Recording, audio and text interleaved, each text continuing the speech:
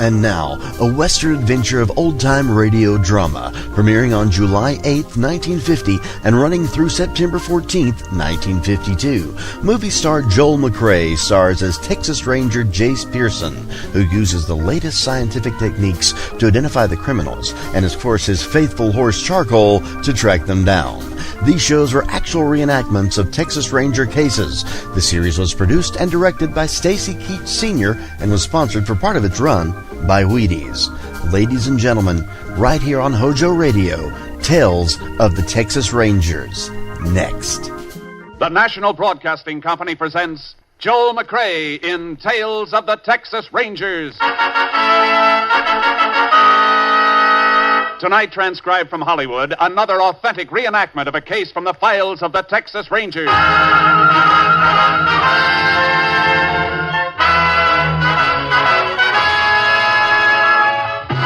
Tales of the Texas Rangers, starring Joel McCrea as Ranger Jace Pearson. Texas, more than 260,000 square miles. And 50 men who make up the most famous and oldest law enforcement body in North America.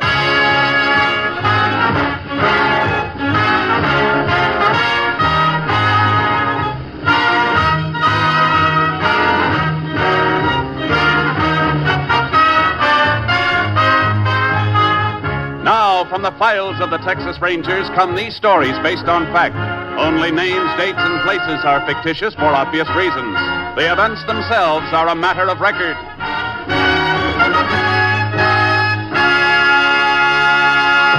Case for tonight, the hatchet.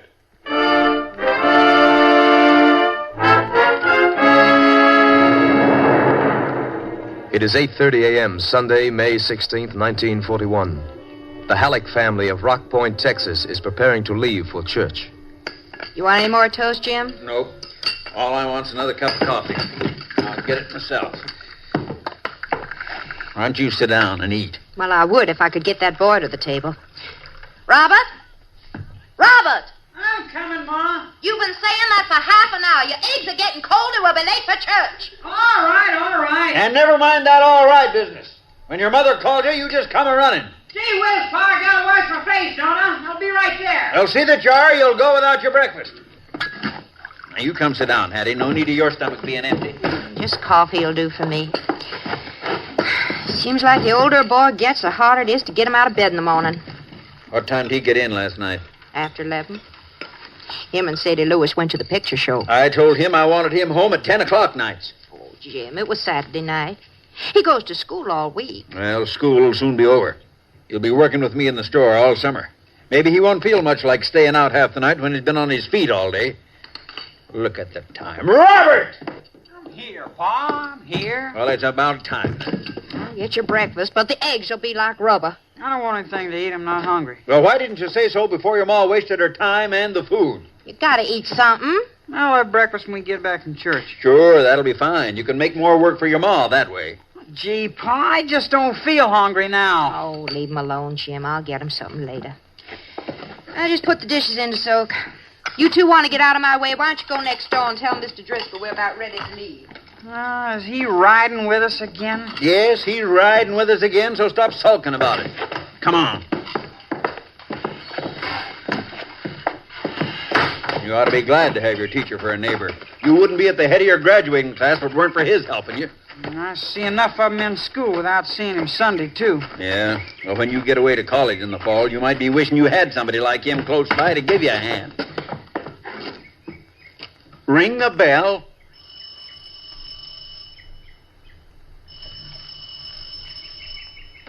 He don't answer. Maybe he went on. He'd have told us. And I didn't hear his car. Come on, maybe he's out in the back. Mr. Driscoll! That's funny. Run up the back steps and take a look in the kitchen window. Oh, why don't we just go without him? Will you do like I tell you? Okay.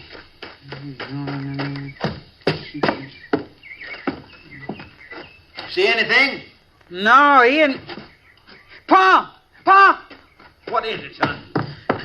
What's the matter? Look at him, lying there on the floor. Oh.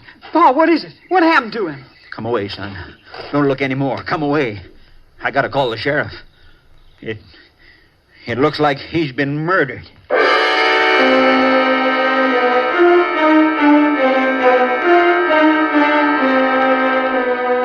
Sheriff Alvin Jeffers took one look at the scene of the crime and put in a call for the assistance of the Texas Rangers. Ranger Jace Pearson was assigned. Mighty bloody job, Jace. No weapon in sight. Nope. Judging by the marks, though, it was something with two edges, one blunt and one sharp. Probably a hatchet, Sheriff. Either that or two weapons. It's possible, but not likely. You say the JP's been here? Uh-huh. Soon as we're finished, the body will be moved into the funeral home for autopsy. Establish time of death. That'll help. Where'd your call come from? Neighbors next door, the Hallecks. Man, wife, and son. Man and boy spotted Driscoll through the window when they come to get him for a lift to church. I'd like to talk to him. Sure, I told him to stick to home. We can go out back and hop the fence. Avoid that crowd out front. Good. Front room looked like Driscoll went in big for books. Yeah, he was an English teacher at the high school. Halleck's boy Robert was in one of his classes, I think. Driscoll live alone? Mm-hmm. A widower. Here, step on this box and hop the fence. You go ahead. I can get over without it. Okay. Well, Halleck saw us coming. There he is at the back door. Howdy, Sheriff. Ranger. Come on in. Thanks. Ranger Pearson, Jim Halleck. Howdy. Oh, my wife Hattie and my boy Robert. Howdy. Howdy, Ranger.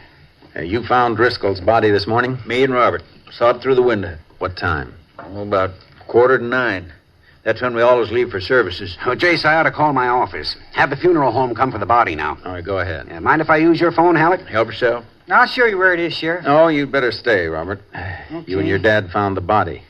Would you mind, Mrs. Halleck? Not at all. In here, Sheriff. Thank you.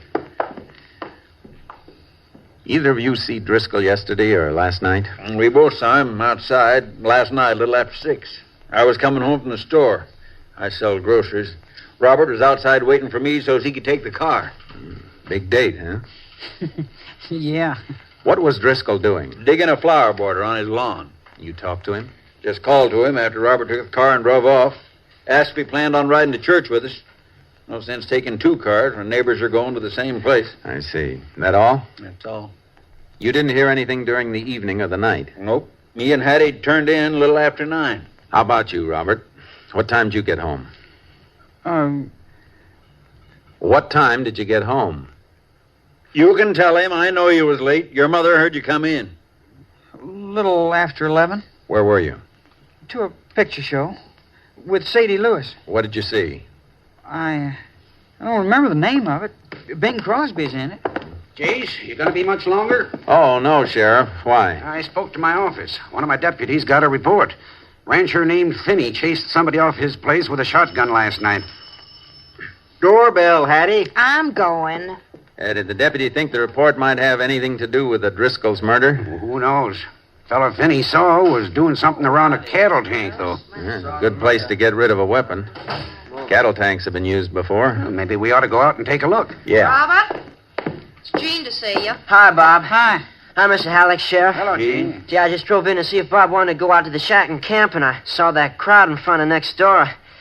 Somebody killed old man Driscoll, huh? Yeah, I can't go with you today. Well, yeah, guess not. Are you helping the sheriff, Ranger? We're helping each other. Well, boy, I sure hope you catch that guy. Mr. Driscoll was the best teacher we ever had. We'll try to square things for him, Gene. Coming, Jace? Yeah. Thanks for your help. We may want to talk to you again later. You're sure welcome, Ranger. Bye. Bye, man. So long, folks. Bye. So long, Ranger. Who was that kid, the one who just came in? You mean Gene? No, name's Gene McCready. Pal of Robert's. They go to school together. Why? Just wondering. Robert Halleck ever give any of you any trouble around here? Yeah, we'll take my car. No, he's a good kid. Why? I just got a feeling he was covering up for something, that's all. Like what? If I knew that, I wouldn't be wondering about it. How far to Finney's place? Turn off to the right about 6 miles out. Just this side of the Lewis place. The Lewis place? Well, Robert Halleck says that he was out at a movie last night with a girl named Sadie Lewis. Yeah, she lives out there. Mike Lewis' daughter. Only 15, but a big girl for her age. Lewis watches her like a hawk. I'd like to stop by the Lewis place and talk to that girl. Okay, we can go out there after we check at Finney's.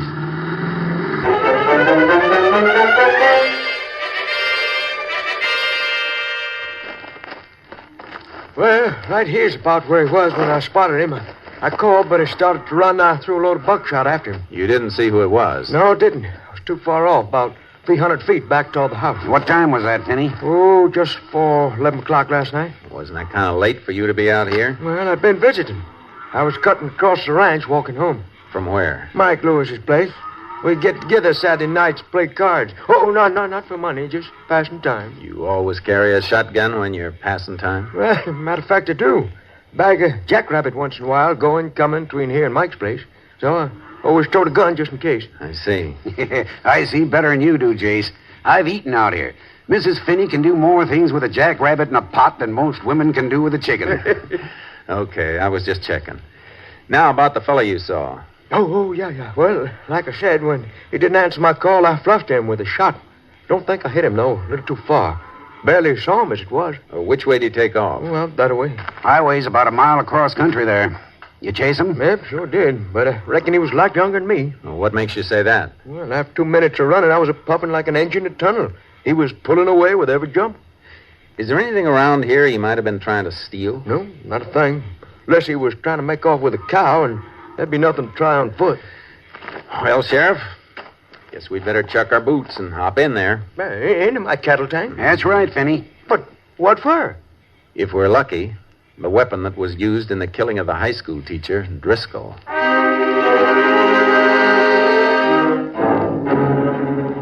The cattle tank was big.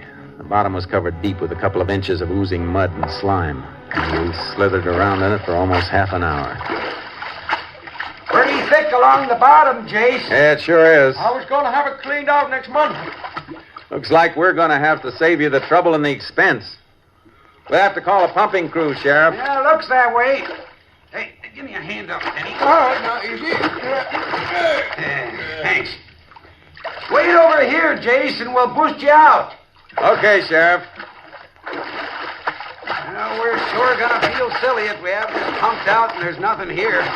We'll feel sillier if we don't have it done and there is something here that turns up later. I think we ought to... What's the matter, Jace? Feel something. Here, under my foot. Yeah, I felt it coming over this way, too. Some stones in the mud. No, this is metal. Wait, I'll get it. What is it, Jace? Look for yourself, Sheriff. Just about what we're looking for. A hatchet.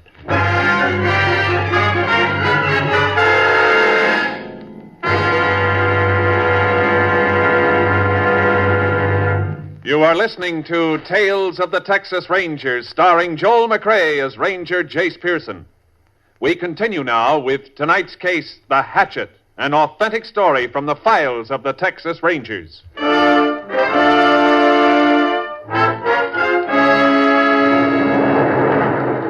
It was the murder weapon, all right. The blood had been washed away from most of it, but there was skin tissue and hair that had stuck to the blunt end, and... Yeah, I reckon that's it, all right, Jace. But who threw it away on my place, and why? The killer wanted to get rid of it in a place he thought nobody'd be liable to find it. Must have thought of this spot last night. That means he knew the place. He wouldn't cross the range on foot unless he did. You say he ran off that way? That's right. Like Sheriff said, the highway's about a mile. He could have left a car there he was getting back to, or he might have cut off in another direction when you lost him. You have horses here, don't you, Finney? Why, sure, but nothing like the one you're towing in that trailer behind your car. It's really a horse, Ranger. I think so, too. What I want is a mount for the sheriff here. Where do you figure on riding, Jace? Out on the range, see if we can pick up a trail. I'll unload charcoal and start ahead, and you walk back to the ranch house and get one of Finney's horses and catch up to me.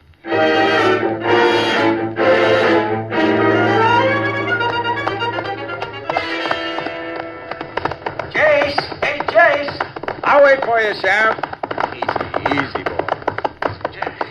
Find anything? Track's all right. Not too heavy on this ground, though. They're easy to lose. Yeah, but this is a straight shot from the ridge. Looks like he was sure going for the road, all right. No doubt about it. If he left a car there, we might be able to find some tire marks where he parked. Afraid you're going to be stymied there, Jace. Why? County just worked the roads over. Shoulders are all fresh gravel. Oh? What's the shortest way to the Lewis Ranch? Go back for the car or keep riding? Yeah, we'd save a little time going back for the car, not much. Well, charcoal's full of run. Let's give him a chance for a workout. Come on. Yeah.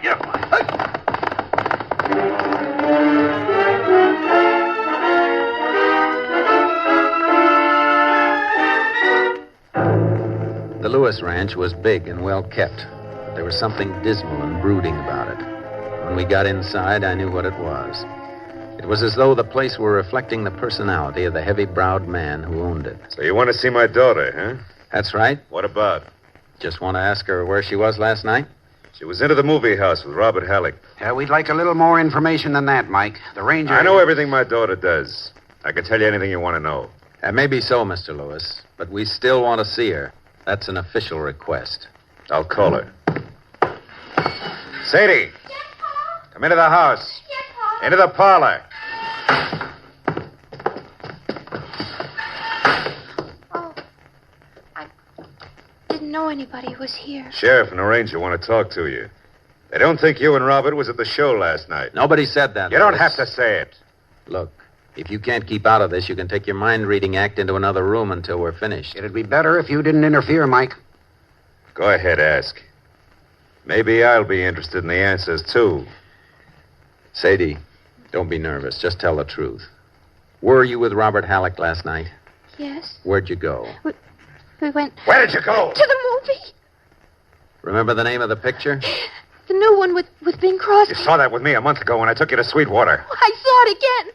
There's no other show to see in town, is there? Robert brought you the ticket stubs, didn't he, Pa? Brought you the ticket stubs. That's right, Ranger. Brought me the stubs. When my daughter's supposed to be someplace, I want to make sure she's there. I'm not gambling on being fed any lies. No, I can see that. You're not gambling that your girl might tell you the truth either, given the chance. Reckon the law's got nothing to say about that. I reckon not. Let me have that package, Sheriff. Yeah, here. What's in it? Just something I want you to look at. Hatchet. Yeah. You ever see this before? No. How about you, Sadie? You ever see this before? No, sir, I never. Why are you asking us about it? Just routine. This is the weapon used to kill Driscoll, the high school teacher.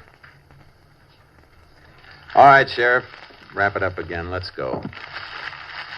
Sorry to have bothered you, Mr. Lewis. Yeah. You ready, Sheriff? Yeah. Goodbye, Mike. Sadie. Bye. Bye. Sadie, you been lying to me? Answer me! Looks like Sadie's in for a rough time, Jace. Yeah, she wasn't telling the truth. He knows it. Her story ties in with Robert Halleck's, Jace. I know. Oh. It'll be dark by the time we get back to Finney's place. Movie house open tonight? Sure. Why? I want to talk to the manager.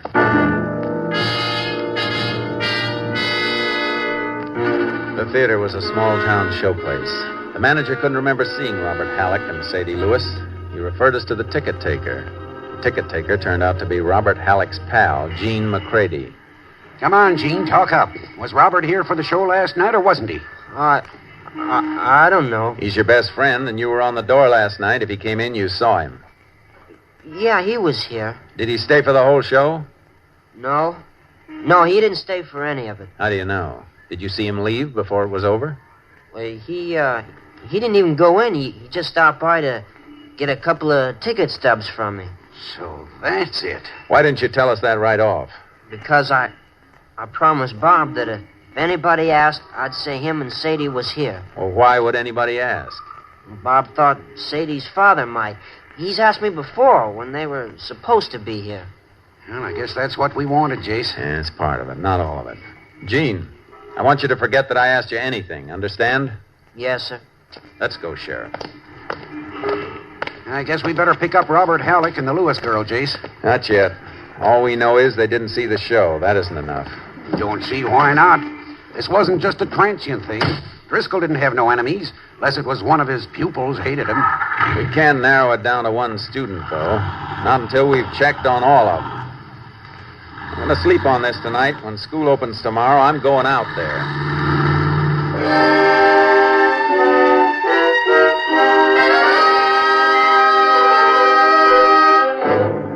Driscoll had been a popular teacher at Rock Point High, but he had an iron-bound code of ethics where honesty was concerned, and that was the key I needed. I found the answer in a batch of test papers he'd been grading. I took the papers back to the sheriff's office. Morning, Jace. Morning. Find anything out the school? Plenty. Look at these. What are they? English class test papers of Robert Halleck and Jean McCready. I see. Halleck's mark's pretty high, 94. Yeah. Hey, only half the answers on McCready's paper have been checked. His isn't graded. Compare them and you'll see why. His answer to every single question is exactly the same as Halleck's, all the way down the line. Driscoll must have noticed it while he was marking. You think McCready was cribbing his answers from Bob Halleck's paper? Halleck was at the head of the class. McCready was just barely hanging on. Those papers were clipped together in the drawer of Driscoll's desk with this slip of paper. A few notes scribbled on it in Driscoll's handwriting. Here, read what it says. An obvious case of cheating. Flunk McCready. If Halleck knew of this, advise principal neither should be permitted to graduate. Well. The test was on Friday. Driscoll must have been grading those papers after school let out. Halleck came home, but Jean McCready was sitting out a punishment in another class for being late. That means Driscoll might have run into Jean Friday afternoon and asked him about it. That's what I figured. Of course, Jean could have told Bob later. Yeah, he could have. Robert Halleck's the boy, all right, Jace. He lied about where he was Saturday night, and Jean was working at the theater. Maybe yes, maybe no. You get the autopsy report yet? Oh, yeah. Came in this morning. What time did Driscoll die? Between 9:30 and 10:30 Saturday night. Then we can't eliminate Jean McCready. Why not? He starts taking theater tickets at 6:30, but the box office closes at 9 when the main feature goes on again. He's got nothing to do after that. His work's finished. Well, I didn't think of that. You better give me the hatchet, Sheriff. I'll need it. Sure. Got it locked in the drawer here. What's your plan?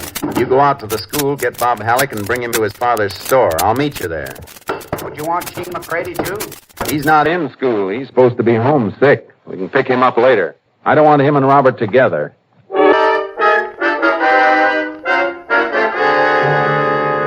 Ranger, you're crazy. Crazy, I tell you. Now, calm down, Mr. Halleck.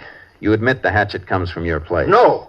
A minute ago, you said it did. Well, it disappeared months ago. It was lost. It got lost again in a cattle tank.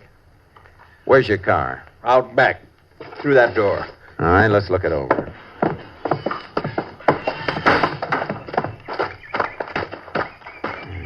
Your son was using this car Saturday night.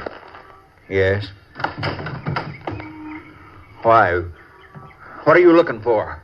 Hatchet had to be carted away from Driscoll's, and there was blood on it. I'm looking for a stain.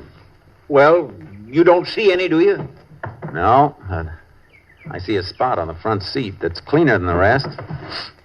You smell that? It's been rubbed with gasoline. Ranger, you're wrong. You gotta be wrong. My kid wouldn't do a thing like that. Out here, Robert. Now, here we are, Chase. Pa, what's the matter? Why did they take me out of school? Son, whatever you've done, me and your ma'll stand by you. Now, tell him the truth. You were at the show Saturday. Tell him you were. How about it, Robert? Jean said you just dropped by to pick up ticket stubs. I wasn't at the show. Why didn't you tell me? Why? I couldn't. Because of Sadie's father. He'd kill her. You better tell us what happened, boy. Why, I picked up Sadie in the car at 6:30. We went into the movie house to leave the car with Jean and get the stubs. You left the car with Jean? Yes. So it'd be around the theater in case Sadie's pa came by. Well, then what happened? Then we arranged for Jean to meet us out at the crossroads between the Lewis place and Finney's at 11 o'clock. So I'd have the car to take Sadie home. See, Ranger? He didn't have the car all the time. Go ahead, Robert. Where did you and Sadie go? We went for a ride with somebody who picked us up behind the theater. What do you mean by somebody? Who? Sadie's mother. What? Why, Sadie Lewis's mother is dead. No, she isn't. That's what Mr. Lewis tells everybody. They were divorced before he moved here with Sadie. Could that be true, Sheriff? Well, Jace, I don't know. Mike Lewis always said his wife died. She didn't. He just hated her, that's all. And, well, if he finds out Sadie's been seeing her, he'll beat her up. All right, Robert. I think you're telling the truth. There's something I want you to identify. This. Why, That's our old kindling hatchet. Where'd you see it last? Well, the shack. Me and Gene built a shack up in the woods last fall. We go camping up there. I built most of it because Gene, he was working part-time after school at Finney's ranch. That's right, Jace. Gene did work for Finney for a while. Come on, Sheriff. We'd better go pick him up.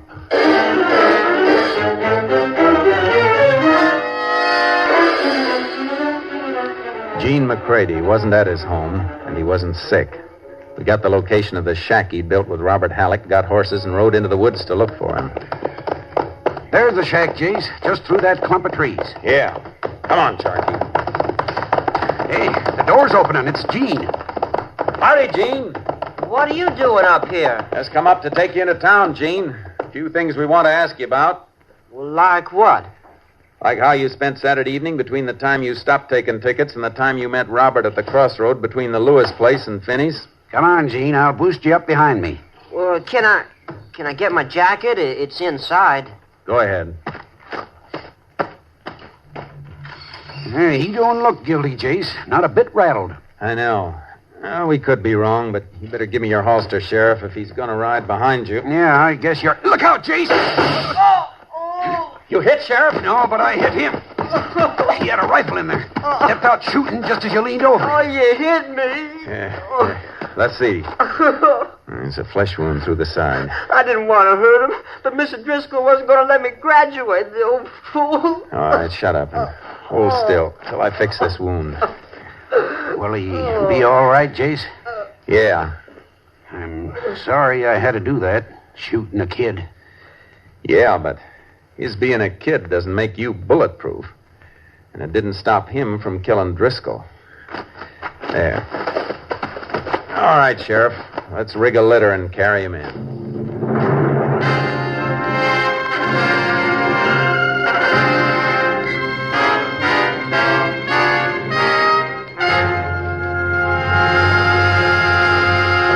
Gene McCready was just old enough to stand formal trial for the murder of his high school instructor. On September 20th, 1941, he was taken to the state penitentiary at Huntsville to serve out a sentence of 25 years.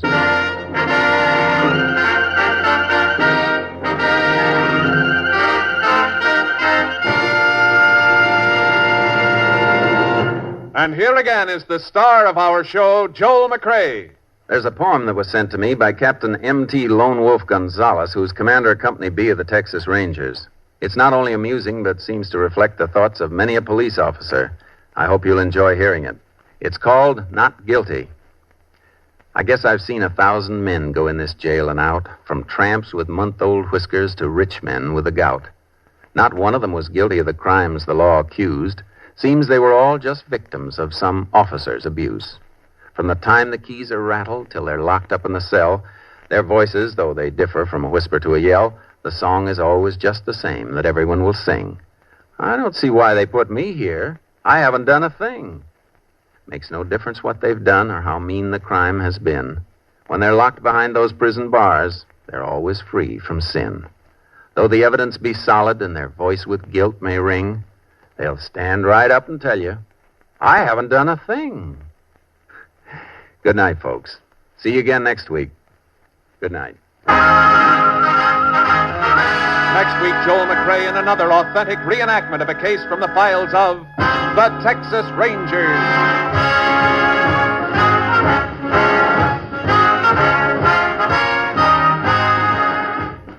Joel McCrea is currently seen starring in the Universal International Technicolor production Frenchie. Tonight's cast included Tony Barrett, Parley Bear, Mike Barrett, Sam Edwards, Joe Duvall, Tom Cook, and Gerald Moore. This story was transcribed and adapted by Joel Murcott, and the program was produced and directed by Stacy Keach. Hal Gibney speaking.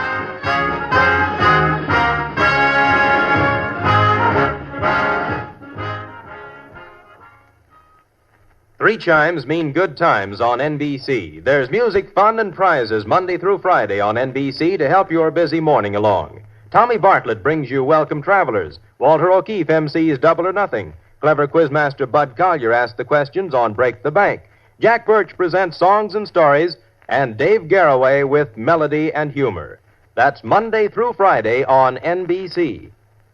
Now, hear the $64 question. 3 chimes mean good times on NBC. You're listening to HOJO Radio. More classic old-time radio coming your way next. Broadcasting Company presents Joel McCrea in Tales of the Texas Rangers. Tonight, transcribed from Hollywood, another authentic reenactment of a case from the files of the Texas Rangers.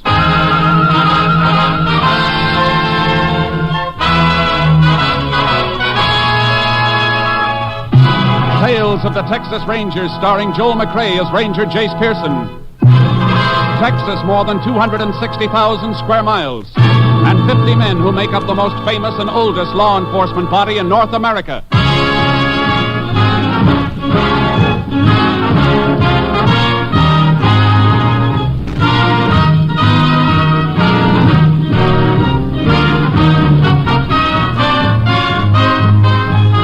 Now, from the files of the Texas Rangers come these stories based on fact. Only names, dates, and places are fictitious for obvious reasons. The events themselves are a matter of record.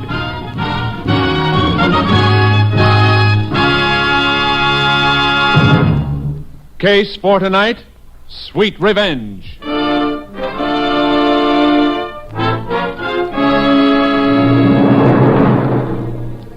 It is 6:30 p.m., March 13th, 1944, at the ranch house of Judd Wilkins. It is raining heavily as Judd and Alva Briggs from a neighboring ranch finish their dinner. Yeah, rain's sure coming down, Judd. Yep. You're welcome to stay the night here if you want to, Alva. Oh, no thanks. I gotta get back to my own place tonight. Told the kid who's been doing my chores over there for the last 3 days I'd meet him in the morning to pay him. I sure appreciate you helping me and Billings vaccinate the cattle. I'm planning on doing the same for you at your place when you're ready. I'll be ready in a couple of days, I reckon. Hey, a wind must have blown open the... Hello, Judd. Blake. Yeah. Hello, Alva. Yeah. Well, you don't seem none too happy to see me either, Judd. Well, no, it's just... It's a big surprise you popping up this way after 2 years, boy. Of course I'm glad to see you. You're my brother, ain't you? Oh, yeah, Alva. Where's Callie? What? You heard me, Blake. Where's my daughter? Well, didn't you hear? Yeah, what? Callie and me. We split up, Alva. Split up? Yeah, in Dallas. I thought you knew. You get her to run away with you, and then when you're through with her, you toss her to one side? No, Alva, no, that ain't true. That ain't the way of it Why, all. Alva, let go of it. Cut it out! Alva, cut it out! Take your hands off Blake. Now, stop me now. Blake Wilkins, if you wasn't your pa's boy... Alva, you gotta listen to me. Just stay away from me from now on, Blake. Stay away or I'll...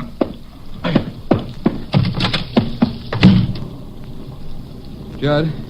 Yeah? How come Alva didn't know about Callie and me? Well, you see, Blake... I can understand Callie not wanting to write Alva about it, but I wrote here to Pa right after we split up. I told him the whole story in that letter. Callie was just using me to get away from home. She left me as soon as she found somebody else who could do her more good. I told all that in my letter to Pa. He and Alva was friends and neighbors. Now, how come Alva didn't know? Pa died last month, Blake. Yeah, I know. That's why I come home, Judd. I ran into a fellow in Lubbock the other day who told me. But Pa wasn't dead when I wrote that letter. I told him I was sorry about everything, that I wanted to come back home if he wanted me to. But I never heard from him, Judd. Why not? Blake, you're making me say something I don't want to say. Even though you and I are only half-brothers, I've always felt toward you like What are you getting at, Judd? Well, hearing about you and Callie splitting up just now makes me feel pretty bad. I guess it was part my fault. You mean because you encouraged me to run away with her? Yeah. You come to me asking advice. I told you on the QT I figured you had a right to your own life, but I sure didn't know it was going to turn Pa against you like it did. Turn him against me? Judd, I want to know what happened to that letter that I wrote Pa. All right, Blake. Pa wouldn't even open your letter, just threw it away. He what? Said he never wanted to see you or hear from you again. Well, Judd, that just doesn't sound like Pa. He just wouldn't say a thing like that about me. I know, boy. It's hard to believe. You and he always used to be so close. Of course, you was his own son. I wasn't, so it's natural for things to Judd, be that way. Judd, are you sure that Pa got my letter? Why, of course. I just told you, Blake. All right. What did Pa say in his will?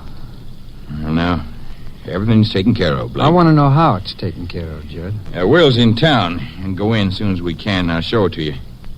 You got a pleasant surprise coming, kid. You know, it's sure going to be good having you home. you come at a good time, too. We need another hand here, and I'm not sure Alva will ever be back to help after tonight. But having you back again, everything's going to be fine from now on. I'm not so sure. What do you mean? Alva, the way he feels about me. I don't like things like that. Oh. Well, don't you worry about Alva none, Blake. You get over it. You know, I think I'll take a horse and ride across to Alva's place. Tonight? Yeah. See if I can get things straightened out with him. Afterwards, I could stay on at the shack the rest of the night. It's about halfway. That way I'd be out there to lend you a hand in the morning. Is there bedding and food out at the shack? Yeah, plenty of it. Okay, Blake, if you want to go. But if Alva don't listen to reason, don't you argue with him. And don't be afraid of him. He won't harm you as long as I'm alive and kicking. Yes, sir, Blake. I'll take care of you from now on.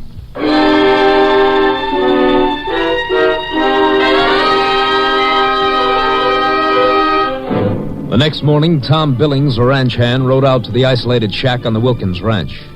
He discovered the dead body of Blake Wilkins lying in front of the open doorway. Sheriff Hedges was immediately notified and requested help from the Texas Rangers. Ranger Jace Pearson was assigned to the case. Morning, Chase. Howdy, Sheriff. Whoa, Charcoal. Any trouble getting out here? No. Pretty heavy going, though. Must have been some rain last night. Good thing you didn't try to come out in your car. You'd have been huff deep in mud halfway. Yeah, that's what I figured. I've already talked to the half-brother Judd back at the ranch house. He's pretty broken up. But I figured you'd want to look at the scene of the shooting before you did any questioning. Yeah. You find anything, Sheriff? Yeah, a couple of things. They left the body right where it was, though. Medical examiner's on his way out. Whose horse is that in the corral? I figure it's the one Blake Wilkins rode out here last night. Followed the tracks out here, just one set of them. Any footprints around? Well, couldn't see any. A lot of gravel, rocks around. Yeah. Okay, let's take a look at the body. Lying in front of the open door. Bullet ended over the right eye. The rain must have washed some of the blood away. Bullet came out the back of the head, higher up. That means it was traveling in an upward angle. Yeah, that's right, Jace. Went clear through him and then carried through the shack. Come on inside, I'll show you. You got the bullet here in my pocket. We found it out back. Here it is. What's left of it. Sure smashed up. I'm afraid it won't help us any. You take a look at the roof, Jace. Back wall over that shelf of provisions. Yeah. That's the bullet hole, all right. Let's go back outside. I'd say Blake was just about your height, Sheriff. Looks like. I want you to stand here beside the body and hold your hand out of the level of your forehead. My forehead? Yeah. That'll represent the approximate height of the bullet when it hit Blake. There, that's it. What are you backing up for, Jace? I'm sidelong your hand on the bullet hole in the roof. I get it. You're trying to figure out where that shot was fired from. Yeah. And it's leading me straight to this old watering trough. Okay, Sheriff. You can take your hand down. You figure the killer was hiding behind the watering trough when he shot Blake? Behind it or in it. Bottom of the trough split. It doesn't hold any water. Don't see any footprints around. Whoever it was could have walked on this gravel and rocks over to that gully there. And there's water in the bottom of the gully. Well, however he did it, he sure covered his tracks. Guess Blake must have heard a noise outside the shack, come outside, and got shot. Yeah. But I'm wondering what Blake was doing out here at this shack in the first place. Search me. Didn't even know Blake had come home till I got the report of the shooting this morning. About 2 years ago, he and Callie Briggs from the next ranch over ran off to get married.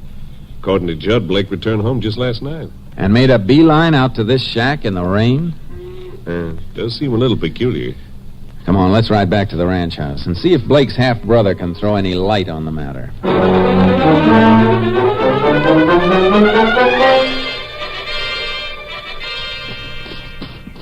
No doubt about it, Jace. That horse at the shack is the one Blake rode out there last night. We backtracked the hoof marks all the way here to the ranch house. Yeah, just one set of prints, all right. Well, we thought it was heavy going for our horses this morning. Must have been a lot worse last night from the way those hoof marks of Blake sank down in the mud. Yeah, I noticed that. Is that the half-brother on the back porch? Yeah, that's Judd Wilkins. Howdy, Sheriff. Oh, boy. Oh, Judd. Yes, this is Ranger Pearson, Judd. He's in charge of the investigation of your brother's murder. Well, got any line on the killer so far, Ranger? Not much yet. As I understand it, Judd, your brother'd been away from home about 2 years. That's right. When did he get back? Walked in last night at supper time, about 6:30, I guess. Alva Briggs can verify the time for you. He's having supper with me. Any reason the time of Blake's return home should need verifying, Judd? Huh? No, I just figure you want all the facts straight, Ranger. Yeah. What happened when Blake walked in? Well, right after Blake walked in, Alva walked out. Oh? Why? When Blake told us he and Callie had split up. Seems Alva didn't know anything about it. Neither did I, as a matter of fact, but Alva, being Callie's paw, took it pretty hard. Seemed to hold it against Blake. I guess he thought it was all Blake's fault. Matter of fact, I had to pull him away from Blake's throat. I see. Of course, the way Blake explained it to me later, it wasn't his fault at all. But Alva didn't wait for any explanation. How'd you feel about Blake coming home, Judd? Well, I reckon the way any brother'd feel. I told him I was glad he's back. It'd be good to have him help me with the ranch. Judd, there's one thing that's bothering me. Maybe you can throw a little light on it. Yeah, what is it, Ranger? How come your brother went out to that line shack the first night he got home? I decided to ride over to Alva's and try to straighten things out with him. He said he'd stay at the shack the rest of the night so as he could give us a hand of the rest of the vaccinations first thing in the morning, so off he rode. I see. What time was that? About 7:30, I guess. What did you do after that? Me? Yeah. Let's see now. Around 9, I sent for my ranch hand, Tom Billings. Told him about Blake being back and also had him help me check some tally sheets. I'd say that was about 10:30 when we got through. Tom went on back to the bunkhouse? That's right, sure. And you? I turned in. You didn't leave the ranch house? Me? No. Are you sure about that? Of course I'm sure. What are you getting at, Ranger? I'm just trying to get at the truth, Wilkins. Now, wait a minute. You think that maybe I killed Blake? I'm not thinking anything right now. I'm just asking questions. I don't like the kind of questions you're asking. Think I'd kill my own brother in cold blood? Take it easy, Judd. Look, Ranger. You know who discovered Blake's body? Tom Billings, my own ranch hand. You know how he happened to ride out there this morning? Because I told him to. I wanted to meet Blake and start to work. Now, would I kill Blake and then go out of my way to make sure his body'd be discovered? It'd be pretty stupid, wouldn't it? Well, Judd, I'll go along with you far enough to say a stupid man wouldn't have done that. Nah, I didn't kill Blake. Then you got nothing to worry about. Yeah, I know. Sorry I lost my temper, Ranger. It's just that a thing like this hits you pretty hard. Yeah, sure. Where can I find this ranch hand of yours, Tom Billings? He's waiting for you down at the bunkhouse. I told him to stick around in case you wanted to question him, Jace. Good. Let's have a talk with him, Sheriff. Whoever that skunk is, Ranger, I sure hope you get him. Thanks. What do you think, Jace? About Judd Wilkins? Yeah. I don't know, Sheriff. Tells a pretty straightforward story, but listening to it, I somehow got the idea it was a little too straightforward. Almost like he might have been rehearsing it. Yeah. Sounded like that to me, too. Well, we'll check up on as much of his story as we can from Tom Billings. Here's the bunkhouse. Come on in. Howdy. Tom Billings? That's right, Ranger. I've been waiting for you. And patching an old pair of jeans. Janged if I'm much of a seamstress, though. Oh, I don't know. Seems to me I've seen worse-looking patches than that. Billings, you're the one who discovered Blake Wilkins' body this morning, aren't you? Yeah. Almost lost my breakfast. Pretty bad sight. Who told you to ride out that way? Judd. He wanted me to meet Blake and get started with the vaccinations again. Check so far, Jace. Yeah. How about last night, Billings? Judd says he called you up to the ranch house. Yeah, he did. Wanted to tell me about Blake being back and have me help him check some tally sheets. What time did you go up? Right around 9 o'clock. And what time did you come back here? Oh, about 11:15. The rain had just stopped. I come back here to the bunkhouse and turned in. And then this morning you rode out to the line shack? That's right, Ranger. Okay. I guess that'll be all, Billings. Come on, Sheriff.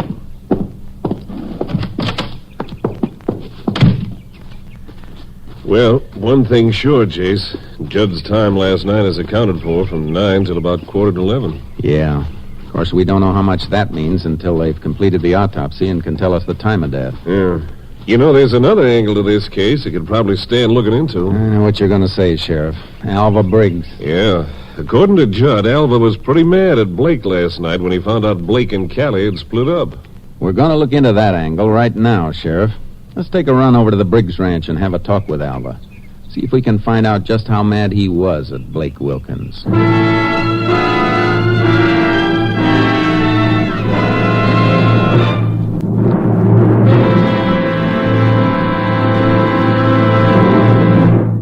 You You're listening to Tales of the Texas Rangers, starring Joel McCrea as Ranger Jace Pearson. We continue now with tonight's case, Sweet Revenge, an authentic story from the files of the Texas Rangers.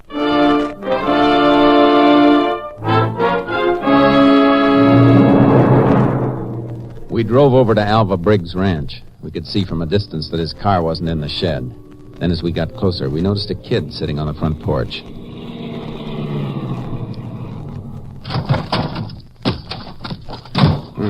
Who's that kid over there? Don't know, Jace. Morning. Looking for Alva Briggs. Oh, I thought I'm looking for Senor Briggs, Sheriff. What do you mean? Well, he's nowhere around. He told me to be here this morning and that he would pay me for feeding his chickens and horses. So I come this morning like he told me.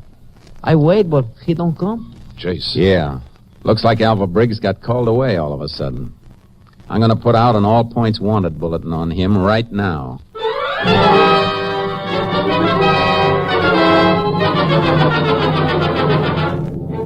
Checking in town, I learned that Alva Briggs had caught the Dallas bus that morning. I notified Company B. 4 hours later, Briggs was picked up at the Continental Trailways Depot in Dallas by Ranger C.B. Wade, who brought him back to Sheriff Hedges' office. After a brief talk with Ranger Wade out in the hall, I came back into the room. I'd like to know the meaning of this, Ranger. We'd like to know why you suddenly decided to take a trip, Mr. Briggs. Well, I reckon that's my business. You're wrong about that. It's our business, too. The way it looks right now, you get mad at Blake Wilkins, he turns up dead, and you leave town. But I didn't even know about Blake being killed till that other ranger picked me up getting off the bus in Dallas. I still want to know why you took off from your ranch this morning. All right. Last night, Blake told me he and my daughter Callie had split up in Dallas. It come as a bad shock. So this morning, I decided to head for Dallas, see if I could locate Callie and find out what happened. Get her to come back home with me if she would. I see. You left the Wilkins ranch about 6:30 last night. Oh, that's right. Where'd you go? Home. You stay home the rest of the night? Yeah. Any way of proving that, Alva? I guess not. I live alone. Ranger, I didn't kill Blake Wilkins. Sure, I felt like it for a second or two when he told me about him and Callie, but thinking about it later, I got over it. Guess when a couple splits up, it ain't ever completely one person's fault. I didn't kill him. If you didn't, you'll want to cooperate then. Cooperate? I'm asking you to postpone your trip to Dallas. I want you to keep yourself real handy until this investigation's wound up. All right, Ranger. You'll find me at my ranch. He's got no alibi for any part of last night, Jace. No, he hasn't. There are a couple of things that make me doubt that he killed Blake. What are they? If he did kill Blake, why'd he wait till this morning to take off from his ranch? Well... Another thing. Alva walked out of the Wilkins ranch house right after Blake arrived. How'd he know Blake was going to be out at the shack? Why, Blake told Judd he was going to ride over and talk to Alva. Maybe that's how Alva found out. But we know Blake never got as far as Alva's place. Those horse tracks led right to the shack and stopped there. See, that's right. You think Judd was lying to us, trying to make it look bad for Alva? I don't know. Then there's the matter of motive. You find out, like Alva did, that your daughter split up with a guy and you think it's his fault. You might knock a few teeth loose over it, but as for killing him on account of it, I don't know. Well, speaking of motive, how about Judd? That's just what I'm going to follow up next, Sheriff. See if I can find a motive for Judd Wilkins to kill his half-brother.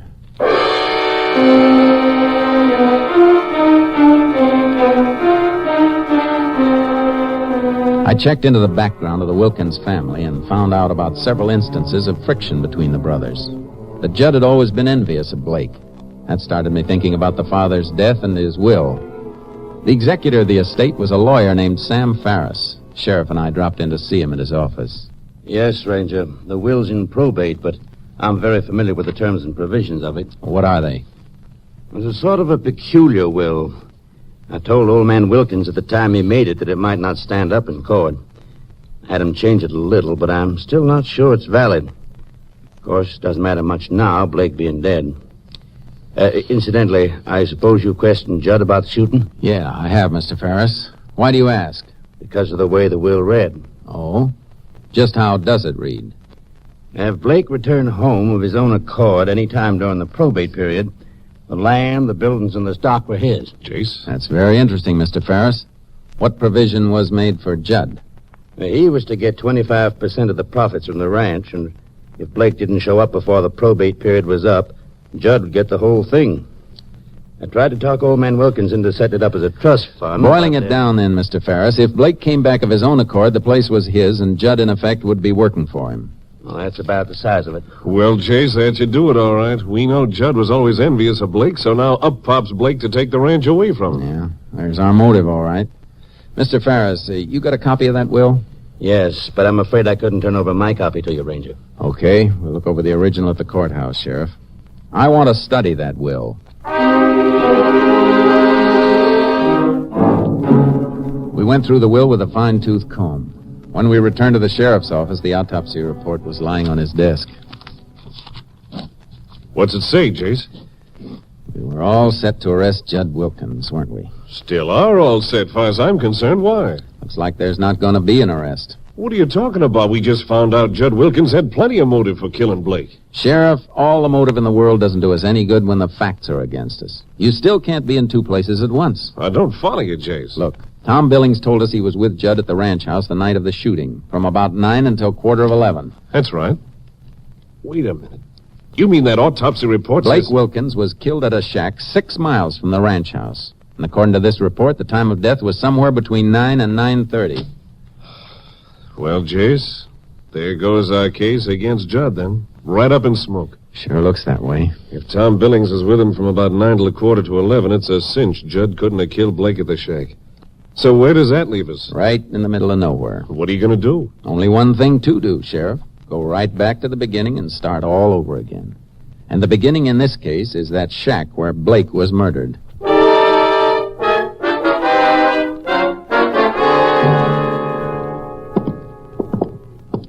Jace, hanged if I see what good this is doing us. We've gone over this shack just like we did before. You had me hold my hand up again, you sighted along it to the bullet hole in the wall, and we're still no further along than we were. I know it, Sheriff. Only thing I can figure is that we don't have all the facts in the case yet. Maybe somebody else we don't know about shot Blake. I think we've already got all the important facts, Sheriff. But facts are funny things. You got to put them together in the right combination to get the right answer. And I think that's where we've gone wrong. But, Jace, I don't see what other combination there is. You've reconstructed this the only logical way it could be. We find Blake lying in front of that open doorway, a bullet hole clean through his head. We know it's line of flight after that because of the bullet hole in the roof by this back wall. Yeah. Right over this shelf of provisions. So where's the mistake in that? I don't know, except there must be something wrong about... Hey, wait a minute. What is it? Take a look at this sugar bowl, Sheriff. It was right under the bullet hole. I don't see anything the matter with it. Now look at the sugar inside it. Nothing the matter with that either. Yeah. Well, that's the point, Sheriff. Huh?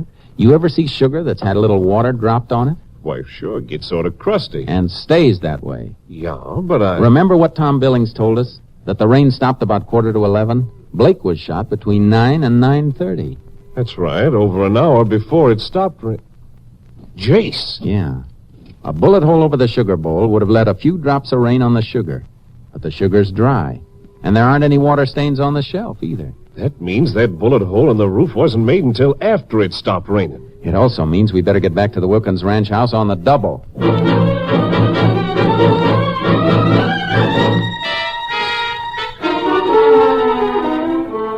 We headed for the ranch house. Judd was nowhere in sight, which suited me fine at the moment.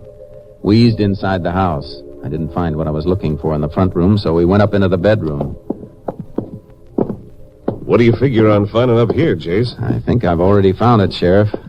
That calendar on the wall. Looks like it's hanging mighty high. Yeah. Let's take a look behind it.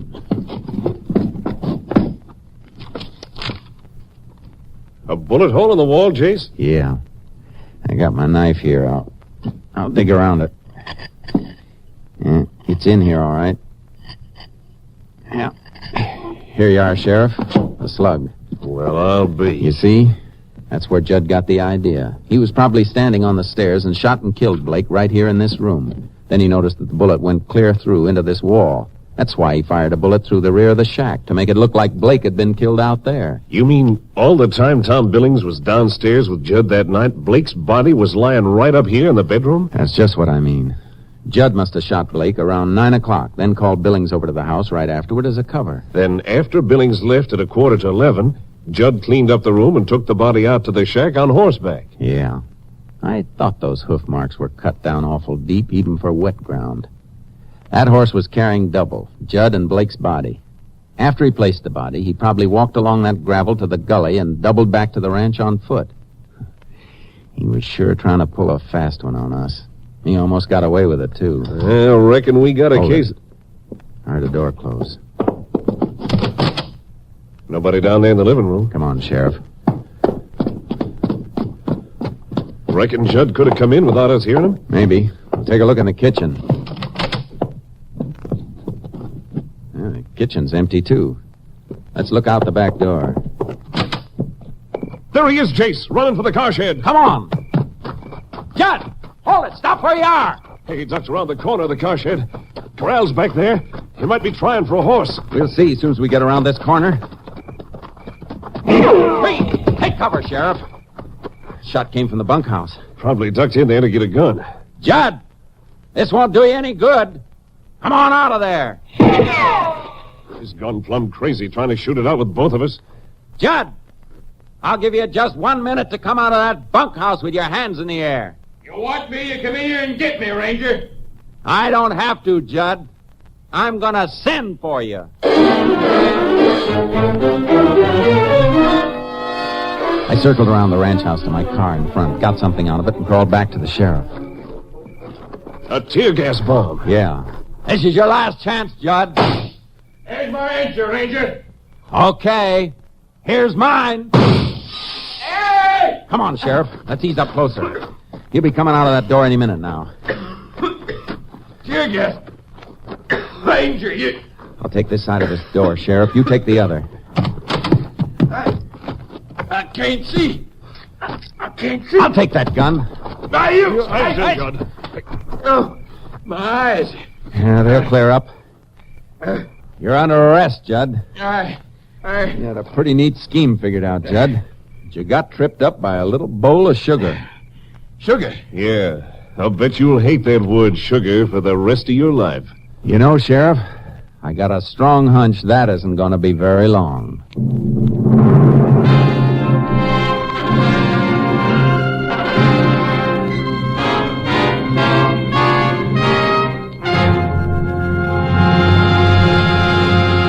Judd Wilkins was tried and convicted of the murder of his brother Blake.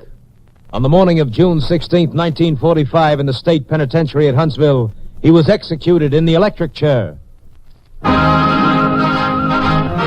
Next week, Joel McCrea in another authentic reenactment of a case from the files of the Texas Rangers.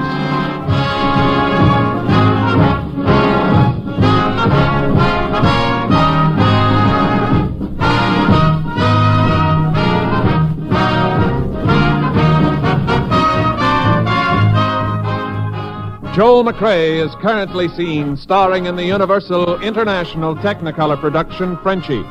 Tonight's cast included Tony Barrett, Lamont Johnson, Bill Johnstone, Stacey Harris, Rye Billsbury, and Wilms Herbert. This story was transcribed and adapted by Bob Reif, and the program was produced and directed by Stacy Keach. Hal Gibney speaking.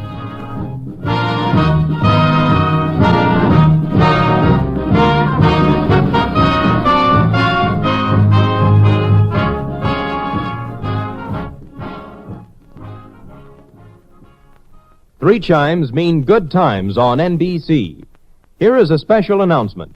2 weeks from tonight, that's Sunday, March 4th, Tales of the Texas Rangers will relinquish its time period for 1 week only so that you can hear a full hour-and-a-half dramatization of Shakespeare's immortal Hamlet, presented by Theater Guild on the Air. It's radio's most exciting dramatic event when John Gielgud, Pamela Brown, and Dorothy McGuire bring the pages of Hamlet to life on Theater Guild on the Air, Sunday, March 4th. But listen again next week at this same time for another exciting adventure starring Joel McCrea in Tales of the Texas Rangers. Now the $64 question. Tomorrow hear the Boston Pops on NBC. A tropical environment intertwined with the rugged but gorgeous wilderness which spans from redwood to sequoia. This comes to mind when someone thinks about California. Our next broadcast ran from 1941 to 1946 and tells the story of the expeditions of men and women that tried to tame the wilds that existed in early California. Based on the title records of its sponsor, Title Insurance and Trust Company of Los Angeles, our next broadcast brought an appreciation of California through understanding of its past. We present to you Romance of the Ranchos, right here on HOJO Radio. The Romance of the Ranchos. San Diego, 1827. Carrillo Senorita elopes with American captain. Los Angeles, 1831. Carrillo writes first book published by a Californian. Los Angeles, 1837. Carrillo named governor of California.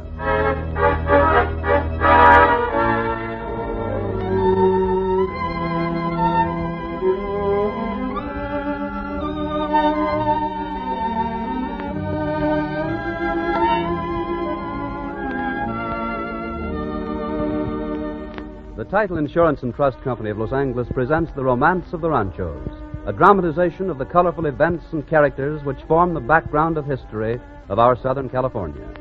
Each week, our wandering vaquero, Frank Graham, has come to the microphone with another true story of the days of the Dones.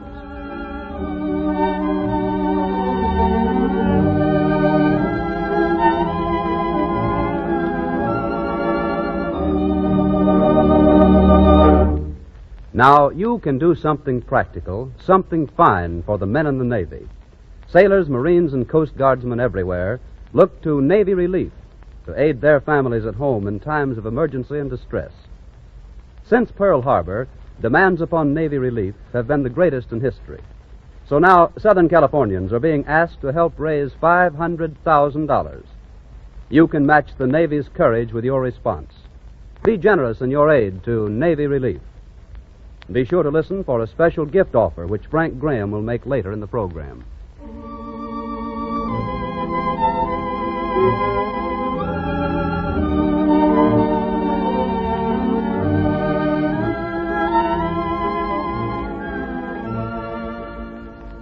Now here to tell us the story is our wandering vaquero, Frank Graham. Buenas noches, señoras y señores. Tonight we end our present series of The Romance of the Ranchos. And as a fitting climax to these programs, we're going to tell the story of a family which, throughout the history of the Southland, has been recognized as one of the great families of California. Listen to the dramatic and romantic incidents in the lives of the Carrillos. It's a colorful chapter of The Romance of the Ranchos.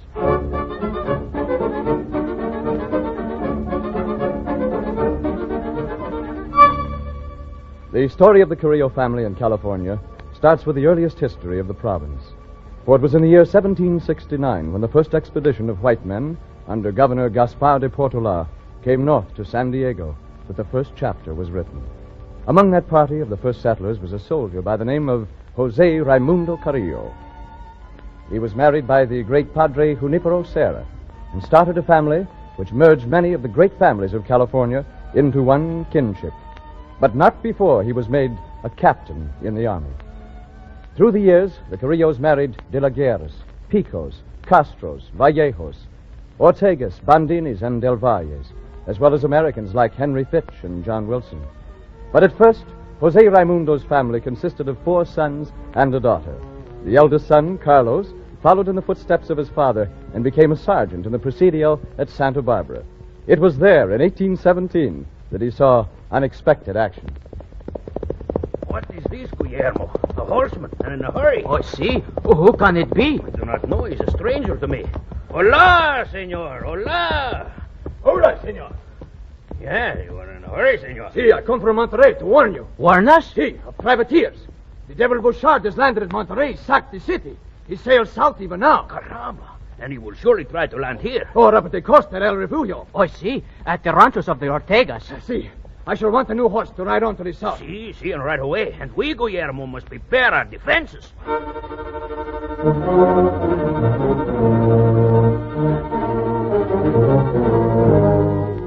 Sergeant Carlos Antonio Carrillo headed the small company which went to the Ortega Ranch en route of the famous privateer Bouchard, who had indeed landed there.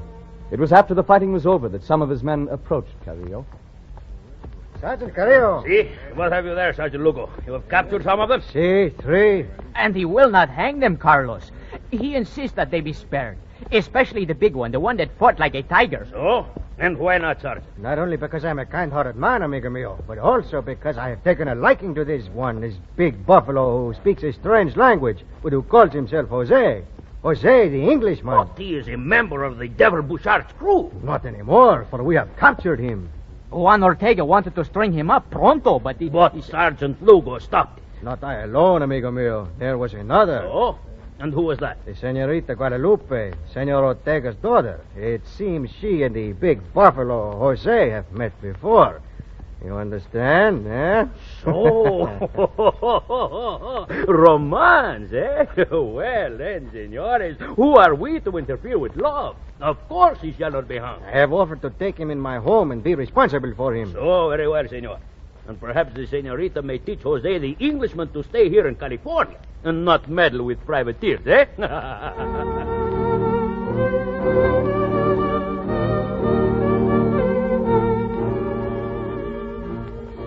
Sergeant Carrillo participated there in one of the most romantic episodes of California history, when the American, Joseph Chapman, called Jose the Englishman, was captured, and with the help of a beautiful senorita, later became an outstanding citizen. But a few years later, another romantic chapter in the history of the Carrillos was being written. It was in San Diego, where Jose Raimundo's cousin, Joaquin, had a beautiful daughter who captured many an eye. And one day, in 1826, an American ship captain came ashore. So this is San Diego. This is it, Captain. Not much to look at, is there? Well, that depends. This town is a little backwards, perhaps, but it might be a fine place to live. Not for me. If I were looking for a place to lie back and dream, I'd take the Sandwich Islands. Now, there's a place a man can relax. And those hula dancers and the grass skirts... You can have your hula dancers, Albert. I'll take the vision of loveliness I see coming down the street. Huh? What are you talking about? You lost your eyes. Look, that girl. Have you ever seen anything more lovely? Which one? Oh, you mean that one coming toward us? Yes, she's beautiful. Gorgeous. Captain, you're the one that's lost his eyes. She couldn't compare to those But she's fine, cultured, too. Albert, there's a dream. Wait a minute till I get a closer look. And I'll tell you what I think. I wonder who she is. Why don't you ask her? Huh? Well, why not? Good day, miss. ¿Cómo? Dispénsame, señor. Oh, buenos dias, señorita. Buenos dias. I do not know you, senor. No, I hope you won't be offended that I spoke. It is not the custom in my country to speak to a lady you do not know, senor. Well, I'm Captain Henry Fitch, master of the brig Maria Esther. At your service, ma'am. Oh, a ship's captain. That's right. And this is the first time you have visited San Diego? Yes, ma'am. The first time. Then it is no wonder I do not know you. But I hope that situation may be remedied. That is, I hope that perhaps we might become friends. Oh? That is not for me to say, senor. You must see my father and obtain his consent. Oh, well, of course I will. Only, who is your father, senorita? He is Don Joaquin Carrillo. You do not know of him? No, I'm sorry, I don't. But I shall. And I'm sure that he must be a fine gentleman to have so lovely a daughter. Oh, senor.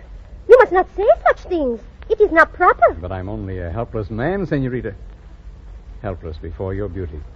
And when I see such an angel, I cannot help but... Senor, I will not stay and hear such Wait, things. senorita, I didn't mean to offend. But you have said far too much, senor. For the present, if you have more to say, you had better see my father. Soon, senor. I certainly shall. But, senorita, wait.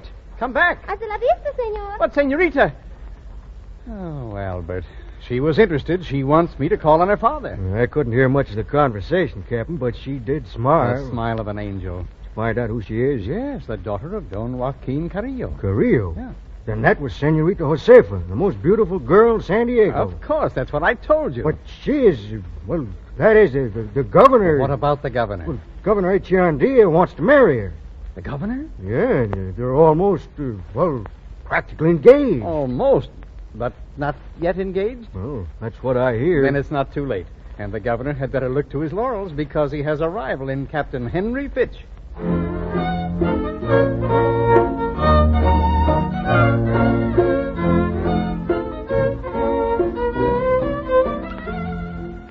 And Captain Fitch was a formidable rival. Within a short time, he won the heart of Josefa, and the governor lost out. Don Enrique, as the captain was called, embraced the Catholic faith, and everything was ready for the wedding. But on the great day... Josefa, my child. See? Oh, it is you, Don Pio. Querido. Oh, you know Don Pio Pico, my cousin? Si, welcome, Don Pio. Gracias, senor. Tell me, what is this delay? What caused this irregularity? Oh, no one knows, senor. The padre has called us all here in the church before the wedding ceremony could be started. Well, it is most irregular. I do not like it at all. I shall make a protest. Wait, Don Pio. Here comes the padre now. Senorita, senor, my children, it grieves me to tell you this. I have just spoken with a messenger from the governor. There is a law. I cannot marry two people unless both are citizens of Mexico. What is this? Don Enrique Fitch is not a citizen, and the governor has forbidden the marriage. Why, that can't be. Well, that's unfair. He said nothing about it before. Querido mío. Oh, it's all right. We'll fix it somehow. Caramba, this snake in the grass, that viper, he has done this because he himself is a disappointed suitor. He shall pay for this humiliation. No, Don Pio. Si. He's right. If it's the law, he is right. You'll have to wait a few days until I can become a citizen. A few days? Senor, you do not understand. It is the governor who can give the citizenship, if and when he likes. It may take weeks or months or forever. Oh, no, Don Pio. But what can we do? We must do something. Si, and we will. Don Enrique, is your ship still at anchor in the harbor? Si. Then I have it. Come with me. I have a plan.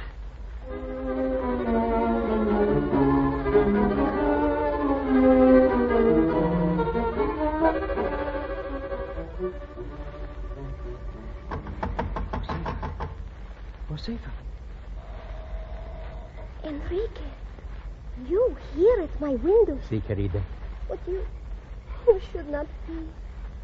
We are not yet married. Oh, Enrique. My darling, querida. Come, you must not cry. But tonight, even now, we would have been married, attending the wedding fiesta. I know, but it's going to be all right. Come, now is not the time for tears. There's much to be done. Done? See? Hasn't Don Pio told you of his plan? See, but, querido, it is impossible. I cannot do it. Not do it? Querida mia, you don't mean that. Oh, you must understand. My father, he would never approve of me running away with you. He would never speak to me again. I think he would, especially if Don Pio explained it to him. But the governor, he would arrest you. By the time we come back, all will be forgotten and forgiven. Don Pio will see to that. But Enrique, it is not right. My running away with you, not married. But it will be, for you'll not be with me. You'll sail with my friend Captain Barry and his wife in their ship. I will sail in mine, and we'll meet in South America and be married there. Oh, I'm afraid. But, my darling, you want to be my wife. More than you will ever know. Querido mío. My life was nothing before I met you. I can remember nothing. You are all that makes it real to me. Josefa, then we will not wait. We will go. I'll give you courage, little one. See, when I am with you, I do have the courage. Everyone will say, that crazy American, he kidnapped Josefa.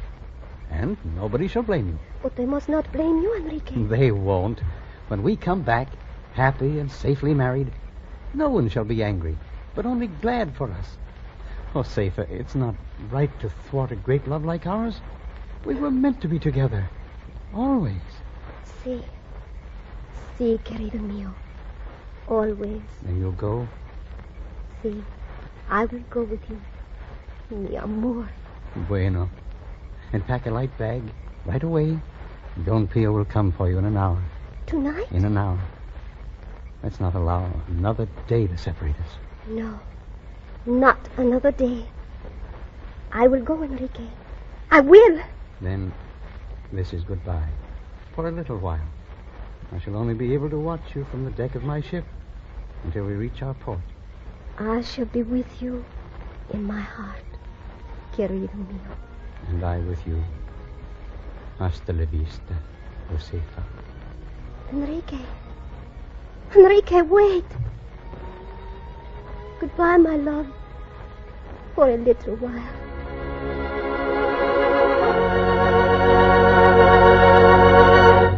When you think of the Title Insurance and Trust Company of Los Angeles, think of the word protection. For protection is the essence of both of the major types of service provided by the company. Title Insurance Service is your protection against loss of investment in your home or other real estate because of defective titles. The company issues various types of title insurance policies to meet various needs. Each policy specifically states the scope and kind of protection it provides. Trust Department Service is for the protection of the assets of your estate generally, either during or after your lifetime. Expert estate planning to prevent unnecessary shrinkage of estates through tax, probate, and other expenses, and experienced estate management for the conservation of estates are available to you through this, the oldest trust company in the Pacific Southwest. A letter, personal visit, or telephone call will bring you complete information without obligation about any of the protective services offered by the Title Insurance and Trust Company of Los Angeles.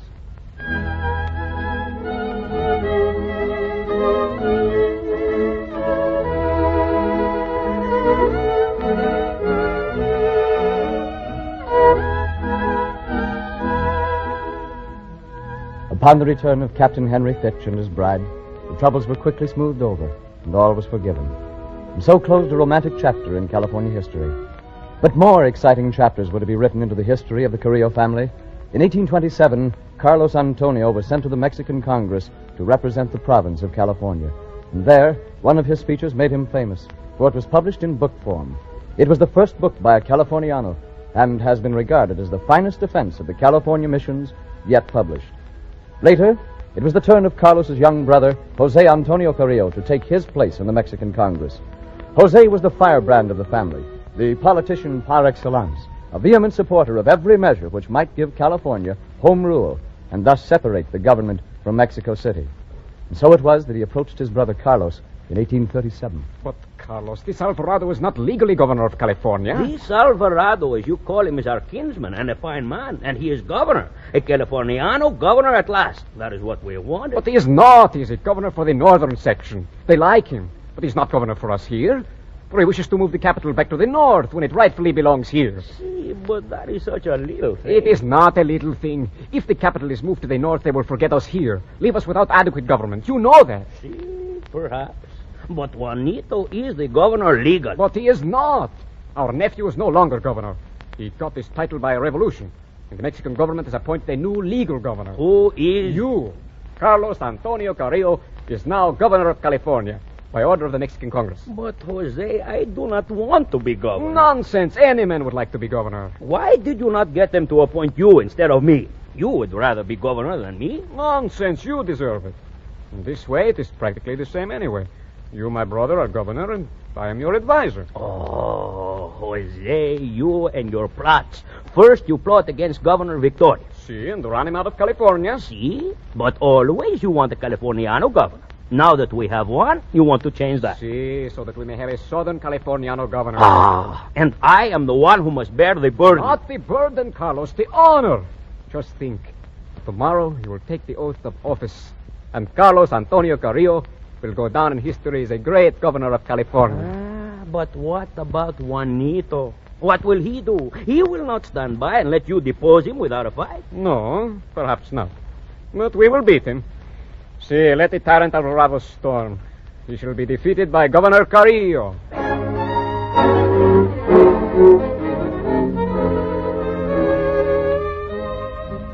But Alvarado was not defeated.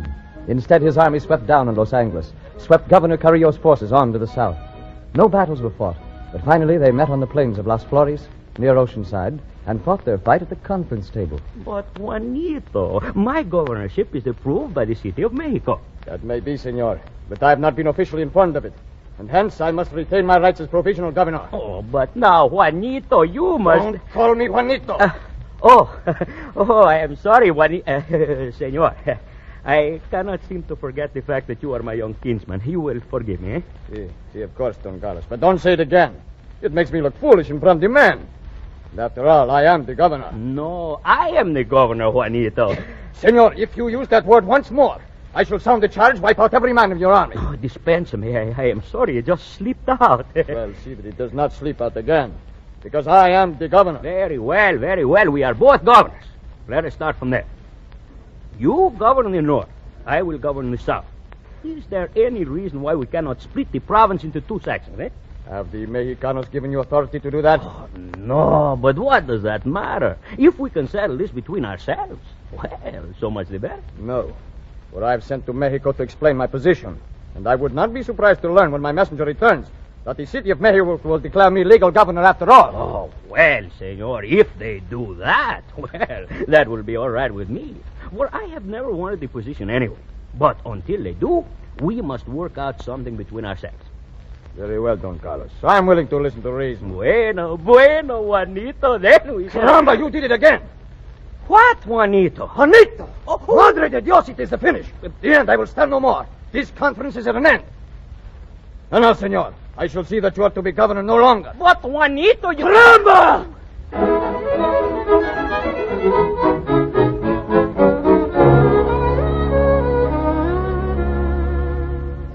Negotiations were interrupted by Alvarado's anger, but in the end, a truce was called. But now, support for Don Carlos Antonio's governorship cooled, and soon his own men gave up the fight. For a short time, Alvarado jailed both Carlos and Jose Antonio, but quickly they were sufficiently back in favor to receive his grant of the island of Santa Rosa.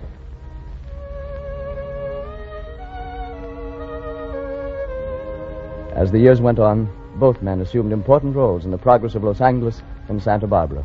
The incorrigible Jose Antonio continued his plotting and was a leader of the revolt against another Mexican governor, Michel Torrena. And again, in 1846, when revolt against the American forces of occupation fled, General Jose Antonio Carrillo was in the thick of it. It was he who worked out a ruse to use against Stockton. When the American landed at San Pedro in an attempt to recapture Los Angeles, Jose called Benjamin D. Wilson to him.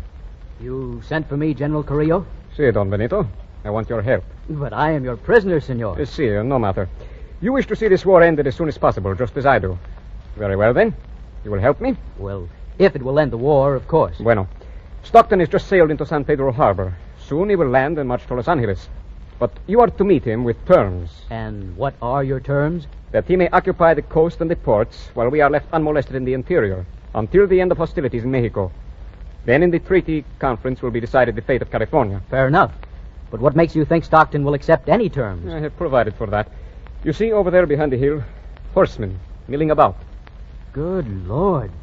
Why, by the size of that cloud of dust, there must be 1,000 horses behind that hill. Si, and the Commodore Stockton will realize that, too. But, General Carrillo, there aren't that many horsemen in your army or in the whole of this area. No, but Stockton doesn't know that. You see, I have 100 horsemen there, driving 1,000 wild mustangs back and forth. From the harbor, it will look like a huge army. And Stockton will be frightened into accepting our terms. Well, General, you have quite an inventive mind. I see, but this is no time for compliments. You must go. They will be landing any time now. Very well. But wait, General. Have you looked out into the bay recently? No, Caramba! What is this? I'm afraid your trick has worked a little too well, General.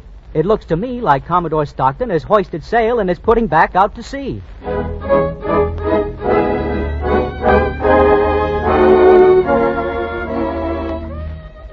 Jose's ruse worked too well, and it might have saved considerable bloodshed. But the Carrillo family adapted themselves to the new American life which took root in California and kept their place as one of California's first families.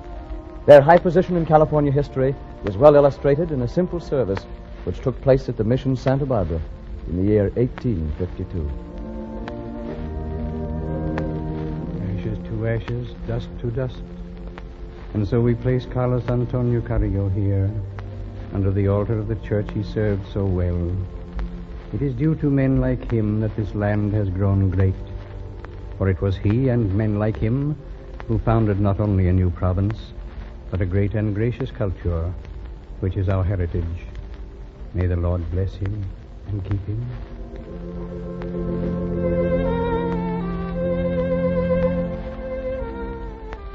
The heritage of greatness, which was Carlos Antonio's, and Jose Antonio's, and Jose Raimundo's, and all of the Carrillo families, has been carried on through succeeding generations. Carlos's son, Pedro, was a leading figure in Los Angeles and Santa Monica life. And today, a great-grandson of Carlos Antonio, governor of California, is also famous and well-loved figure of the state. Leo Carrillo, famous as a motion picture star, respected as worthy successor to the heritage of his family and of old California. He's been preeminently active in civic affairs and in promoting projects to keep alive the beauty and romance of that graceful era. It is he who authored these words which glorify the days of the old missions. Out where the poppy nods its head like a tiny mission bell, where the padre walks through the mustard stalks along the old Camino Real, silent milestones mark the way, telling tales of an old tradition, relics of a glittering age, indelibly set on history's page, the last of the Spanish mission.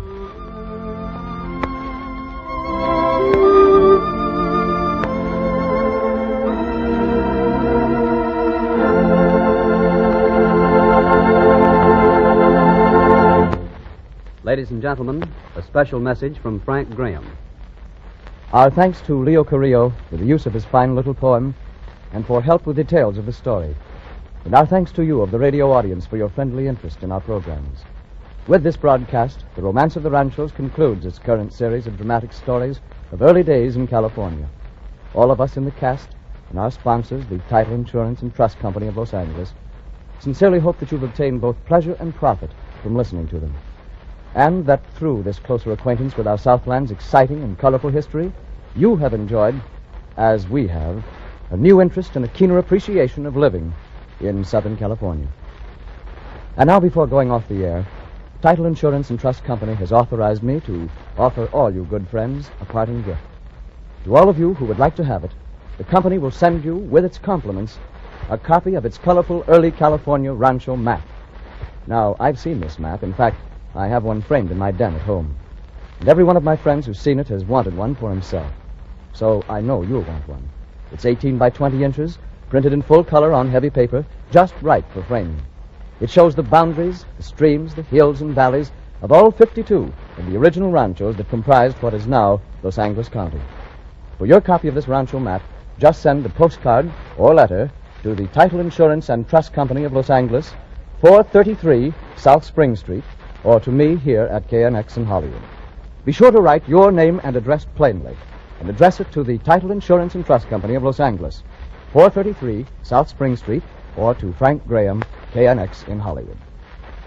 And now, until we meet here again, this is your wandering vaquero, speaking for all of us and saying, hasta la vista, señoras y señores.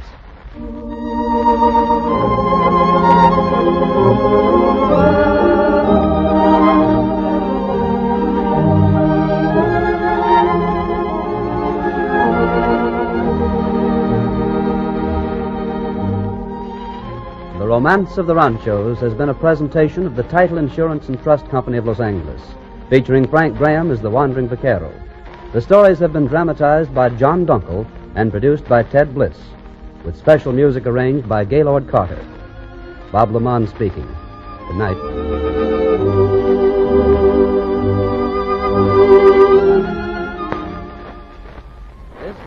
You're listening to HOJO Radio. Stay tuned.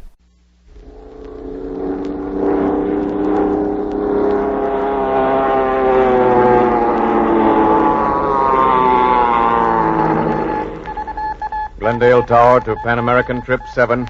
Wind east 7. Altimeter setting 29.92. You're clear to land on runway number 2. Pan American Trip 7 to Glendale Tower, Wilco. The controls of an airplane are elementary. When you push the stick forward, the nose drops. When you pull the stick back, the nose comes up. Company, attention! Cadet Allen, Archibald, present, Archibald, Wings for defense, wings for commerce, the symbol of our world of today. September 7th, 1941. It's a pathetically contradictory world of streamlined speed and heartbreaking strife, of achievement and destructive war. But the symbol for both war and achievement is the airplane. And the airplane is also a symbol for the great modern city of Glendale, California, one of the aviation centers for the globe-circling airlines, for training flyers for the Army and Navy, for Canada and the RAF. Yet, only 100 years ago, this great area of factories and homes was undreamed of. Where Flint Ridge, Eagle Rock, Highland Park, Occidental College, Garvanza now lie, the lofty mountains stood silent sentinel over vast solitudes of waving grain fields and pasture lands. It was the Rancho San Rafael. Let's go back through the years and relive the romance of the ranchos.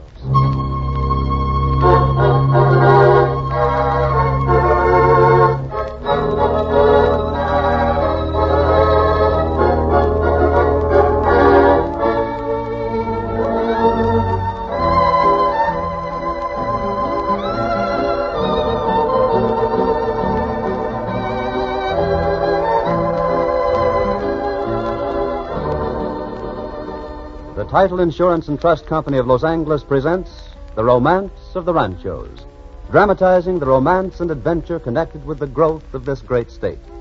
Each week at this time, our wandering vaquero, Frank Graham, uncovers another fascinating story of events and people who built the land we know today as Southern California.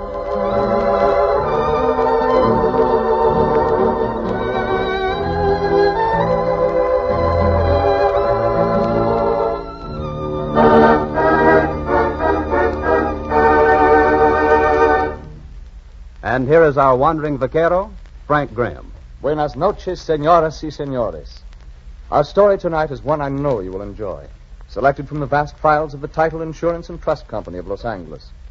You see, it's the business of this company to know the history of our Southland. Yes, the vast historical files of this company of necessity contain detailed records, available nowhere else in such accessible form, of California's glamorous past, back to the earliest Spanish land grants, one of the first of which was Rancho San Rafael.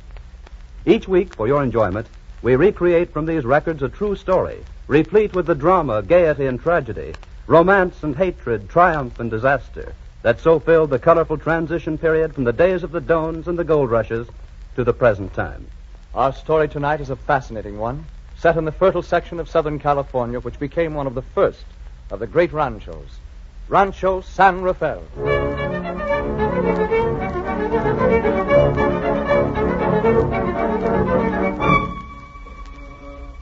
The years drop away as we go back, searching.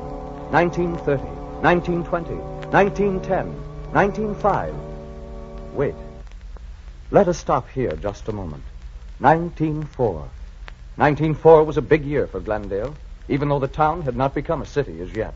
For it was that year. Here it comes now. Here comes the first car. Yep, that's right. Here it is. It's rounding the bend. And just think, man, that car will take us into Los Angeles in less than an hour. Yes, and it takes 3 at least in the spring wagons. Well, I guess it's time to start proceedings. Ladies and gentlemen. Now, folks, quiet, please. I'm going to ask the man who is chiefly responsible for this great event to drive the last spike in the rails. So step up here, Mr. L.C. Brand. Well, thank you, folks. This is a great day for Glendale, and no one will be any happier than I will to see that car roll up here. Well, here you are, sir. Now pound her in. All right, boys, stand back. Yes. That's it, Mr. Brand. Well, there it is. You can give the car the signal now. All right, boys. Bring her in.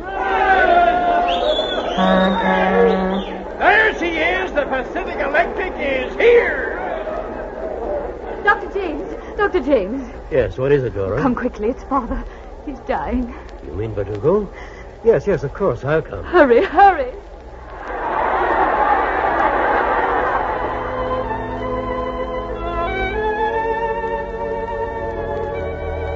As the people of Glendale welcomed the future, the past was slipping away from them.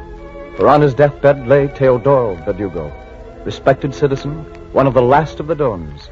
And with him, time wrote the final chapter in the story of the great Rancho San Rafael. Doctor, can't anything be done? I'm sorry, my dear. Oh, Papacito. Oh, my child, you must not cry. I leave you the good name of Verdugo. If I left you nothing else, you would be rich. Honor it, keep it high, where it has always been. And this land, the Rancho San Rafael, even though it belongs to others now, do what you can to make it a fine place for people to live. That is what my grandfather, Don Jose Maria, would have wished. He loved the Rancho San Rafael. As I... Papacito.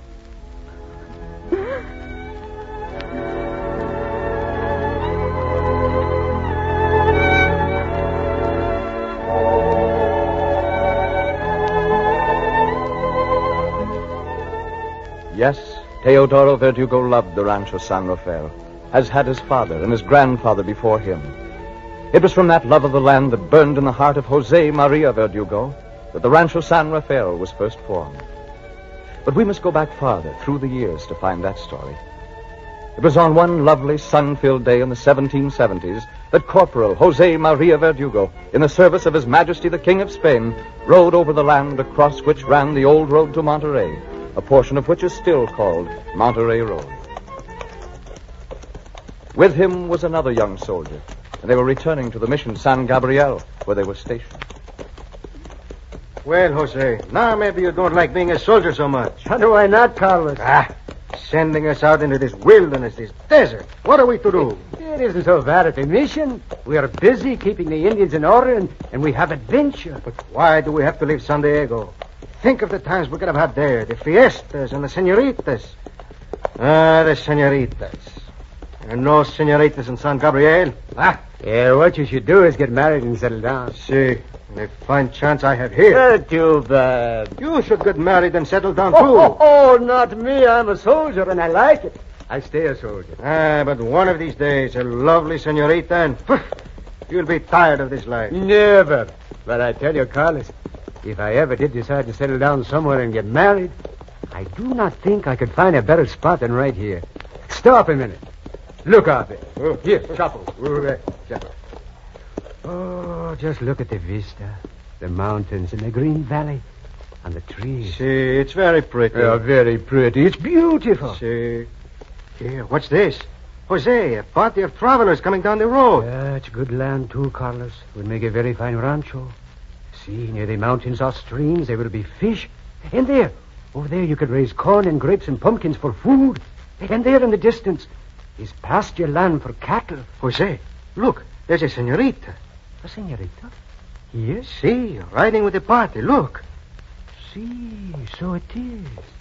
Accompanied by two gentlemen and a padre.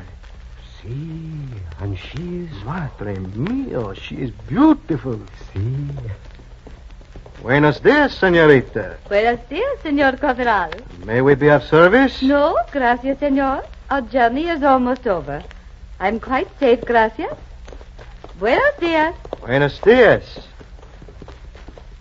What a lovely face, and such a smile she gave me. I thought that the sun had just come up. Perhaps this desert does have at least one oasis in it, Jose? She was lovely. You noticed it too, huh? Then I know she was truly beautiful. I wonder what could her name be? Oh.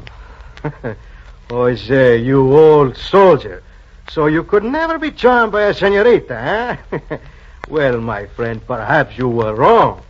Perhaps that look in your eye is love, no?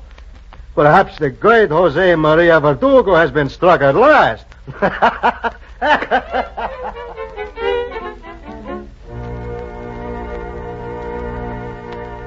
And Jose Maria Verdugo was struck at last. He wooed and won for his bride the beautiful young daughter of Ignacio Lopez, Maria de la Encarnacion. And they were married to San Gabriel Mission. And now Jose had definite ideas about his future. One day, as he returned from his duties, his wife, Maria, called. Jose, a rider brought a message for you. A message for me? See? And it's from the governor, Don Pedro Pages. The governor? Oh, then it's come. It's here. What's come? What is it, Jose? It is news I've been waiting for. Give it to me. No. Jose Verdugo, before another minute, you must tell me what you have to do with the governor. You've been keeping something from me. See, Maria, I have. But it's just because I wanted to surprise you. My little dove. Come here. There. Now, what would you like best to have? You, Jose? Oh, no. I mean besides my ugly face. Well, perhaps a little one and a home of our own. See, that is it. I, too, want a home for you and the little ones that will soon be. And so I have laid my plans. Plans? What plans, Jose? Do you remember the day you first saw me? Riding on El Camino Viejo? Si. I was with the Padre and you with Carlos. Si. And do you remember the land, the beautiful valley, which we could see from there? Si. That is where I want our home to be. Oh, Jose, it would be paradise. Oh, see, paradise. And so I've asked the governor to let me keep some cattle on that land. If he says yes, then I can send my brother to build a house and start a rancho. And then later, when it is established, the governor cannot help but allow us to make our home there. It will be ours. So you see, already our home is started. But Jose, suppose the governor refused. Oh, no, he could not do it. I don't think he could. Maria, give me the letter. See, here. I'd better open it, huh? See, go ahead. See, I will open it. Read it. What does it say? It says, I concede to the petitioner the permission he solicits to keep his cattle and horses. Oh, Jose. Maria, do you hear? It says, I concede to the petitioner the permission he solicits. It's ours, Maria. It's ours.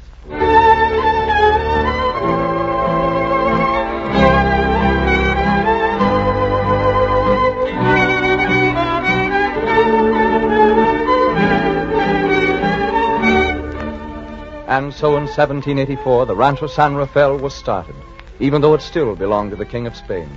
But Jose Verdugo had his heart set on owning the rancho. And so, 15 years later, in 1799, he took his second step. Corporal Verdugo. Si, senor. I'm coming. I'm coming as fast as I can. You wanted me, senor? See? How do you feel, Corporal? Oh, not very well, senor. My back, it aches. And the dropsy, you know, of course, how I suffer from the dropsy. I know. You haven't ridden out on any patrols for a long time, Corporal. Oh, no. I cannot ride. That is well known. Oh, I suffer terribly on a horse.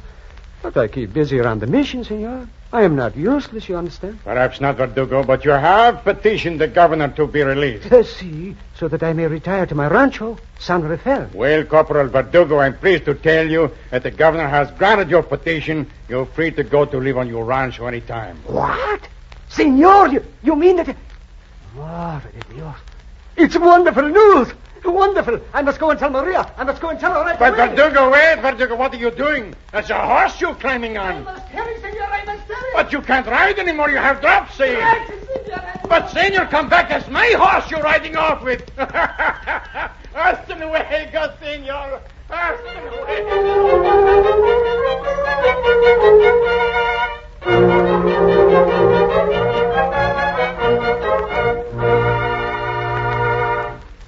And so 157 years ago was established the beginning of the first valid title to Rancho San Rafael. At that point start the records of the Title Insurance and Trust Company. Each time Rancho San Rafael or any part of it changed hands, one or more legal recordings were filed. Similar mountains of documents loom in the background of every piece of land bought or sold in California today. The reason title company records must go back to the very beginning and include every transaction up to the present day is that land titles are like a chain. They're only as strong as their weakest link. If any title is defective, all subsequent ones may be faulty too. It is the task of the title insurance company to seek out each of these records, establish beyond reasonable doubt its authenticity, assemble them where they're always available, to the end that when you buy property, you will really become its owner, and to ensure your interest in the land against another's claim based on some undetected forgery, forgotten mortgage loan, undisclosed heirs, or other ghost from the past.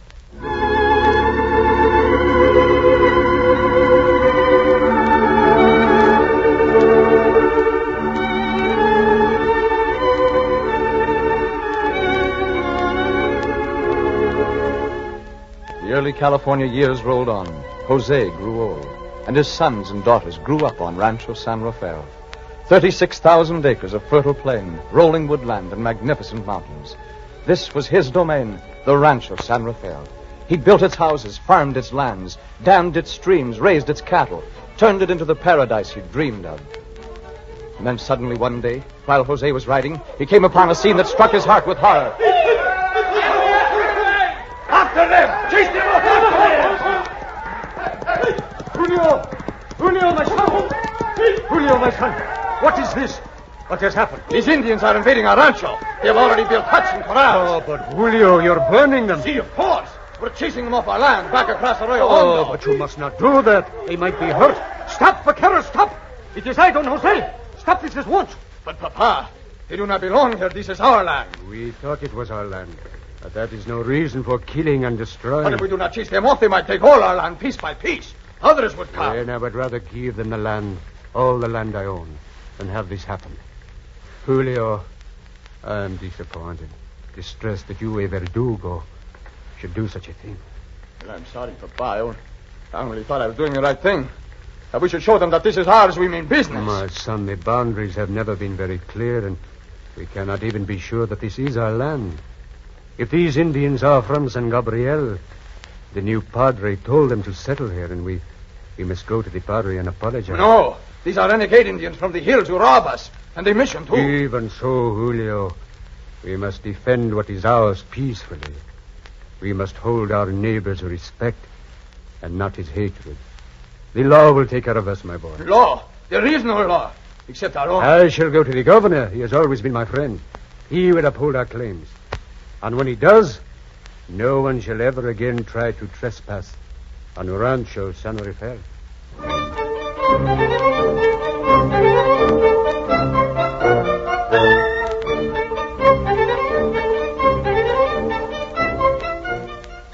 When the governor of California upheld Jose's petition and ordered the padres off the land, the Verdugo claim to the Rancho San Rafael was clear. And a few years later, when the old soldier, Jose Maria Verdugo, passed on to his other paradise, the great rancho was left to his son, Julio, his daughter, Catalina. Life was rich and peaceful at San Rafael, but soon the faint reverberations of great events penetrated the solitude. Armies were on the march. The American armies of Commodore Stockton and Captain Fremont marched through the ranch lands from the mountains to the sea. Battles were fought, and the Americans swept on. Finally, the defenders knew their cause was lost. In 1847, Stockton occupied Los Angeles in the south. Fremont's forces were closing in from the north. The last little band of caballeros, under the command of Andres Pico, made their camp in the shadows of the Verdugos on Rancho San Rafael. They were well aware that Fremont's forces had reached Cahuenga Pass and were prepared to do battle with them the next day. But that night, a prisoner was marched in and placed before General Carrillo. Buenos dias, General Carrillo. Padre de Dios. Jesus Pico. You are the prisoner. I am not a prisoner. I came here of my own free will. Tell this man to release me. Release him. You may go. Come in. There are men here who will be glad to see you. I shall be glad to see them. After you, senor. Gracias, General. Jesus, my brother. See, you brother. Deliver himself up. He has realized his mistake at last. It is not I who have made the mistake. It is you. By heaven, you shall learn. Please.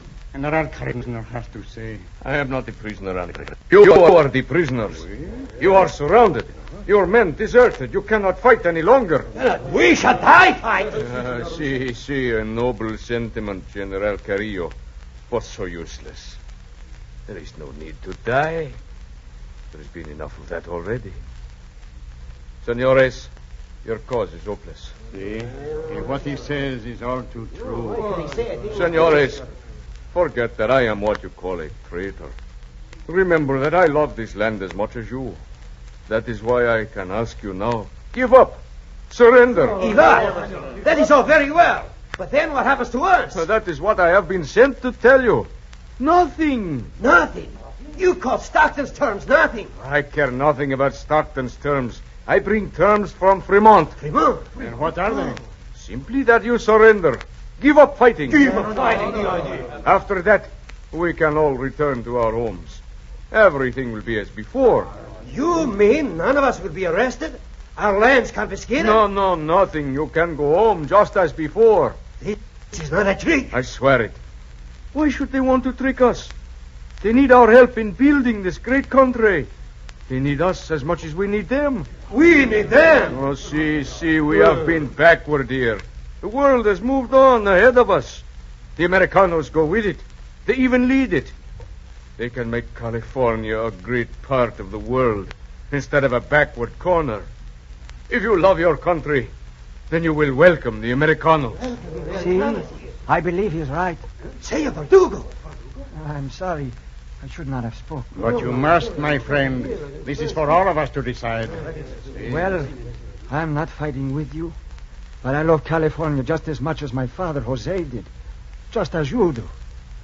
And I believe we owe it to this land to make it the great country it can be.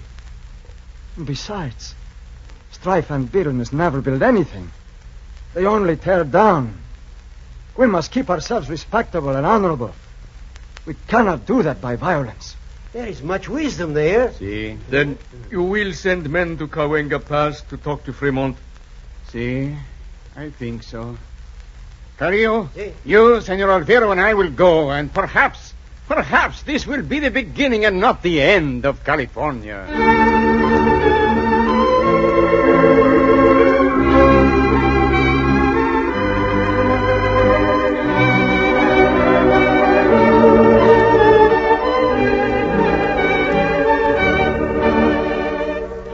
And so California became a part of the United States. Once again, all of the Southland was as peaceful as the Rancho San Rafael. Don Julio's title to the land is recognized by the United States. But there were new problems for the Rancho San Rafael. 36,000 acres of ranch land too fertile, of acreage too invitingly close to the growing metropolis. Its days were numbered. One day, Julio Verdugo received a visitor. See? Come in. Senor Verdugo. See? Come in. Senor, I'm the sheriff. See, I know. Won't you sit down? May I get a glass of wine? No, thanks. Gracias. I'd rather get this over with. Of course. Senor, you borrowed money. Mortgage this place. See, I have for $3,445. But that was a long time ago. Almost 9 years ago, to be exact. You agreed to pay 3% interest a month. Long ago, the interest was foreclosed, and a judgment returned against you for almost $16,000. That is still unpaid. I know. I am sorry. But do you realize how much you owe now with that interest rate? It is much, isn't it? It's almost $59,000. But I can hardly think of so much money. I'm sorry. I'm afraid there's nothing left to do but show you this. Oh, gracias, senor. What is it? It's my order to put up for public sale your Rancho San Rafael.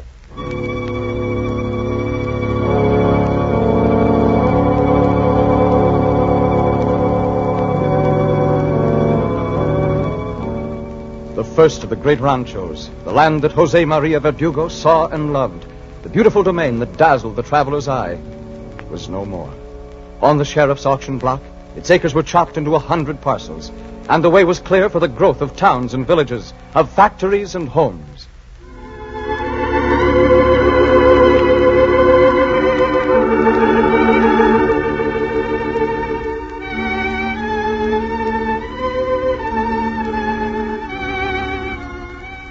Taking shape were Glendale, Highland Park, Eagle Rock, Garvanza, and Flint Ridge.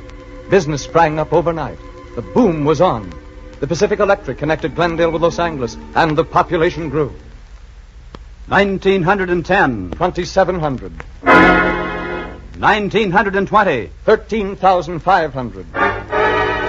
1930. 62,700. 1940. 81,700. Glendale, the fastest growing city in the United States. Glendale, thriving metropolis, aviation center, hub of activity for the surrounding valley. And on the spot where today is heard Pan American Trip 7, all aboard for Mexico City, Canal Zone, Rio de Janeiro, Buenos Aires, and Santiago. On the spot where Britain's RAF is being trained. Dive straight for the target. At 200 feet, tip your bomb release. Over all this land, where factories hum, traffic roars, and the business of the streamlined modern world is conducted, just 100 years ago, stood the great Rancho San Rafael. Such is the romance of the ranchos.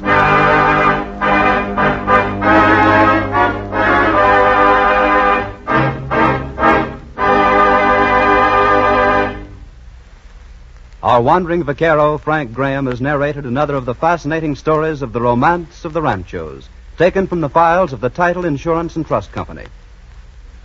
When you sell a lot, a home, or a ranch, or when you borrow money on such property, your purchaser or your bank or other financial institution requires the protection of title insurance. The purpose of this insurance, of course, is to protect both you and the buyer or the lender, to ensure the validity of the ownership which you are transferring. Your deed, which you execute or receive, does not provide such insurance. Well, every day in Los Angeles County alone, an average of 1,500 legal documents are recorded which can affect the validity of titles to real estate. These documents include death certificates, divorce decrees, wills filed for probate, mortgages, trust deeds, and scores of others. Forged signatures or signatures by minors or incompetents are among still other risks to land titles. To insure a title, your title company must check the files of more than 50 different public offices to locate and examine all these recordings. It then ensures the completeness and accuracy of this work. So when you pay for a policy of title insurance, remember first that it's your protection against loss, and second, that it represents a great volume of detailed work by experts. Title insurance can be priced so low only because of the large organization and vast files which the Title Insurance and Trust Company has built up through the years.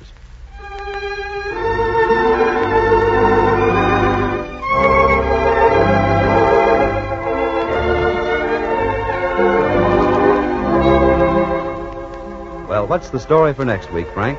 Under the earth lay a great pool of liquid gold, oil. But long before it was discovered, this land around Santa Fe Springs was a place of romance and glamour, and it has a story packed with drama. Until next week, then, this is your wandering vaquero saying, hasta la vista, señoras y señores.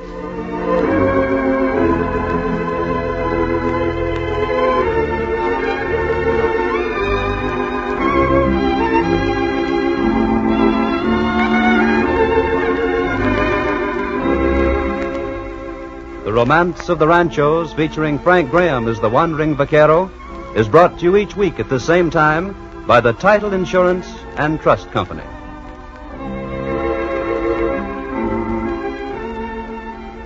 This is the Columbia Broadcasting System. By the mid-1950s, when our next program began, most of the actors on the West Coast were doing some sort of television or movie work, so the program was rehearsed and taped for transcription during the evening. Once a week, the cast and crew got together at CBS Studio One in Hollywood to tape the show. In 1956, this was the last radio production studio in use in California. Our series aired 41 episodes from January 22, 1956 to October 28, 1956. We present to you Fort Laramie, next on HOJO Radio. At the gallop! Ho!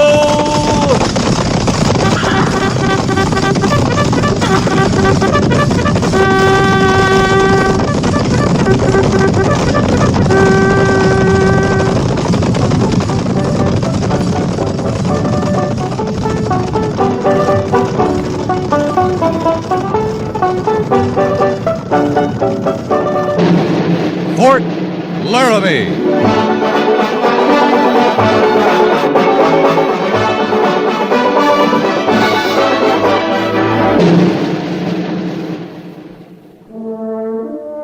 Fort Laramie, starring Raymond Burr as Captain Lee Quince. Specially transcribed tales of the dark and tragic ground of the wild frontier. The saga of fighting men who rode the rim of empire. And the dramatic story of Lee Quince, Captain of Cavalry.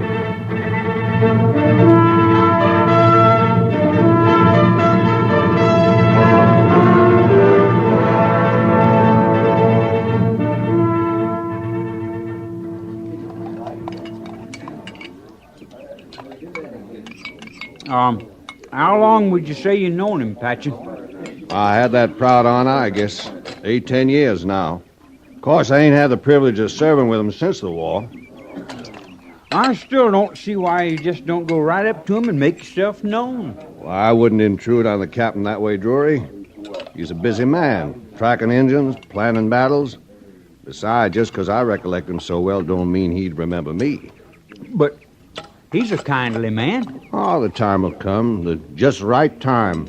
I'll acknowledge myself to Captain Lee Quince.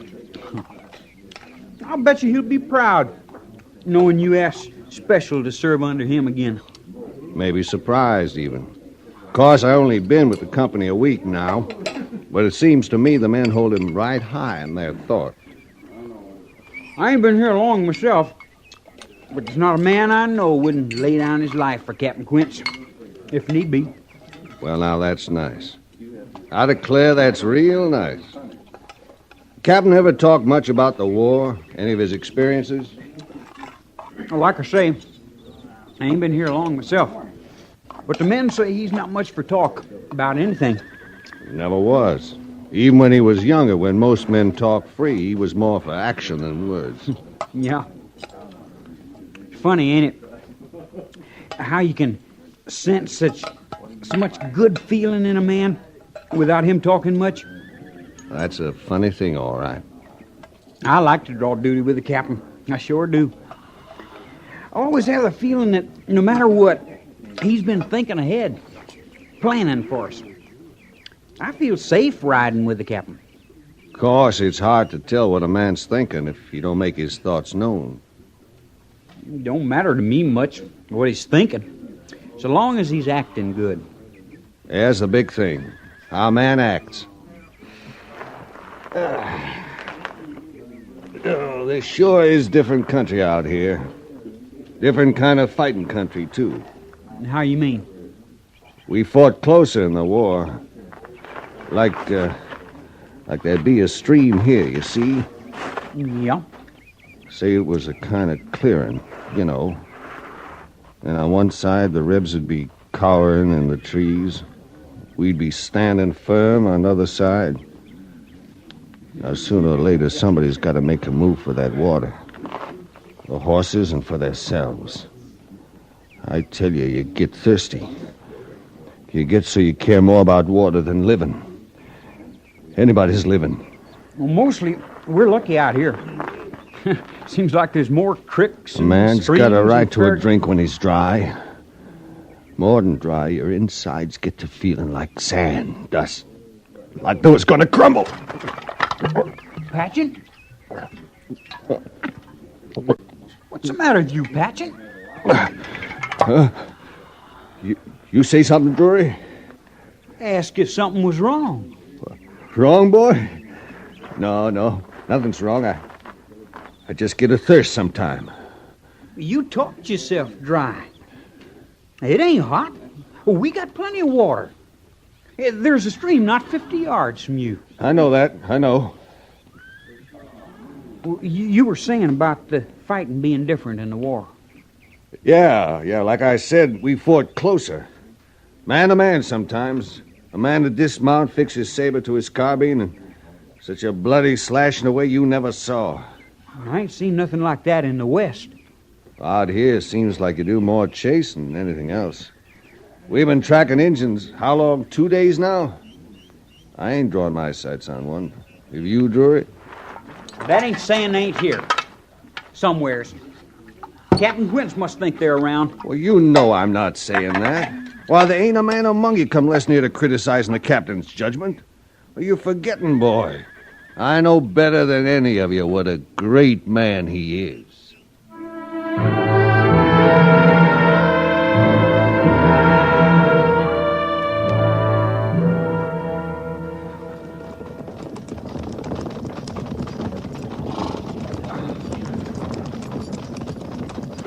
Looks like their campsite ahead, Mr. Syberts. Must have made camp here last night. Yes, sir. We've been just about a day behind them all the way, haven't we, Captain? And it looks like we're going to stay that way. I'll say one thing for them. They pick good campsites. Captain, it's the end of the 4th day. Didn't Major Daggett say if we could catch him in 4 days, fine. If not, report back to Fort Laramie? Yeah, those are the orders, Mr. Syberts. Seems like a waste somehow. All this riding only to turn back. One thing, we don't lose many men this way. That's true, Captain. They won't be the first who slipped off the reservation, got away with it. Sergeant! Joe!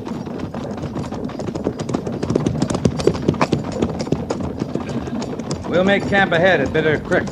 Yes, sir. I guess we lost him, sir. The Sioux? We never had them to lose, Sergeant. No, sir.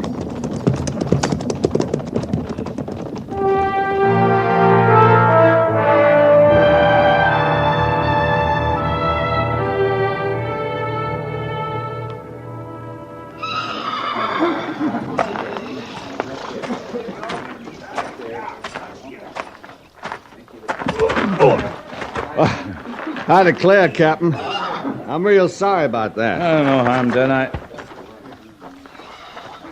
You better get on with your job, Trooper. Patchen's the name. That's if you don't remember. I remember. I kept hoping I'd bump into you, Captain, sir. Sure enough, I did. You been with B Company long? Just a week. I didn't want to bother you, seeing you was heading up this big engine chasing operation. I didn't see any engines myself, but the men keep telling me they must be somewhere around. Captain Quince wouldn't be out chasing them. We're moving back to Fort Laramie starting tomorrow. When we get there, I'll see you get a transfer to another company. Now, I'm sorry to hear you say that, Captain. I've been looking forward to this reunion longer than I can tell. Tell the truth, I thought you'd hold a higher rank by now, seeing men like Custer and McKenzie are generals. And you're their equal, I could swear to that. I've been telling them... You got a job to do, Trooper. Better get on with it. Is that an order, Captain, sir? That's an order. Yes, sir.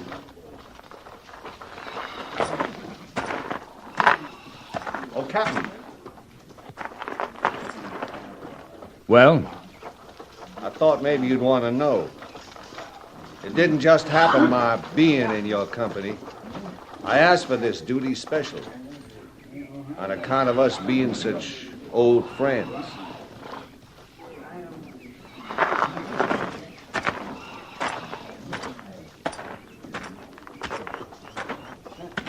I guess you remembered him all right, Captain. What was that, Drury? Patchen, sir. He was worried for fear you might not remember who he was. That so? I told him. I knew you'd recollect. You're just not the kind of man to forget a friend. He's been talking to you a lot, Drury? I'll put it this way, sir. I know you a lot better since meeting up with Patchen. I wonder. Well, I feel I do. The rest of the men, they feel like I do. We wasn't surprised to hear it exactly, but we sure didn't know you mapped campaigns for General Sheridan. General Cook, too. And all them acts of bravery when you led the Trooper. charge. Yes, sir? You got duty with the mess sergeant, right? That's right, sir. Move out. Yes, sir.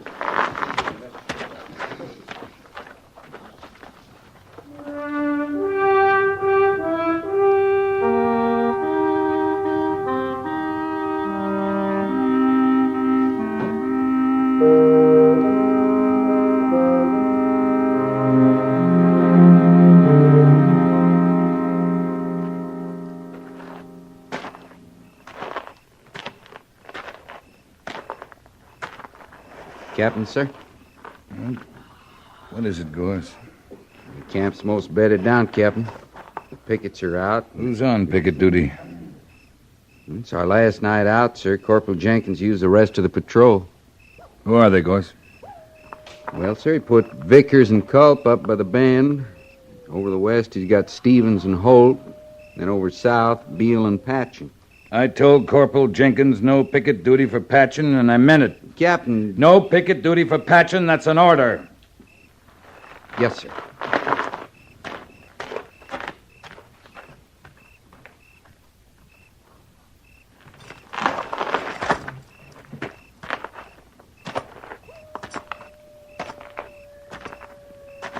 Captain?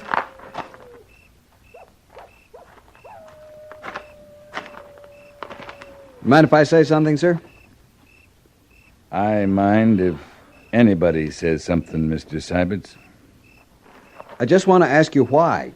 I wouldn't bother asking, Mr. Syberts. It's about the men, Captain. I have the right to speak out about the men. You've got the right. They're tired, sir. They've ridden 4 days out, 3 days back. We've been moving like someone was chasing us. Only no one is. Any other observations, Mr. Syberts? Yes, sir. Everyone stood his turn at picket duty. Everyone but Patchen. You're getting awful close to asking why again, Mr. Syberts. I'm sure you have a reason, Captain. I hope it's a good one, because the men don't understand. I think we got a morale problem. We won't have it long. We'll be back at the fort tomorrow. Captain, if you'd like Good night, Mr. Syberts.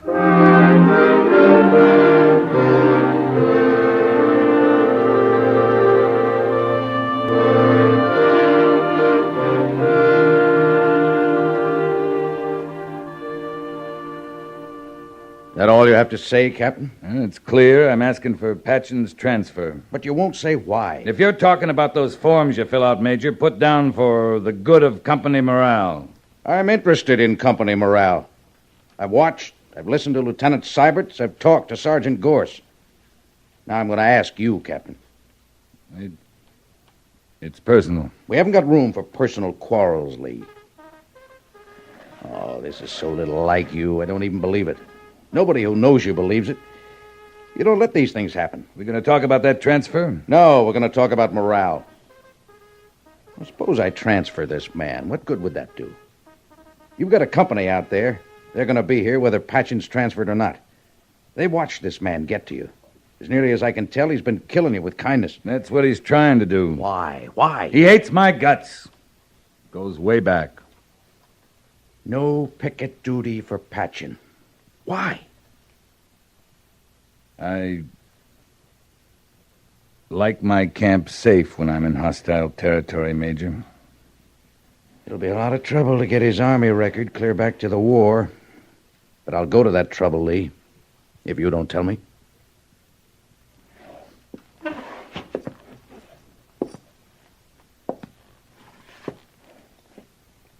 I saved his life once. He's never forgiven me. That's an odd thing to say. It's the truth. I saved a lousy, gutless life. He knows it is. He lives with it. He served under you? I served under him.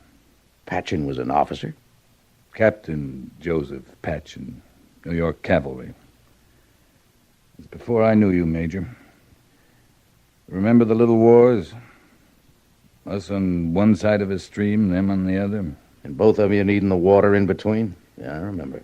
5 days and nights we sat there looking across at them, waiting. Just waiting. We had a little water. We could have held out. The men were doing fine. He ordered a charge? He didn't order anything. We just split wide open crazy. Took off after that stream before anyone knew what hit. The men thought it was a charge, him being in command. We lost half a company. You hate his guts, too, don't you?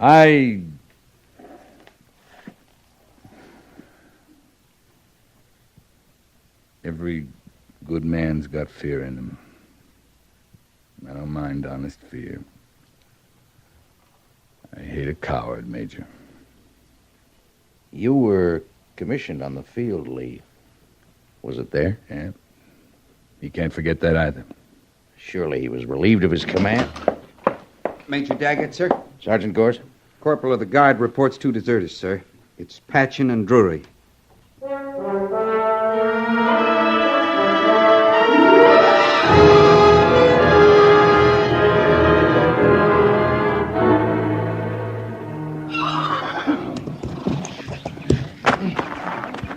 Pick your men, Sergeant. Fan out around the house. Check the barn. Yes, sir.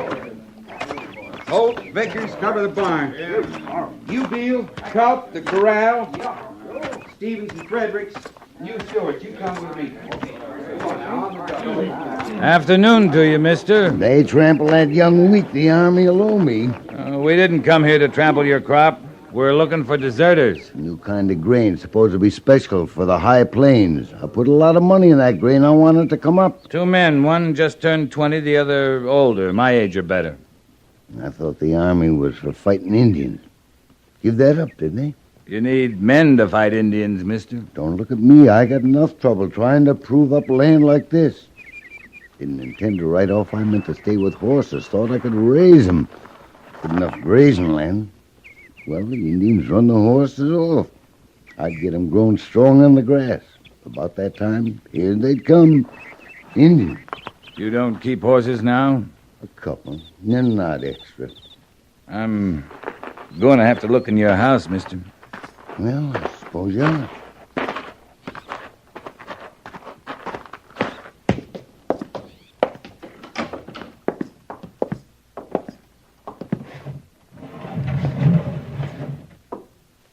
How many did you say you was looking for? 2.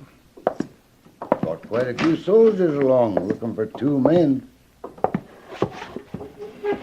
There's some kind of penalty for hiding soldiers who take a notion to run? The Army don't take kindly to it, mister. Couldn't shoot a body, though, could you? You've seen him? You don't see many folks out this way. You and your soldiers are more than I've seen in months. How long since you've been in Laramie Village? Oh, a long time. I stay pretty close here.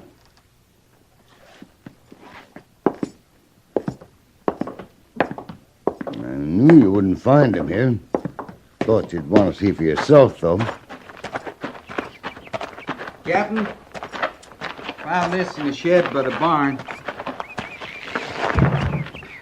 You prefer a cavalry saddle, mister? I'm gonna have to find that out. Ain't used to it yet. Did it help if we knew which way they headed when they left? To tell you the truth, it's hard for me to think they was here at all. Ah, let's go, Gorse. Captain. His boots. Sure, he's wearing cavalry boots, owns a cavalry saddle. But he hasn't seen anyone. You trample that young wheat, I'll send the Army a bill.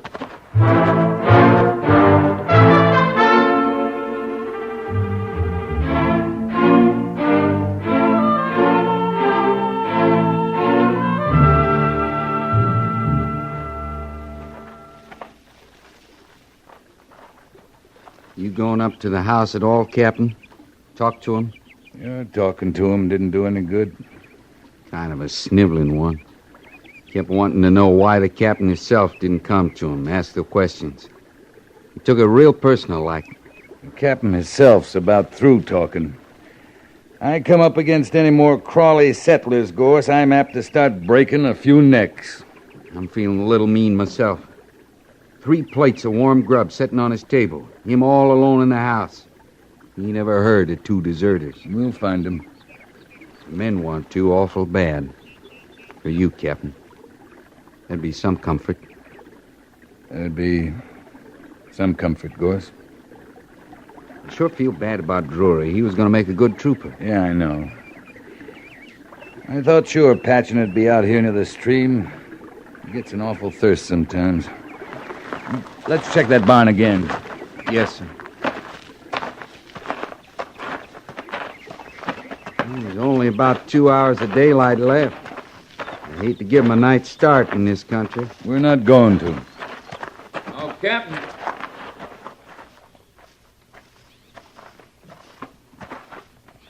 You, are the captain. Speak your mind, mister. We're busy. I'd, like to talk to you alone. I'll check the barn, sir.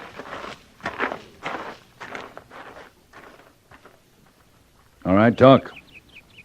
I've been sitting up in the house trying to remember. I ain't sure, but seems to me I read somewheres once that there was a reward for turning in deserters. Now, did I just dream that? There's a $20 reward, mister. Only $20? $20. Ain't very much, is it? I don't suppose you're prepared to go any higher. I'm not prepared to go that high, mister. But the Army figures it's worth $20. $20 a piece? That's it. 8 men looking for 2 men. And the total price on their heads is $40. Ain't no bargain, Captain. It sure isn't. Total pay for the 8 men looking is $4 a day, 50 cents apiece. Is that all? And the price isn't just for their heads, mister. We'd have to insist on the rest of them, In too. here, Captain.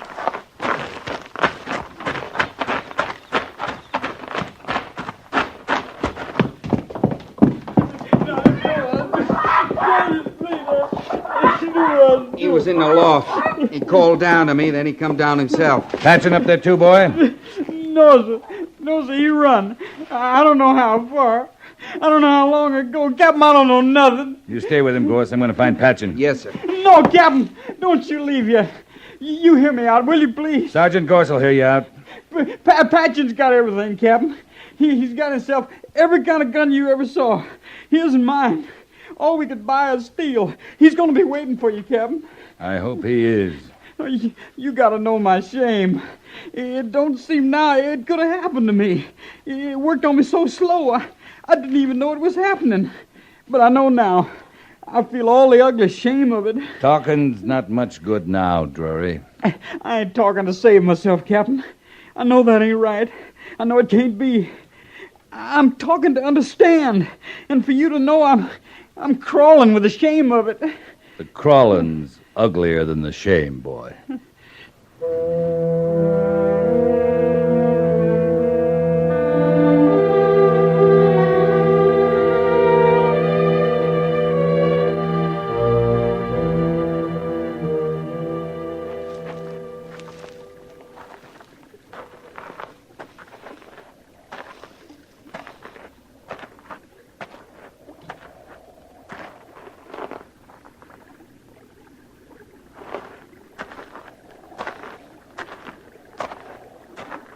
You come alone, Quince?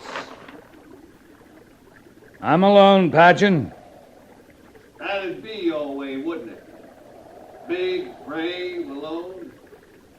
You must be the bravest man there is, Quince. Come on down, Patchen. I ain't coming down. I waited too long for this. I'm staying right here, and you're staying right there. You got plenty water? Understand, I ain't aiming for you, Quince. I'm just trying out my arsenal. That was my pistol. You're never gonna last without water, Patchen. I've got 2 canteens, mine and Drury's.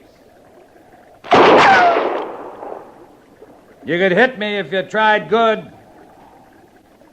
You got a reason for not killing me, Patchen? That last was my rifle. I got me a buffalo gun off the settler, blow you clean away. You wouldn't even leave no spot, Quince. Come on down. We're gonna do this slow, Captain. Just you and me. Maybe my shots will get a little closer to you from time to time.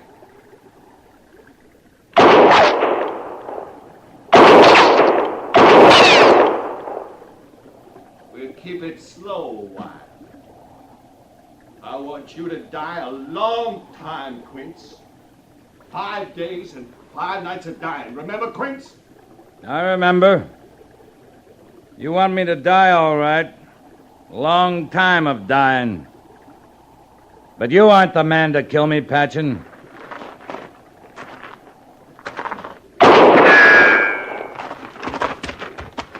You ain't coming after me. You ain't that brave, Quince. Don't take a brave man to come after you, Patchen. Just takes a man.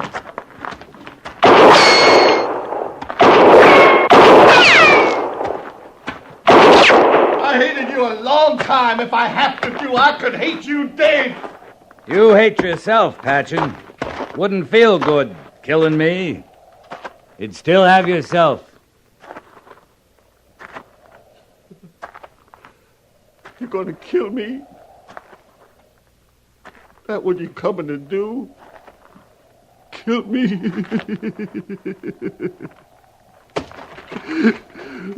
Please. Please don't kill me. I'm not gonna kill you, Patchen. Wouldn't feel good. Killing a coward. Get up.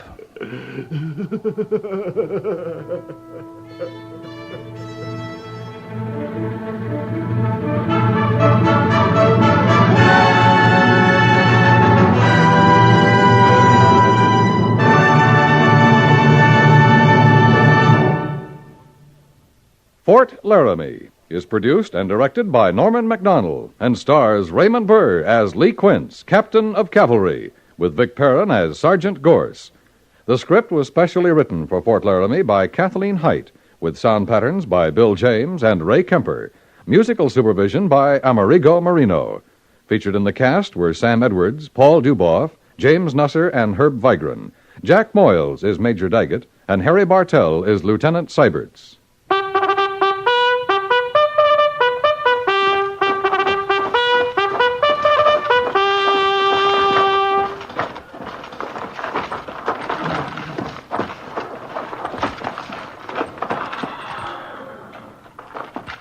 Company, tension! Dismiss.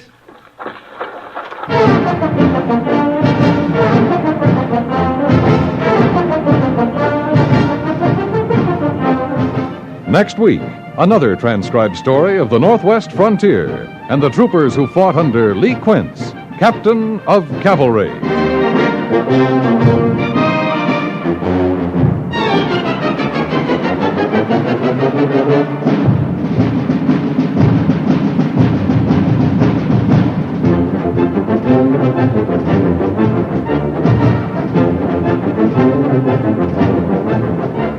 Each year, new automobiles come equipped with new and better devices for safety and comfort. But there's one device for comfort and safety that you'll have to manufacture for yourself, no matter how advanced our technology becomes. And that device is a smile. A sense of humor and a friendly attitude toward other drivers on the highway is sure to earn courtesy and consideration in return. And courtesy and consideration are big safety factors on the highway. Check the gas, the oil, and make sure you've brought along your smile.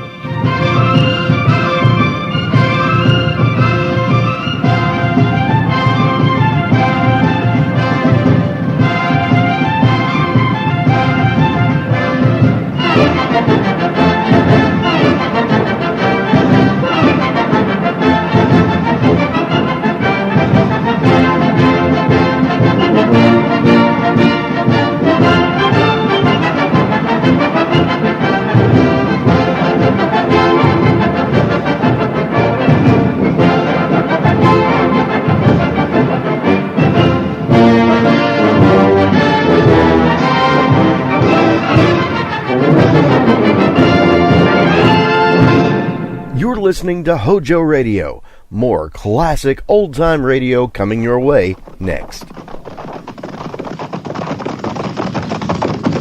At the gallop! Ho!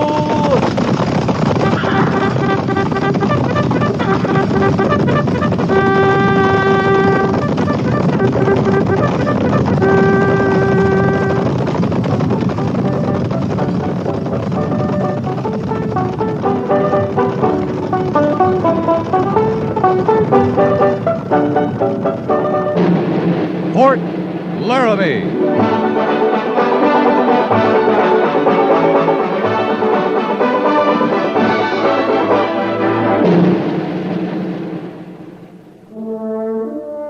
Fort Laramie, starring Raymond Burr as Captain Lee Quince.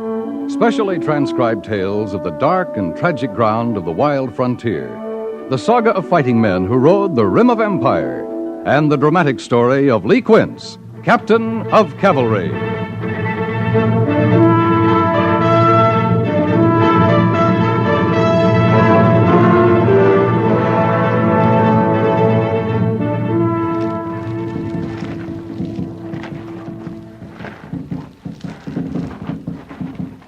Gorse. Right below me, I see him. Wait. He's looking up this way.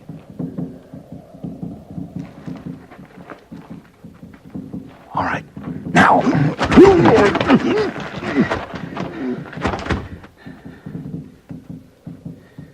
You gonna leave him here, Captain? Better hide him. No sense announcing ourselves to Fleet Bear. That ravine down there is choked with brush anyway. Yes, sir. Easy now. Them brulee Sioux grow big, don't they? This one did. Maybe too big to sit a horse. That's why they had him stuck up here on lookout duty. Maybe. All right. This spot's good enough. Best pile some of this brush over him. Don't want him finding him right off. At least it was quick killing. Beats Fleet Bear's way. Kind of evens the score on that woman we found all staked out. You can't even scores like that, Gorse. Well, now we can watch this powwow without being interrupted.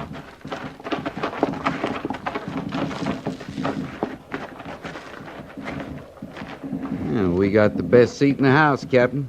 As long as we're the only ones that knows it. That's no war party down there. Too many lodges, teepees. Fleet Bear must be using this for his permanent camp. All his raids lately have been within striking distance of here. Yeah, those drums, they aren't war drums either. More like a celebration of some kind. He's got a lot of killing to celebrate. Yeah. I wish we had the men. We'd stop his killing right now. They sure don't look like they're expecting any trouble. Must be a couple thousand down there, Gorse. Half of them warriors. We got 60 men from B Company. They're not going to have any trouble from us. Fleet Bear, is he really Spotted Tail's son? The old man looks on him like a son, but he's a nephew, I think, no more than that. Don't seem like they're the same breed of men. I never heard of Spotted Tail killing wholesale, stealing women. He could roam free when he was a young brave. This was all Sioux country. No white settlers, no white army. That'd make a difference. Sure would. Yeah. Ever think what you'd do, Gorse? Say you were Fleet Bear and the intruders came into your hunting grounds? That's one of my troubles. I know blame well what I'd do. That's not excusing what they do to women. That's not excusing anything. But it makes you wonder where men like Spotted Tail get their courage. Anyway, I call it courage. Agreeing to give up your land, signing treaties, moving on to a reservation. Yeah. You call that courage. What do you call what we're doing? Two of us sitting up on the rim of a canyon looking down on a couple thousand hostiles? I wouldn't call this courage. It's more stupid than anything. I'm getting kind of tired of them drums. Well, we can report a big powwow, the makings of a feast, but we sure can't tell the Major what they're celebrating, unless... Unless what? Unless you want to slide down there and ask Fleet Bear what all the commotion's about. Like I said, I'm getting kind of tired of them drums. Well, that being the case, we better get back to our own camp.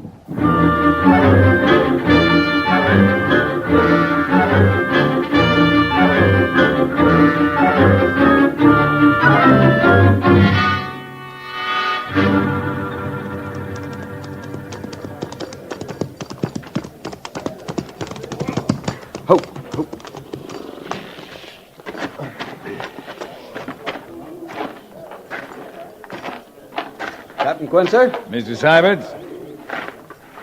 I hope it was successful reconnaissance, sir. I hope so, too. We'll talk about it. I'll see to the horses, Captain. Right, Sergeant. Oh, Captain, there's a runner here from Major Daggett. I think we have new orders. Don't you know? The packet's got your name on it. You were in charge of the camp while I was gone. I know that, How long has he been here? Since early this morning. I knew you'd be back before... Mr. Syberts, we found Fleet Bear's main camp. 2,000 Brule Sioux, half of them warriors, along the Bighorn, about 25 miles north of here. That near? We had to kill a lookout so we could stay long enough to get a good look. Might have been the other way around, Mr. Syberts. He might have seen us first. Next time, when orders come, I'll open them, Captain. Right. Oh, he's in your tent, sir. Come on in, Mr. Syberts. Oh, Captain Quince, sir. Orders from Major Daggett, sir. As you were, Trooper. When'd you leave Fort Laramie? Noon yesterday, sir. Any sleep since then? No, sir. None, except just now. I was beginning to doze off. Well, go find yourself a place to sleep. Some food if you need it. Thank you, Captain. Lieutenant Syberts saw to that. Will you be sending me back, sir? Not without a rest. We'll find you when we need you. Yes, sir.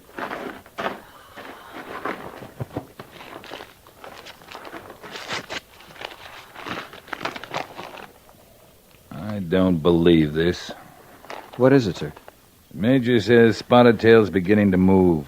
Scout reports indicate he's moving his whole tribe off the reservation. Well, it is hard to believe. I'd have to see it first. Hand me that map case, will you? Yes, sir. Where's he supposed to be now? You'll have to figure that.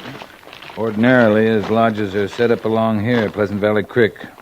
Rosebud Agency in the Black Hills. Let's see. This report was a day getting to us. 2 days before that, getting to the major. Which way is he traveling, Captain? This way. Toward us, on the Bighorn? That's what the report says. Wonder why. I don't know why, but we're going to get the chance to find out. We're supposed to go after him. He's still in Indian country. We can't keep him from moving around if he wants to. Spotted Tail's supposed to stay at the Rosebud Agency, Mr. Syberts. If he's going to move around, he's supposed to ask permission. You're not calling this a treaty violation? I'm not calling it anything. Yes, sir, but the major... The major wants to know why Spotted Tail's moving. He has the right to know. Yes, sir, I suppose he does. This gonna go hard with you, seeing Spotted Tail again? No, sir. I want you to be sure about that, Mr. Syberts. I'm sure. It doesn't take Spotted Tail to remind me of his daughter, Captain. Not with her grave at Fort Laramie. Yeah. And even if Ahuapa's grave weren't there, I'd remember. I'll be doing some map work tonight, Mr. Syberts. I could use a hand. Yes, sir. Tell Sergeant Gorst to pass the word. We'll break camp at dawn. Right, Captain. Oh, what about the runner? He can start back to the fort when we break camp. No need in him starting earlier. He needs the rest. Yes, sir. Oh, Mr. Syberts. Yes, sir? Spotted Tail's my friend. All I want to do is talk to him.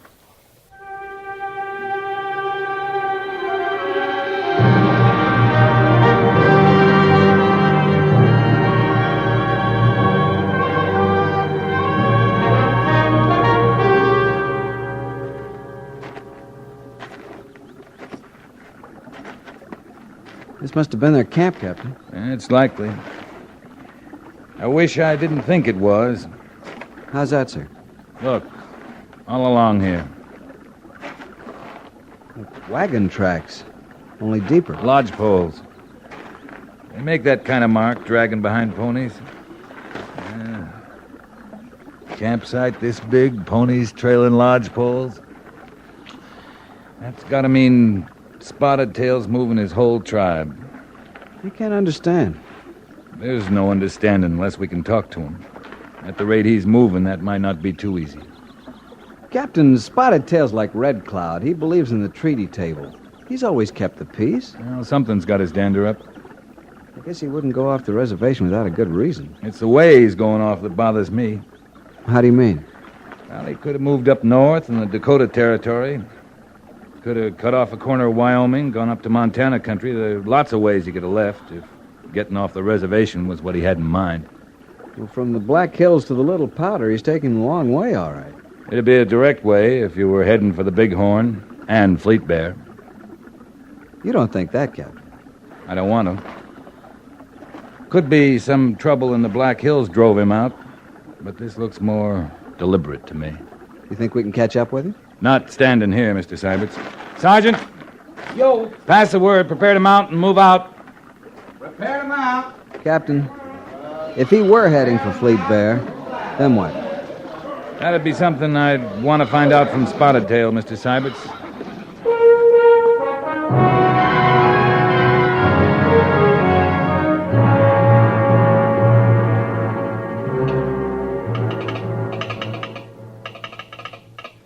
I've been here since the treaty, Captain. I never saw anything like it. Hey, been gone about 3 hours, you say? Just about. Talk about folding tents and silently stealing away. I read that in the book once. Yeah, I read the same book. You're going to wait here for a reply, ain't you? I haven't much choice. Is that what you want me to say to the Major? Just put down I'm waiting for orders. All right. Yes, sir. When I bedded down last night, I was the only one on Rawhide Creek, far as I knew. Woke up this morning, got a whole Indian village sitting at my front door. Yeah, you told me. Yep. Fires going, squaws stirring up pots of food, papooses squalling, and darned if some of the braves went fishing right out there in the rawhide. That don't happen to me every morning, Captain. Papooses squalling? Yeah. The funny thing about that, no matter what color hide the young'uns got, when they squall, they all sound the same. How long do you think it'll take to get an answer? That'll be more up to your major than to me. You're quite a philosopher, aren't you? Yeah, I am. It comes from having time to think. Alone a lot, you know. Once in a while, some of you soldier boys or someone from the engine agents, if they get lost toting the mail, they come by.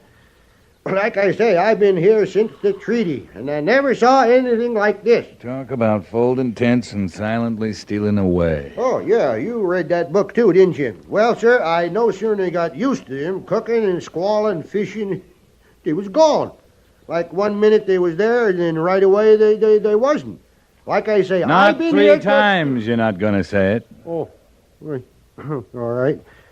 You think they got wind you was trailing them, huh? I think they did. Well, sir, I won't say it again, but I'll tell you, it left its mark on me. It sure did that. You get anything for me, I'll be outside.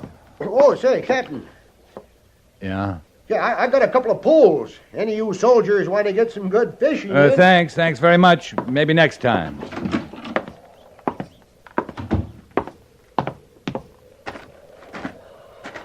Captain Quince? Yeah? Up on the bluff. Yeah. He wouldn't come back to make a stand, Captain. I don't think so. We'd have more than we could handle if he did. The runner's coming down under a flag, sir. See the men hold their fire, Sergeant? Yes, sir. Hold your fire. Hold your fire. Like as not, he wants a powwow.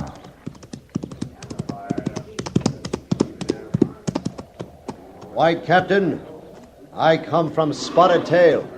You have a message? Spotted Tail say, you come, White Army stay. You come alone. Up on the bluff? Spotted Tail meet White Captain at trees by water. Like White Captain, Spotted Tail come alone. Get my horse, Mr. Syberts. Right away, Captain. And, Mr. Syberts, while I'm gone, orders may come from Major Daggett. I'll receive them, sir. Good.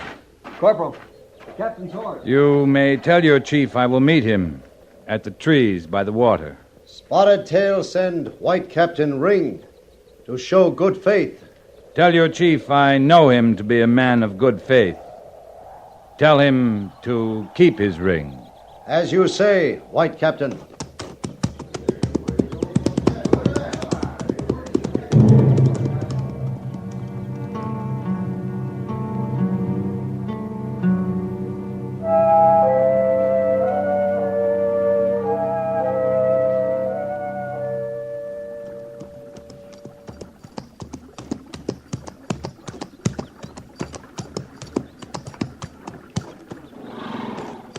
Greetings, Spotted Tail. White Captain.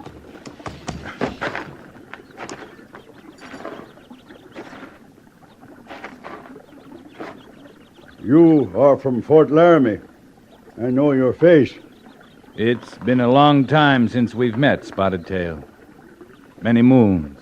I came to you then in sorrow to put only daughter, Ahuapa, in white man's burial grounds. I remember. She spoke of love for white man. You? No. Not me, Spotted Tail, a young officer. He's with me back there at the station. The place of her burial. It is still honored among you? She was our friend, as you are. Friendship is always honored. The words are well spoken. I, too, speak of honor, White Captain. You follow me, do you? Yes, for 2 days now. It is honor for a friend to track a friend? I wanted to talk with you. To talk or to make questions? Questions and answers make talk, Spotted Tail. By terms of treaty, White Army not belong in land of Indian. From Bighorn Mountains to Black Hills, All land north of river which flows by your fort. All this Indian hunting ground. By terms of treaty, Spotted Tail belongs on the agency called Rosebud, not in the valley of the Little Powder, or on the bluffs above Rawhide Creek. This is why you follow me? This is why. If I say my people want new hunting grounds, what does White Captain say to that? I say you left the best hunting grounds in the West when you left the Black Hills. See? We do not wear the paint of war. Our mission is one of peace. I believe you do not want war, Spotted Tail. When red men go to war, all who see can tell he plans war. The headdress, the paint of war, all who look can see. The White Army wears same face at treaty table as on field of battle. Only White Army knows when White Army plans war. The White Army plans no war against Spotted Tail. You are only White Army who follows? I think this is so. I ask what you know, not what you think. I can only tell you what I think. As far as I know, we are the only White Army to follow Spotted Tail. My scouts count you small. I am told 60 soldiers of White Father. That's no war party, Spotted Tail. You are moving all your people.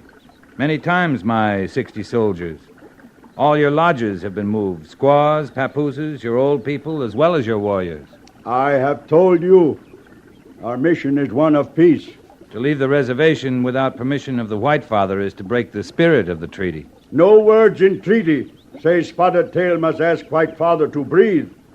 This is the land of my fathers. On it we hunt, fish, live, and breathe. Do you consider the Valley of the Bighorn the land of your fathers? My fathers have counseled there many times. Have yours? No. Then it is more the land of my fathers than yours, White Captain. The Bighorn River lies beyond the treaty limits, Spotted Tail. If you go there, you break the treaty. I speak to you of peace, and you reply of breaking treaties. It is you who first talks of the Valley of the Bighorn, not Spotted Tail. Do you go to Fleet Bear? You know the son of my brother? I have seen his camp on the Bighorn. I have seen his killing. He does much harm. He is young and has the feel of a warrior. I have seen the killing of young white warriors. 3 burial grounds of Sioux squaws and papooses stood once near your Fort Laramie. I know that. So, there is no good left in talk, White Captain. The sun moves, and Spotted Tail moves with it.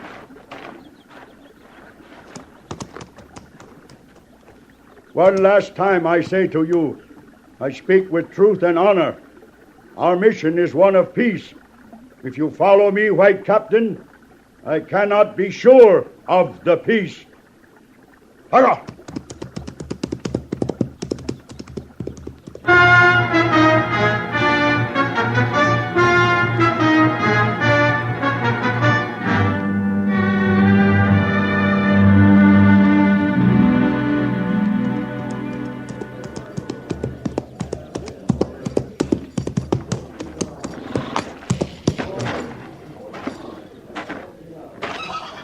You do any good at your powwow, Captain? Well, he's going to Fleet Bear. I know he is. Will he tell you that? He told me everything but that. But that's where he's heading. Well, they've moved off the bluff. They must be going on. Yeah. He told me they would. Are we going after him? If we do, we start a war. He told me that, too. Now, where's Mr. Seiberts? In the telegrapher station.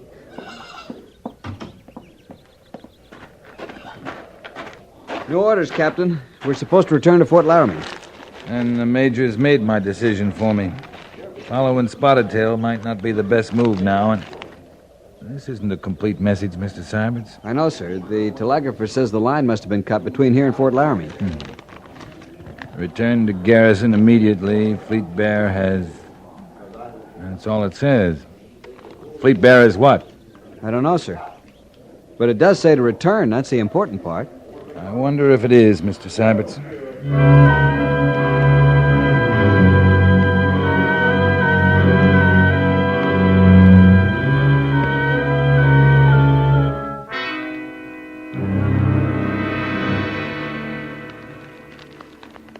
You're convinced he was going to Fleet Bear? I'm convinced, but that doesn't do much good now.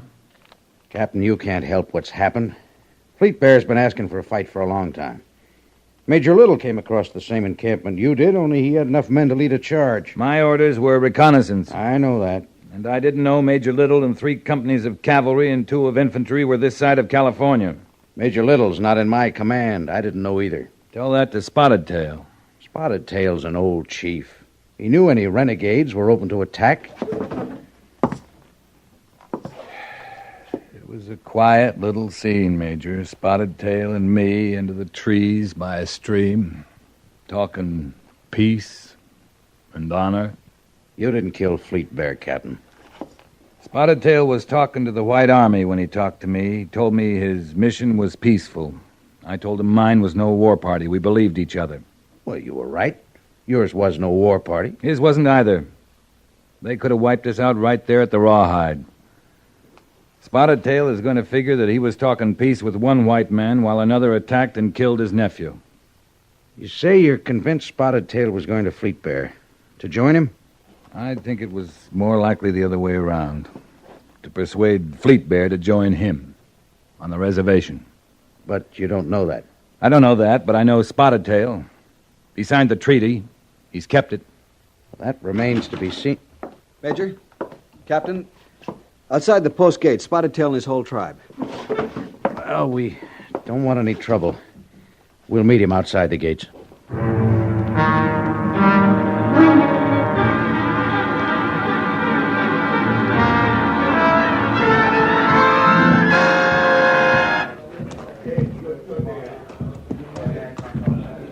You show great courage, Spotted Tail, riding up to the gates of Fort Laramie without first sending a runner. I have sent runner before to speak to White Army. I have sent him with a ring to show good faith. That was before, Major, when we met on the Rawhide. I am now come to White Army with no faith. We didn't break faith with you, Spotted Tail, and we broke none with Fleet Bear. The words faith, courage, honor come easy to the tongue for white man. Have no meaning to Spotted Tail unless they are words of the heart. Fleet Bear broke faith with us by his killing. I told you that when we powwowed. There was not yet faith in him to break. White man has killed not only Fleet Bear, but the faith that was not yet born in him. Is that why you were going to him? I have seen much good in treaty and council. Fleet Bear Young had not seen this. You think he would have listened to you, Spotted Tail? We will not know that answer now. You have made his ears forever deaf to the words of his father's brother. I can say what is in my heart, and in my heart I believe he would have listened. Why do you believe that? You tried to talk to him before? You told me you saw his camp on the Bighorn. If you saw and knew what you saw, then you know he planned a feast of celebration. That's what I saw, Major. A feast for his father's brother, Spotted Tail. We do not make feast and talk war. That is not our way. We can't be sorry for Fleet Bear, but we will count it a loss to lose your friendship, Spotted Tail. You have lost more than that. I am an old man. My friendship has not long to last. But the young braves, they will live on and remember. You have lost the hope in their hearts for peace and honor. Is that why you've come here? To tell us that? No. I come only for what is mine. The remains of my daughter, Ahoapa. She was buried in our cemetery at her request, Spotted Tail. Her grave here at Fort Laramie has been honored. I am yet her father. She will return to the land of her people. She lived in peace. She will rest now and forever in the peace her father understands. Captain, help him any way you can.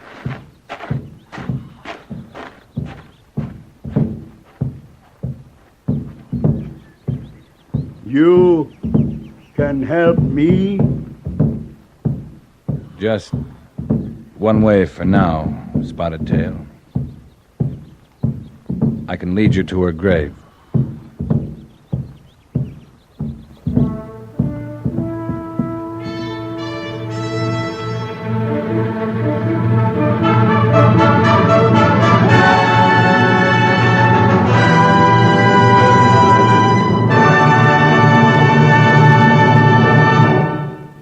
Fort Laramie, is produced and directed by Norman MacDonald and stars Raymond Burr as Lee Quince, Captain of Cavalry, with Vic Perrin as Sergeant Gorse.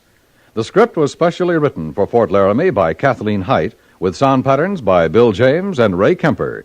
Musical supervision by Amerigo Marino. Featured in the cast were Ralph Moody, John Daner, Tim Graham, and Lou Krugman. Jack Moyles is Major Daggett, and Harry Bartell is Lieutenant Seiberts.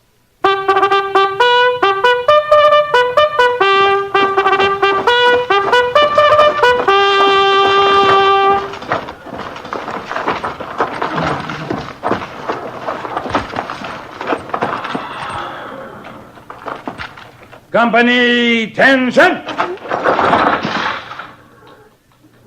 Dismiss.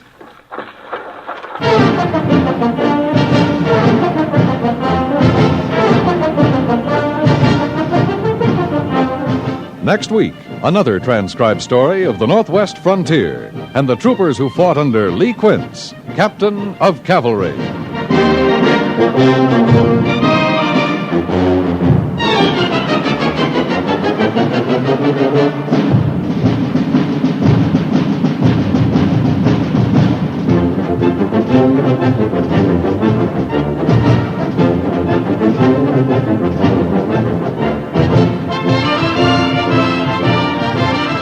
Are your neighbors talking about action yet? Well, if they aren't, perhaps it's because they're not yet aware of the practical plan for preventing and eliminating slums that has been set up by Action, the American Council to Improve Our Neighborhoods. If your friends and neighbors are interested already, CBS Radio urges you to join their efforts to keep your community from running down. But if a slum fighting program has not been organized where you live, why not write to Action, Box 20, New York 19, for a free leaflet that explains what can be done to prevent your neighborhood from falling into disrepair. That's Action, Box 20, New York 19.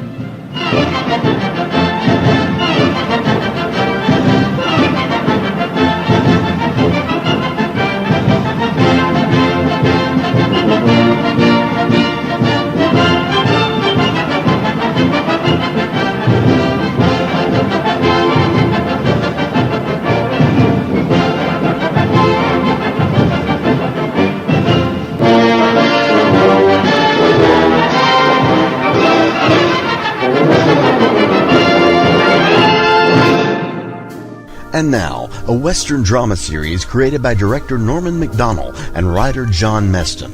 The stories take place in and around Dodge City, Kansas, during the settlement of the American West. The radio version ran from 1942 to 1961 and is commonly regarded as one of the finest radio dramas of all time. Ladies and gentlemen, we present to you Gunsmoke, next on HOJO Radio.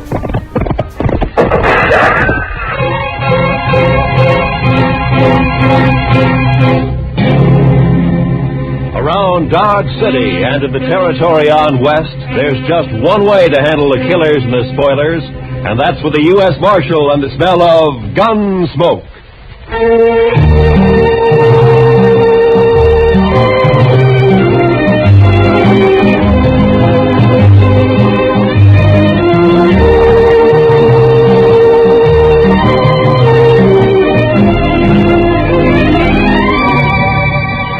Gunsmoke, starring William Conrad. The story of the violence that moved west with young America. The story of a man who moved with it. Matt Dillon, United States Marshal.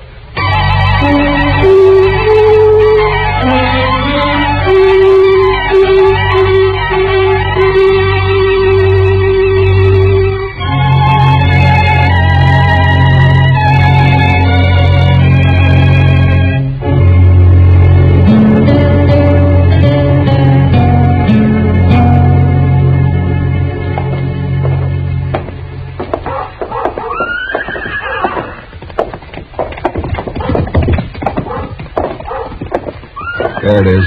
Yeah. Wonder if he's in. We'll soon find out. Look him over close. You've got to know how he stacks up. Yeah, I know. Hope he doesn't recognize us. He won't. Come on. Morning, boys. Morning, sir.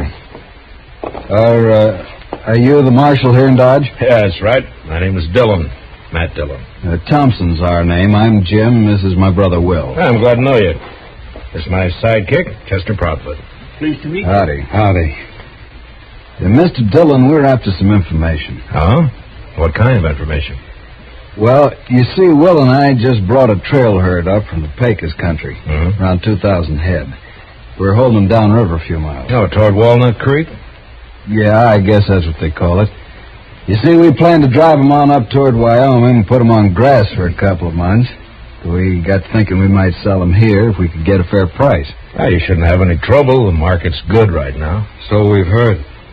And the only thing is, we don't know any buyers here. We were wondering if you might have an idea or two. I see. Well, let me see. I suggest you go talk to Clem Bates. He runs the bank down the west end of Front Street. Clem Bates, huh? Now, he'll know of any buyers that happen to be in town. Might even buy the herd himself if it's in good condition. Well, we'll go right down and see him now, Mr. Dillon. And much obliged to you, sir. Forget it. Coming, Will? Yeah. It's been a pleasure talking to you, Marshal. Thank you. Same to you. Goodbye. Well, they seem like a couple of nice men, Mr. Dillon. Yeah. A couple of strange ones, Chester. Wonder what they're here for. Why, to sell a herd of cattle. You heard what they said. Chester, when's the last time a trail driver came in here and asked me where to sell his cattle? Well, I don't recollect that one ever did before, but all the same... Of course not. They go to the bank or one of the saloons. They don't come to the jail. Then why do you figure the Thompsons did? Well, I got an idea they might be sizing me up. I think that's the kind of information they wanted. But why? I don't know. Maybe they're planning something they think I might interfere with. What do you say we ride out to Walnut Creek and find out if they really got a herd, huh? All right, Mr. Dillon, whatever you say. That older one, Jim. Well, there's something familiar. I can't quite place it. Thompson brothers, huh? Well, come on, Chester, let's ride.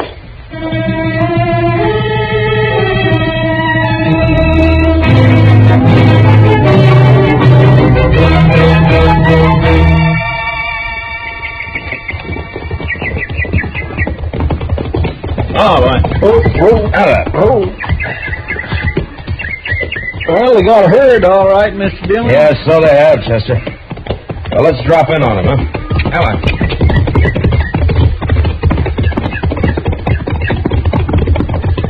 Smoke's coming up behind those willows. Must be their camp. Yeah, I guess so. These cattle are carrying a Circle Bar Tea brand. I never heard of it. It's like the Thompson brothers, Chester. I never heard of them either. At least not by that name. Camp looks deserted, Mr. Dillon. Yeah. Right we are! Somebody coming out of the wagon there. Yeah, he must have been asleep or... Well. You fellas better turn them horses around. Hello, Houston. Dillon, I didn't recognize you. Well, now that you have, why don't you put the rifle down? Well, sure, Marshal. I got no quarrel with you. You used to figure you did. Well, How long you been working for the Thompsons, Houston? just a couple of months, I ran into them down on the Pecos and hired on for the drive. Did you know them before that? No, I just happened to run into them, and I heard they was looking for riders. Riders? I never knew you to hire out for anything but gunslinging. Why don't you let bygones be bygones, Marshal? A man can change. Maybe. Now, you take me. I don't hold no grudges. You run me out of town last year, and I was pretty sore about it, but not anymore. I'm willing to forget it. If you do, you'll be making a mistake, Houston. Now, look, I told you to get out of Dodge City and stay out. That still goes. You understand me? All right, Marshal. That's the way you want it. I'm not in Dodge City. Not yet.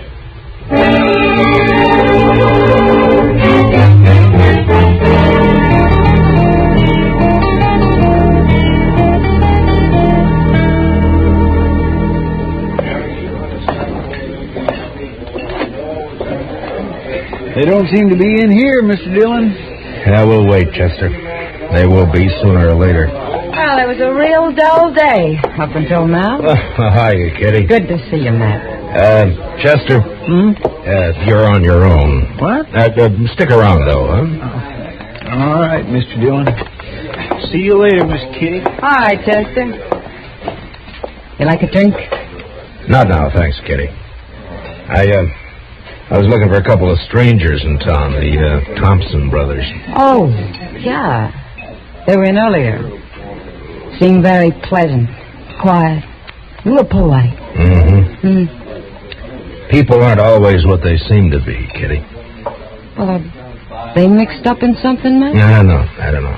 Well, then what do you mean? I don't think their name is Thompson. And I don't think they came here to sell cattle.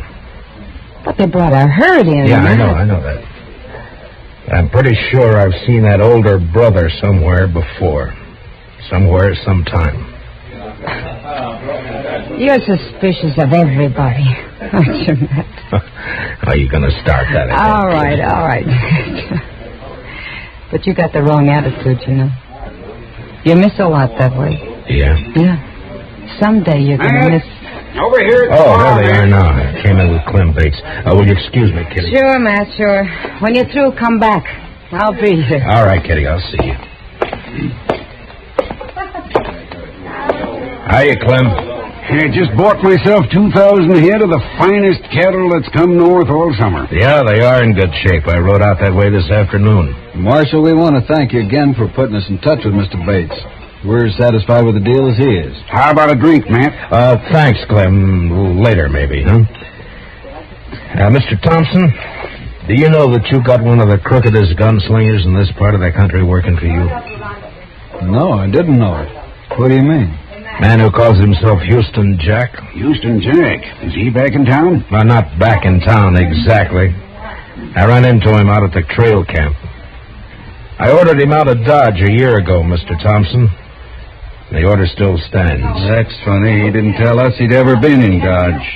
Well, I thought maybe he didn't. That's why I figured I'd better let you know about it. I'm glad you did, Marshal. Of course, with the herd sold, we'll be paying the boys off tomorrow, and that'll be that. And back to Texas. The sooner the better. In the meantime, there's nothing to prevent us from having a sociable drink or two. Howie, set 'em up over here. Mr. Dillon? What? Oh. Will you boys excuse me a minute? Sure, please? go right ahead, Marshal. We're going to have one. Yeah, what is it, Sammy? Could you spare me $1, Mr. Dillon? I need a drink awful bad. Oh, Sammy, you know what always happens? First it's one drink, and then it's 10. And I always end up by having to run you in. Oh, not this time, Mr. Dillon. Well, what's the matter, Sammy? Them fellas you're with, you know, Mr. Dillon? Well, their name's Thompson. They're brothers. Oh, no, that's not their name. Well, then what is it? Gotta get out of here, Mr. Dillon. Wait a minute, Sammy. What the devil are you talking about? No, nothing, Mr. Dillon. Honest, I just remembered something. I gotta go right now. Well, how about that drink? Some other time, Mr. Dillon. Thanks a lot. I'll remember it. Oh, goodbye, Mr. Dillon. Here, what's wrong with Sammy, Matt? Did he smell a drink somewhere? Yeah, he must have. I don't know what you said to him, Marshal, but he sure went out of here looking like he'd seen a ghost. Well, Sammy's seen a lot of different things at different times. Maybe he did see a ghost.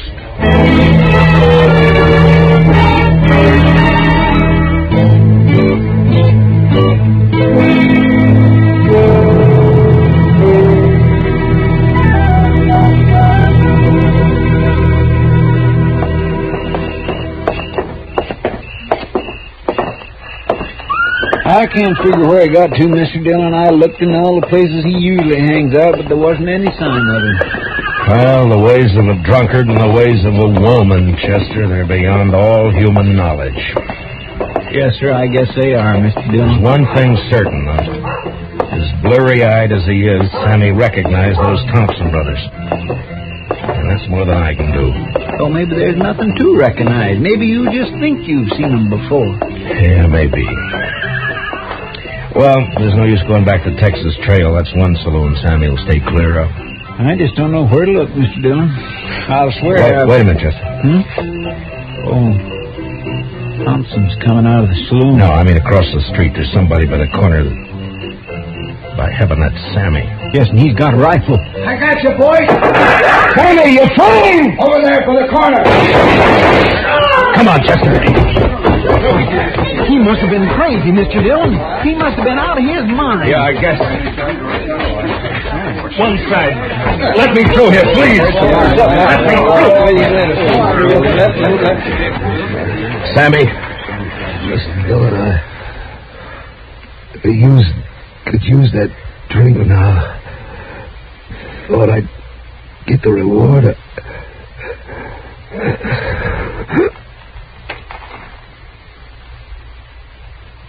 Sammy?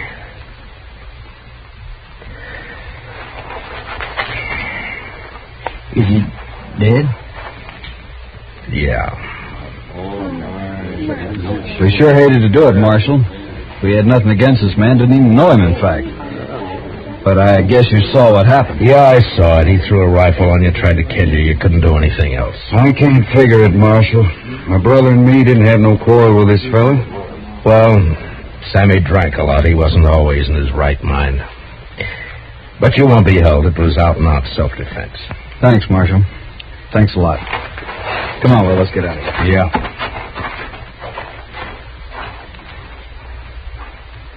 Well, it's too bad, Mr. Dillon. Sammy never meant no harm to anybody. He did to the Thompsons, Chester. I can't figure it. Why did he do it? Because he recognized them, I guess.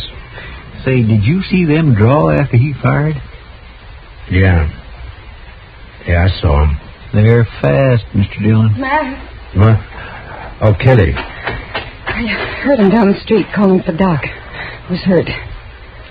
Sammy got himself killed. Oh. Poor little guy. Yeah. Matt, you got trouble, too. What do you mean? Houston Jack's in town. What? He's over at the saloon now, looking for you. Matt, he says he's going to kill you.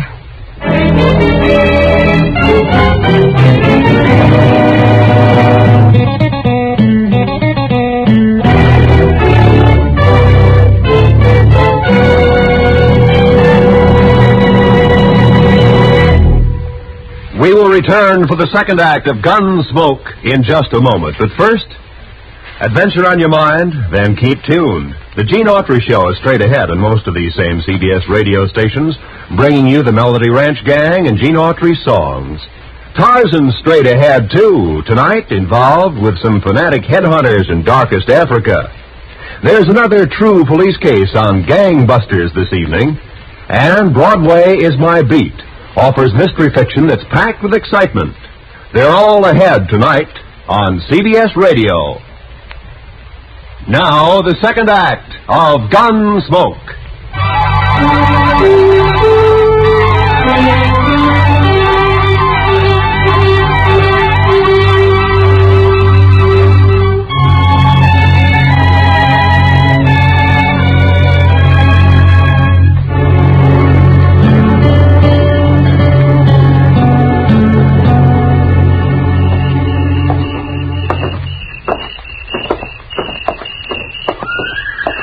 I just can't figure it, Mr. Dillon. I never thought Houston would have the nerve. Well, it's like a lot of things tonight, Chester. None of it figure. Mr. Dillon, you don't suppose he's going to set you up for the Thompsons? No, they got their horses and left. They're not in here. Well, we'll soon find out. Watch the boys at the tables, Chester. Keep them off my back, huh? Yes, sir, Mr. Dillon. Maybe I wanted to leave town just at that time. I'll tell you one thing for sure. It wasn't that tin-horn marshal that made me do it. You notice he's staying plenty clear of me. Hello, Houston. Dillon, you got nothing on me. I told you to get out of town, didn't I?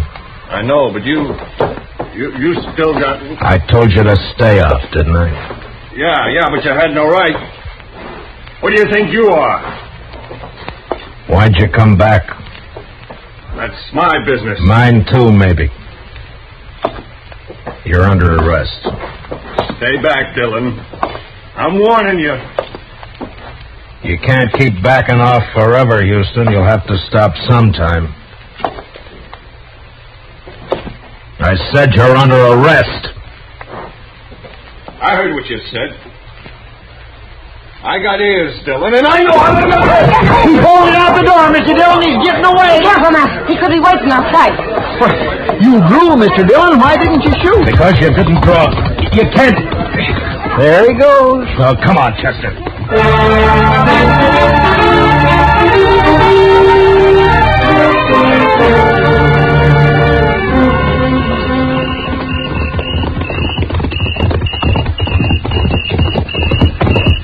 He can't be far ahead of us, Mr. Dillon. He's heading for the range camp. I still can't figure it, Mr. Dillon. It just don't add up. Justice, help me if you say that once more. What's the matter, Mr. Dillon? Pull up. Come on. Pull. What are we stopping for, Mr. Dillon? He's getting farther away every minute. Chester, I owe you an apology. You're right. It don't add up. Well, it's just a way of talking I have. I didn't intend... No, I mean it, Chester. Everything Houston Jack did tonight, it doesn't add up at all. He knew I'd jump him if he came into town. He's tough, but he's not that tough. He's not the kind of a man to force a gunfight just for a chance to show off. Yeah, but there wasn't any gunfight, Mr. Dillon. No. He turned tail and ran. That's not like Houston either. You'll be a laughing stock from here to the fakest. Well, it's like I said, it just don't add...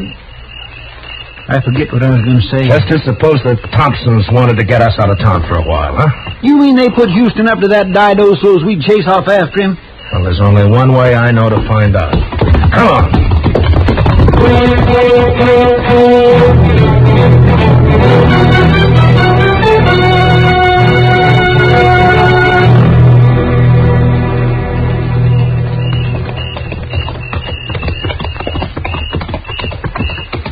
Dodge is kind of spooky this time of night, Mr. Dillon.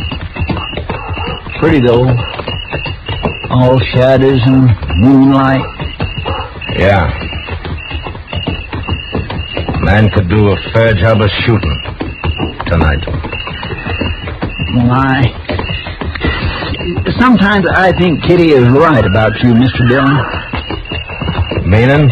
No heart. Maybe not, Chester. No offense, Mr. Dillon. Oh, forget it. You know, Chester, there's something about moonlight connected to those Thompson brothers. I wish I could remember what... Chester, don't look. Just ride straight ahead. Keep riding. There are 4 horses tied over there by the bank. Uh-huh. So that's it. One of them's been run. He's wet. I can see it in the moonlight. Houston must have circled back. Him and the Thompsons. Yes, but what about that 4th horse, Mr. Dillon? It's probably Clem Bates. They'd have to have him. The vault's locked at night. All right, around the corner now. They may be watching from the front windows. The Thompson brothers. I wouldn't never have figured them for a bank holder. Yeah, well. All right, we'll leave the horses here. Slip back to the side entrance. Yeah. Ho.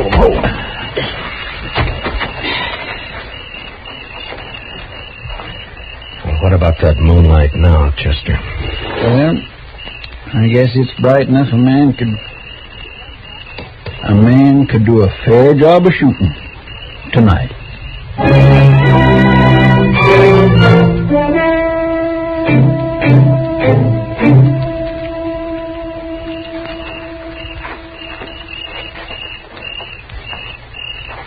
No sign of life, Mr. Dillon.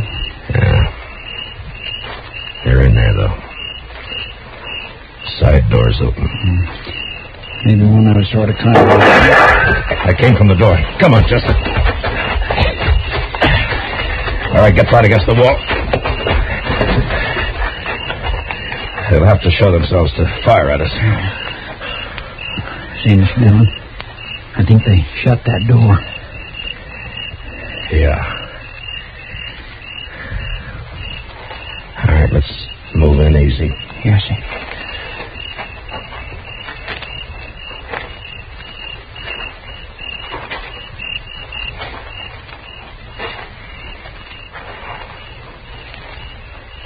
It's shut all right. I'm going to try the door. If it opens, flip a couple of shots in. Yes, sir.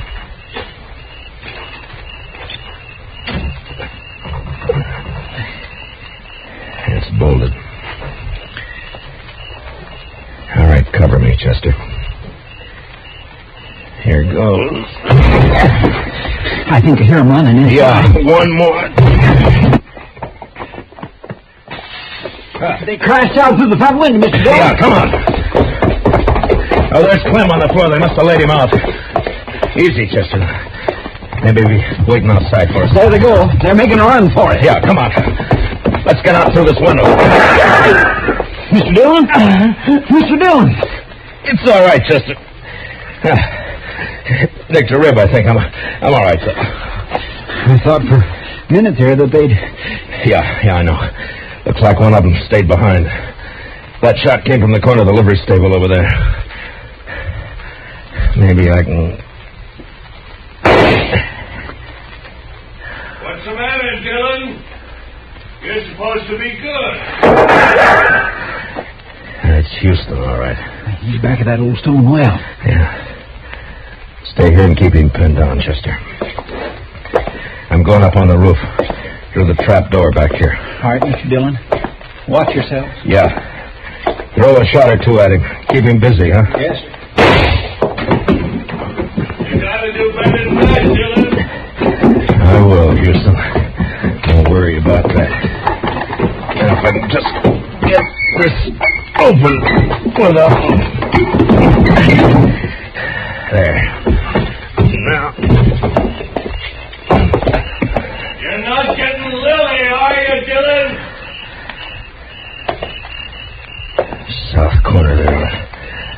Put me right over him. And then Wait a minute. Moonlight night and a bank. So that's who they are.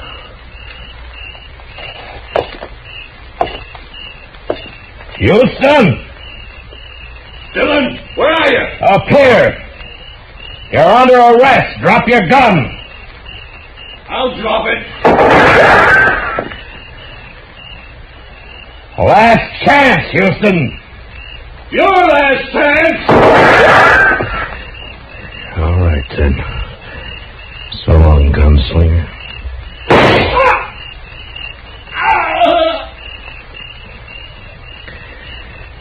I reckon that did it, Mr. Dillon. Yeah.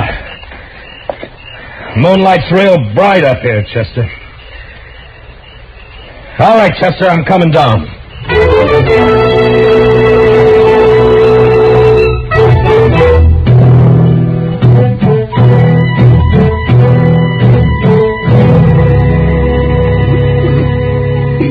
Fellas, don't. Mr. Bates is coming too, Mr. Dillon. Yeah, he's not bad off. They must have slapped him with a gun barrel on the way out. Clem, can you hear me? Matt. Oh, Matt, thank you. Chester, get that chair over there. Yes, sir.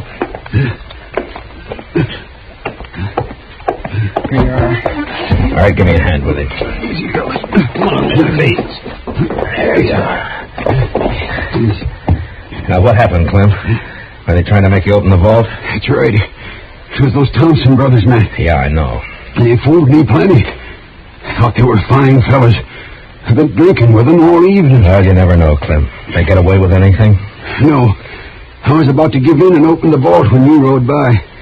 That got him kind of upset. Well, there's no harm done then. Houston Jack was long overdue for killing. We gonna go after the Thompsons, Mr. Dillon? Where, Chester? They could have gone in any one of a dozen directions. There'll be no chance of trying to track them till morning. Somehow I don't think we'll get them even then. think I ought to get something done about this head of mine, Matt. It's giving me fits. Yeah, I'll go with you, Clem. I gotta tell the doc about Houston. Chester, I guess you better go over to the depot and wake up Mr. Hightower.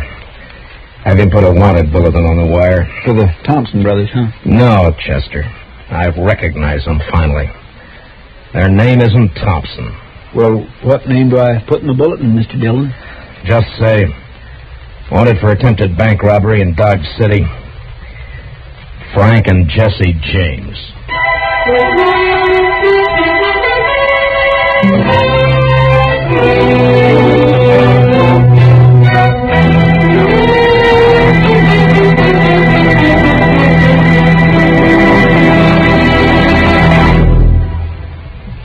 Gunsmoke, under the direction of Norman MacDonald, stars William Conrad as Matt Dillon, U.S. Marshal.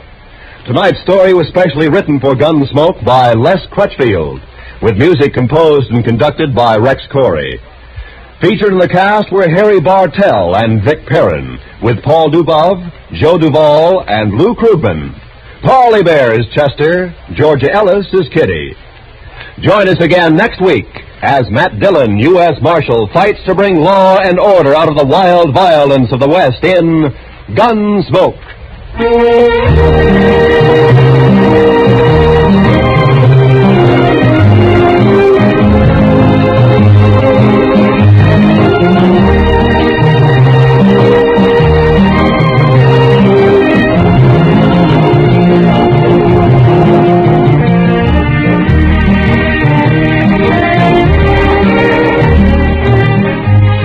Sundays in the daytime, CBS Radio brings you a unique series of political debates. A program called Pick the Winner, on which the major parties select their highest authorities to discuss important election issues. Tomorrow on most of these same CBS radio stations, hear another major election issue debated. Hear Pick the Winner. And don't forget, to make the full use of what these programs tell you, register so you may vote this fall. This is Roy Rowan speaking. Remember, every Sunday we extend a cordial invitation to great music on the CBS Radio Network. We have more classic radio coming your way next.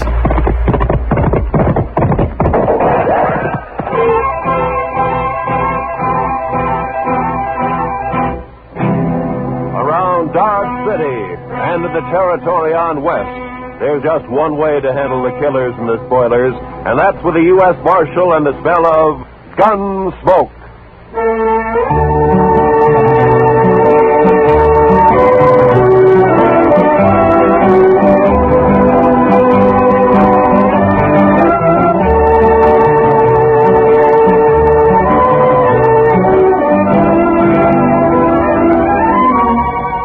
Gunsmoke, starring William Conrad. The story of the violence that moved west with young America. The story of a man who moved with it. Matt Dillon, United States Marshal.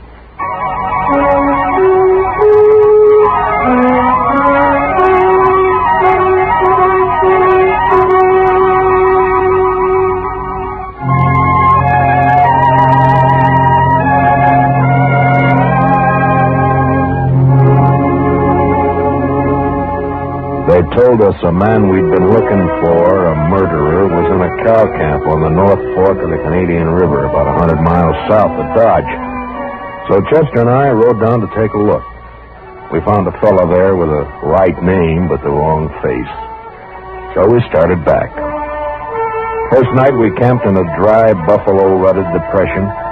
The next morning I woke shortly after daybreak to find Chester already cooking breakfast. Morning, Mr. Dillon. Yeah. Meat'll be done soon. The coffee made, Chester? That's what I need. It's boiling. I didn't make much, though. I thought I'd better save our water. You know, Chester, I'll bet right now the doc's back there in St. Louis, holed up in some fancy hotel, still asleep. That's quite a thought, sir. Yeah. Him right in the middle of St. Louis and us way out here on the prairie. I'll bet he's even got sheets on his bed. I wouldn't be surprised, Mr. Dillon. Doc said this was one vacation he was going to splurge on. He's riding the Santa Fe both ways. Well, meat's done. I cleaned off this rock here to cut it on. Oh, good.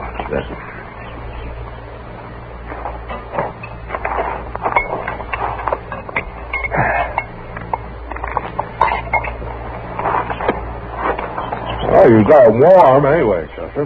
Well, now, meat shouldn't be overcooked, Mr. Dillon. That takes the taste clean out of it. Now, then we ought to be able to taste everything about this steer. Eggman's disappointment. How's that, Mr. Dillon? Never mind, Chester. How come you woke up so early this morning? Oh, I always do.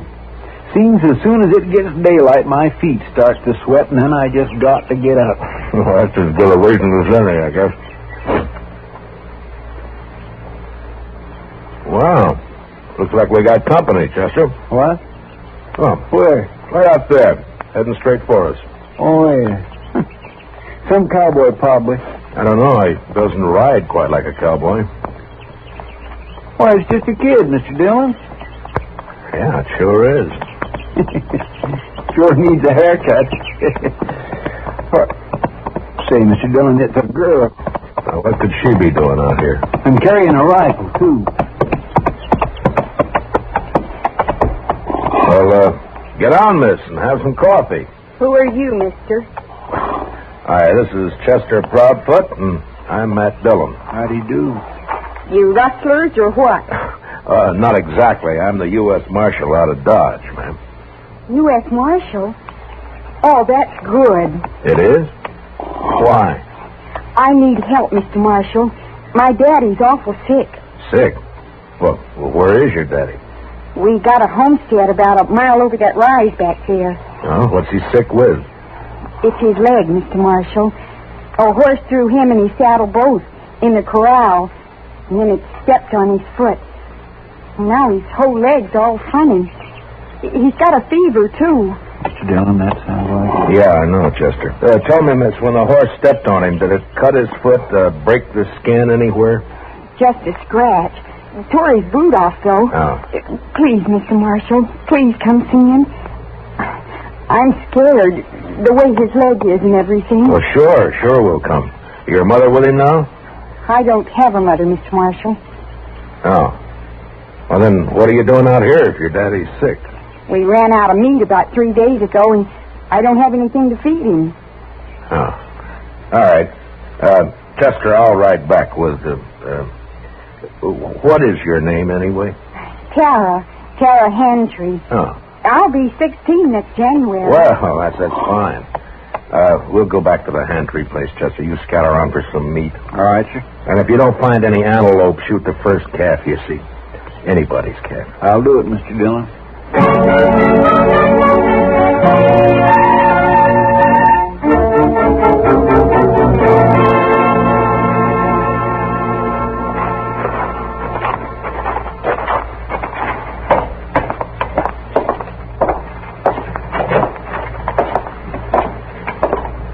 He's in the sleeping room, Mr. Marshal. No.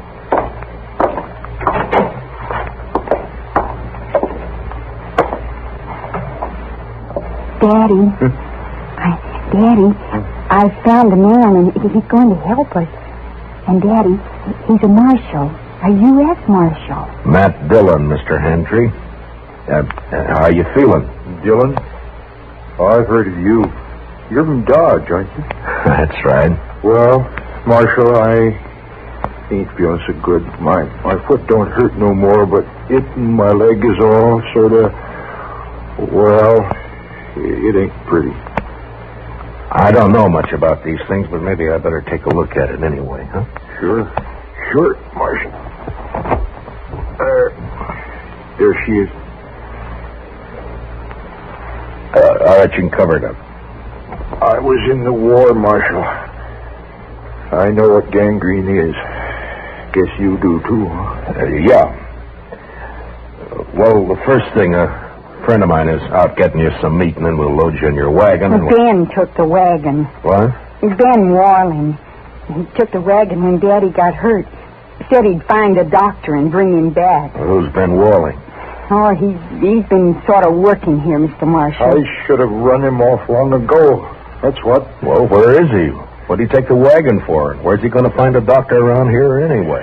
Closest doctor's in Dodge, I know. Yeah, and he's in St. Louis, and he won't be back for a couple of weeks. I couldn't get to him anyway. Well, tell me, when did this happen? About 6 days ago, Mr. Marshal. Uh-huh. Ben left the day after. Well, you think he's coming back? Did he steal the wagon or what? He comes back here and me not able to get around. I don't know what I'll do. I ought to take a bull with him. Now, take it easy, Mr. Hand. Take it. He won't cause any trouble, so don't you get all worked up. Tara, we'll let him get some rest, huh? All right. We'll have some food for you soon, Mr. Hantry. I ain't very hungry. Tara, what's he so riled up about this Ben Walling for? What's between them? Oh, it's nothing, Mr. Marshall. Daddy's sick and... that's all. Look, Tara, you asked me to help you, didn't you? Yes, but... You trust me, don't you? All right, Mr. Marshall. Daddy hates Ben because Ben... well, Ben likes me. Oh, I see. He even wanted to marry me. Said he would. How do you feel about Ben, Tara? You like him? No. Of course, it's time I had a man and all that, but... I'm afraid of Ben, Mr. Marshall.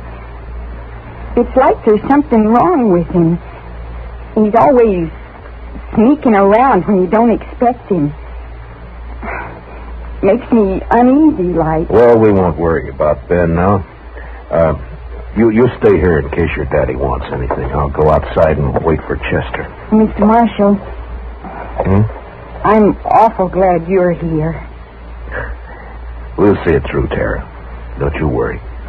I won't. Now.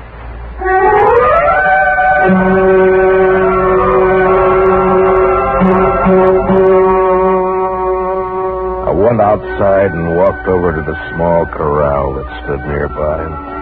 There I rolled a smoke and looked out across the flat distances of the prairie. And I wondered how anyone could survive in all that emptiness. Hantry, lying on his bed back there in the house. He wouldn't survive. The prairie'd got to him all right. And its vast loneliness had put him out of reach of any help. And Tara, what could she do out here in this endless land of grass? I was glad to get my mind off it when Chester rode in with an antelope across his saddle. We hung it on the corral, dressed it, took a hind quarter at the Tara, and we went back outside and sat down. Yes, sir. She's a plucky girl, Mr. Dillon. Fine girl, Chester. Yeah, but this Ben fella, I just don't understand his going off with the wagon like that. Well, it doesn't matter much now. Hantry won't last more than a day or two anyway. It's that bad, is it? Yeah, blood poisoning, Chester. As soon as it reaches his heart, he's done for. Well, isn't there any way to stop it? Yeah, sure. Cut his leg off. Oh. Too bad Doc isn't here. Yeah. Would that stop it, Mr. Dillon? Cutting his leg off, I mean? I don't know, Chester. I don't know. Maybe too late anyway. Well, I sure wish we could do something for him. I don't take to just sitting around and waiting for a man to die. Well, nobody does. It isn't right somehow. That poor fella and Tara. Why, Mr. Dillon, that girl will go crazy out here all alone. All right, Chester. What do you want me to do about it? I'm not a doctor. Now, shut up. Well,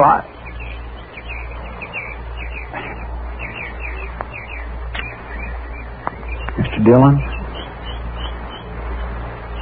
you could do it. I know you could. Do what? Be a doctor. Long enough to save Mr. Hantry's life. Are you out of your head? No, sir. Then what are you talking like that for? The most I ever did was doctor a horse for the colic. That's fine training for this, isn't it? I know. I couldn't do it. I just plain don't have the spirit. But you do. Oh, why didn't I leave you back in Dodge? It wouldn't have mattered anyway, Mr. Dillon, because you would never just stand by and let a man die. Let's go talk to him, Chester. Thank you, Mr. Dillon.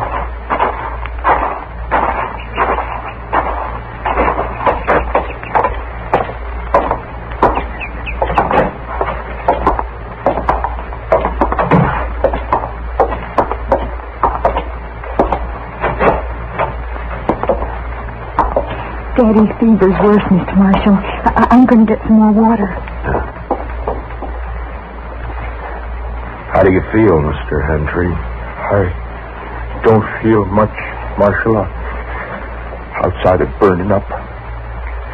I've been trying to tell Tara I just can't last long with blood poisoning. She's just got to figure on it. Well, that's what I came to talk to you about. I guess you know the only thing that'll give you a chance. I know. I've been thinking about it. But I couldn't ask any man to do that. You didn't ask me.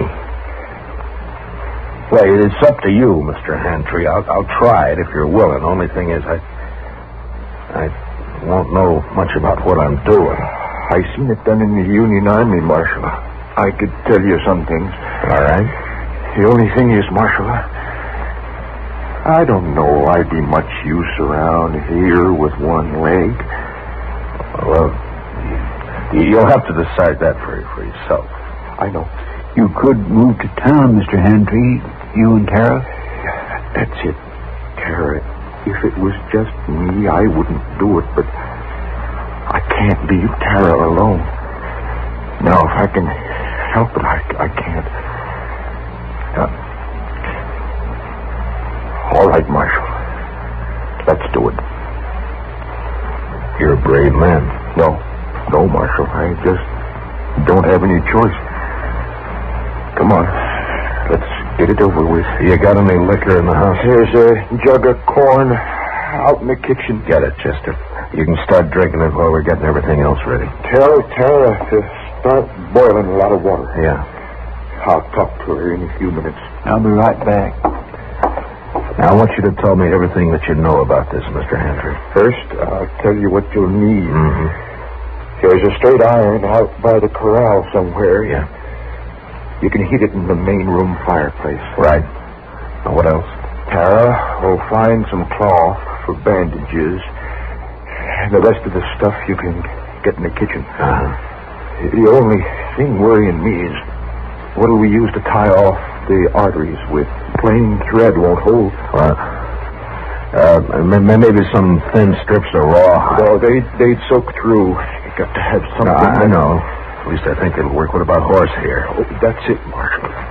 Pull it off the tail. It'll work fine.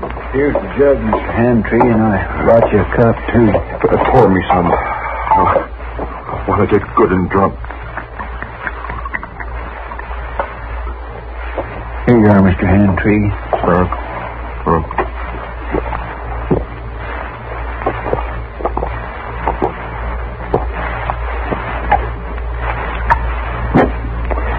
You know, I ain't been drunk in the daytime since we got the news about President Lincoln in the spring of '65. You better have your talk with Tara before that takes hold. Ask her to come in, will you? Come on, Chester, we got work to do. Yes, sir. Good luck, Mr. Gentry. Thanks. Well, Marshal? Yeah? Marshal? I'll try to make it easy for you. Yeah, sure.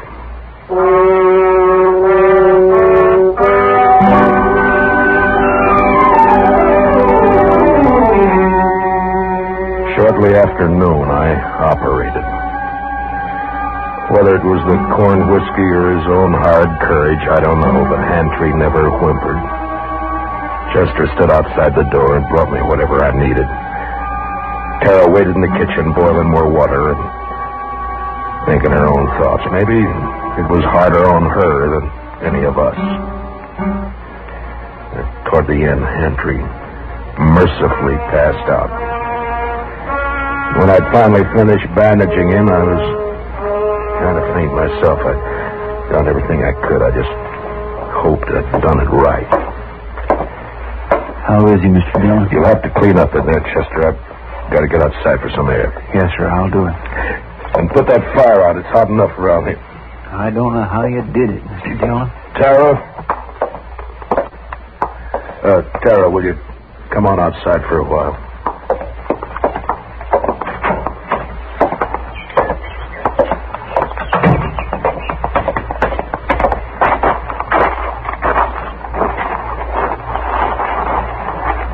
Is Daddy all right? Is he all right, Mr. Marshall? It's all over, Tara. We'll just have to wait and see now.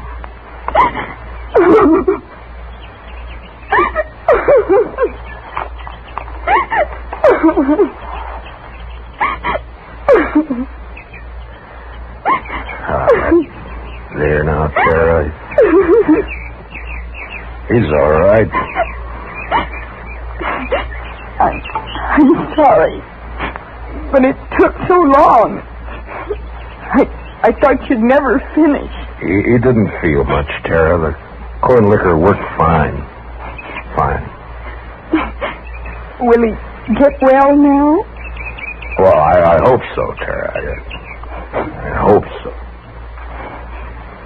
Mr. Marshall, are you going to wait and see? Oh, now, Tara, you don't have to worry about that, Chester, and I'll be here as long as you need us.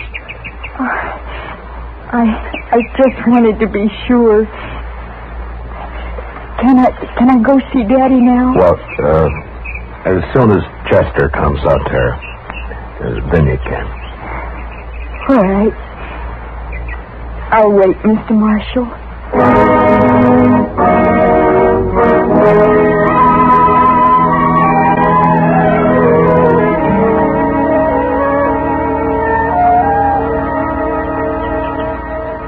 It beats me, Mr. Dillon, how he can just lay there so quiet and peaceful. It's only been 4 or 5 hours, Chester. The liquor hasn't worn off yet. He drank nearly the whole jug. Oh, he needed it. Say, Mr. Dillon, look yonder. Huh? Somebody coming with a wagon. Oh, yeah. It's probably that Ben Walling they were talking about. I'll bet that's who it is, all right. Wonder what he'll have to say for himself. Ah, you'll think of something, Chester. His kind always do. You recognize him? No, sir. Do you? No, I never saw him.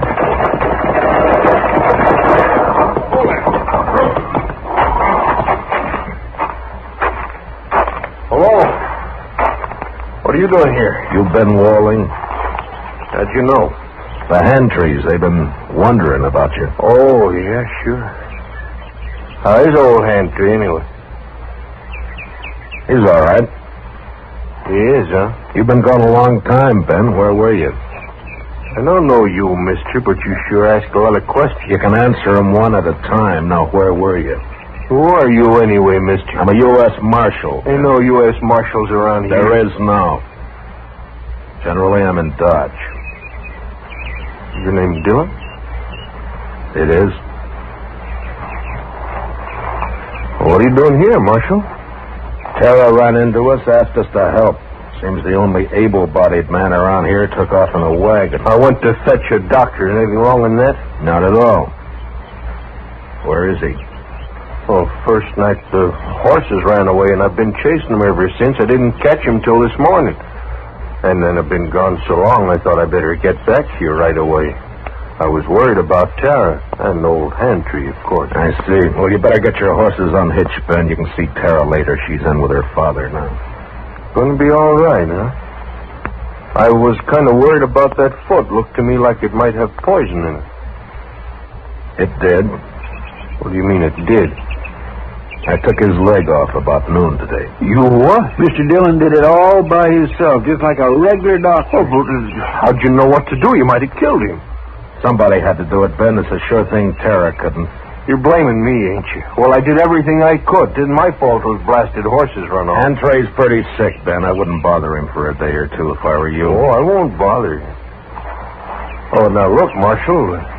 You can leave now. I'll handle everything here. We'll leave. As soon as Hantree's able to take care of himself again. All right, stay as long as you like. I don't care. Mr. Dillon? Yeah. I think that Ben is a no-good liar. You're right on both counts, Chester. And I'll tell you something else. You see that saddle over there? Well, that belongs to Mr. Hantree. Yeah, I know. I looked at it this noon. Somebody cut the cinch strap on it. Cut the cinch strap? Mm-hmm. No wonder that bronc bucked him in the saddle off Bull. Well, do you think Tara did it? Oh, my goodness gracious, no, Mr. Dillon. Tara'd never do a thing like that to her own. It was Ben, wasn't it? That'd be my guess. He figured the old man would get hurt, maybe killed. Why, sir? so he'd have a free hand with Tara. Why, that low down... Mr. Dillon, let me arrest him. Not yet, Chester. There's plenty of time. All right, sir. I'll wait.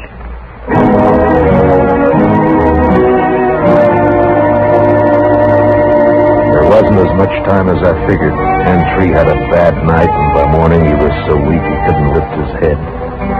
I tried to take his pulse, but I could hardly find it. Maybe I'd operated too late. Maybe the poison had already moved up into his body. I didn't know. I had no way of knowing. So there was nothing to do now but wait. Want some more coffee, Mr. Dillon? Yeah, thank you, Chester. We'll fill it up, huh?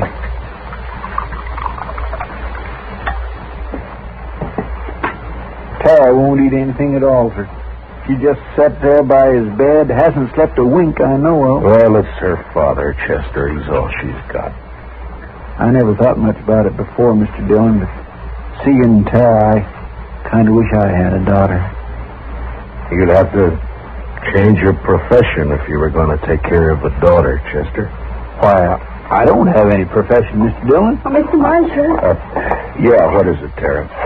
Please come. Daddy wants you. I think he's... You better come too, Chester. Yes, sir.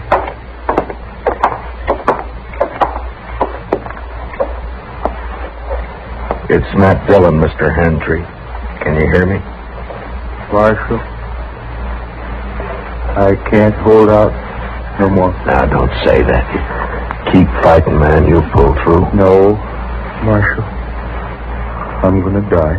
Oh, Daddy. Daddy. Tara. It's about Tara, Marshal. Don't leave her here. Ben Walling, he's no good.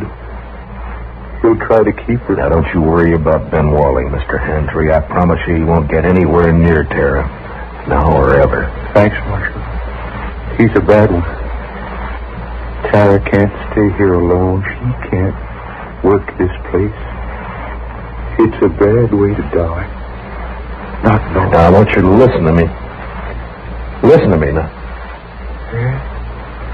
I promise you something else, too. I'll take care of Tara. I'll see she's all right. I'll see she's cared for.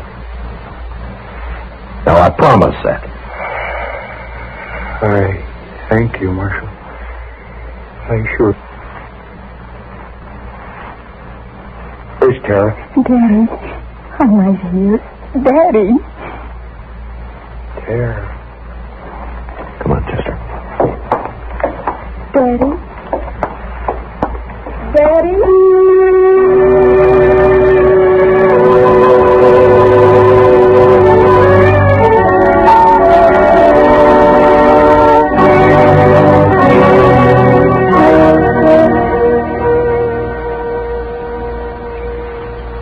I don't know, Mr. Dillon. I don't think they'd have made out on this place anyway. Why not, Chester? Well, there just isn't enough water. That one little old spring is all I've got. Well, if they had a lake, it'd still be too much for Tara.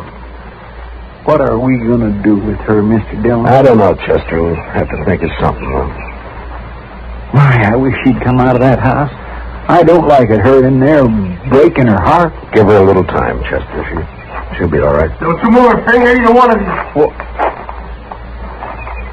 Well, you're mighty careless with that rifle, Ben. Now get smart with me, Marshal. I know what I'm doing. And what would that be? I heard you in there. Heard you promise to take Tara away. I was right by the window. I heard it all. You got a curious way of courting a girl, Ben, trying to kill her father. Yeah, and I saw you yesterday looking at that saddle, but I didn't kill him, Marshal. You did. That's a lie, Ben Walling, and you know it. I won't shut up. If we'd have just got here sooner, Mr. Dillon would have saved him, that's all. Well, it's too bad you got here at all.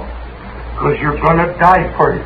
Both of you. Put the gun down, Ben. You're under arrest for attempted murder. You stay right where you are, Marshal. You know, I have an idea you've smelled powder before, Ben, and that you're afraid of it. Marshal? I have an idea that's why you tried to get Gentry like you did instead of facing it. Stop there. And right now you wish you didn't have that rifle at all, don't you, Ben? Because I might have to shoot you for it, huh? No, don't, Marshal. Give me that. You you all right, Mr. Dillon? You didn't even try, Chester. Rifle went off when I knocked it aside. That's all. He was scared to death. Well, I didn't feel exactly comfortable. Well, tie him up and keep an eye on him. I'll go see Tara. Yes, sir, Mr. Dillon.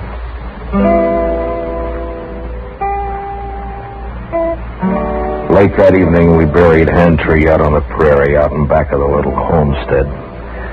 They would die now, too, and fall apart without him. The next morning, we loaded everything we could get into the wagon.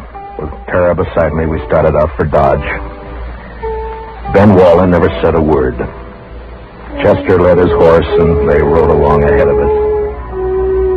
I had plenty of time to tell Tara all about Dodge and how there were some good people there and how we'd find her a home and family. She sat there, tight-lipped. She didn't say much, but she never once looked back.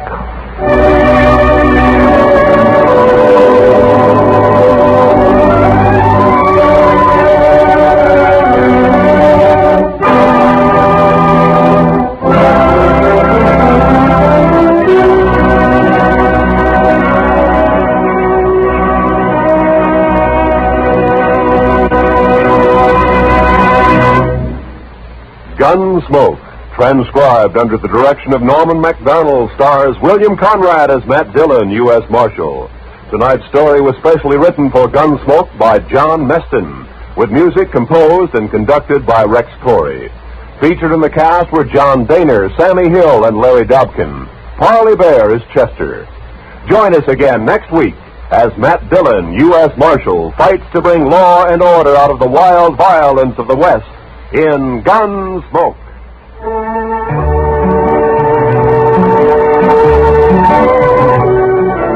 In case you didn't know, Jack Benny and his gang begin their new season tomorrow night. Jack, Mary, Don, Dennis, and Rochester welcome a new member to the team, the head man of CBS Radio's Club 15 show, Bob Crosby. Roy Rowan speaking. Remember, the top dramatic show of them all, the Lux Radio Theater, is heard Monday nights on the CBS Radio Network.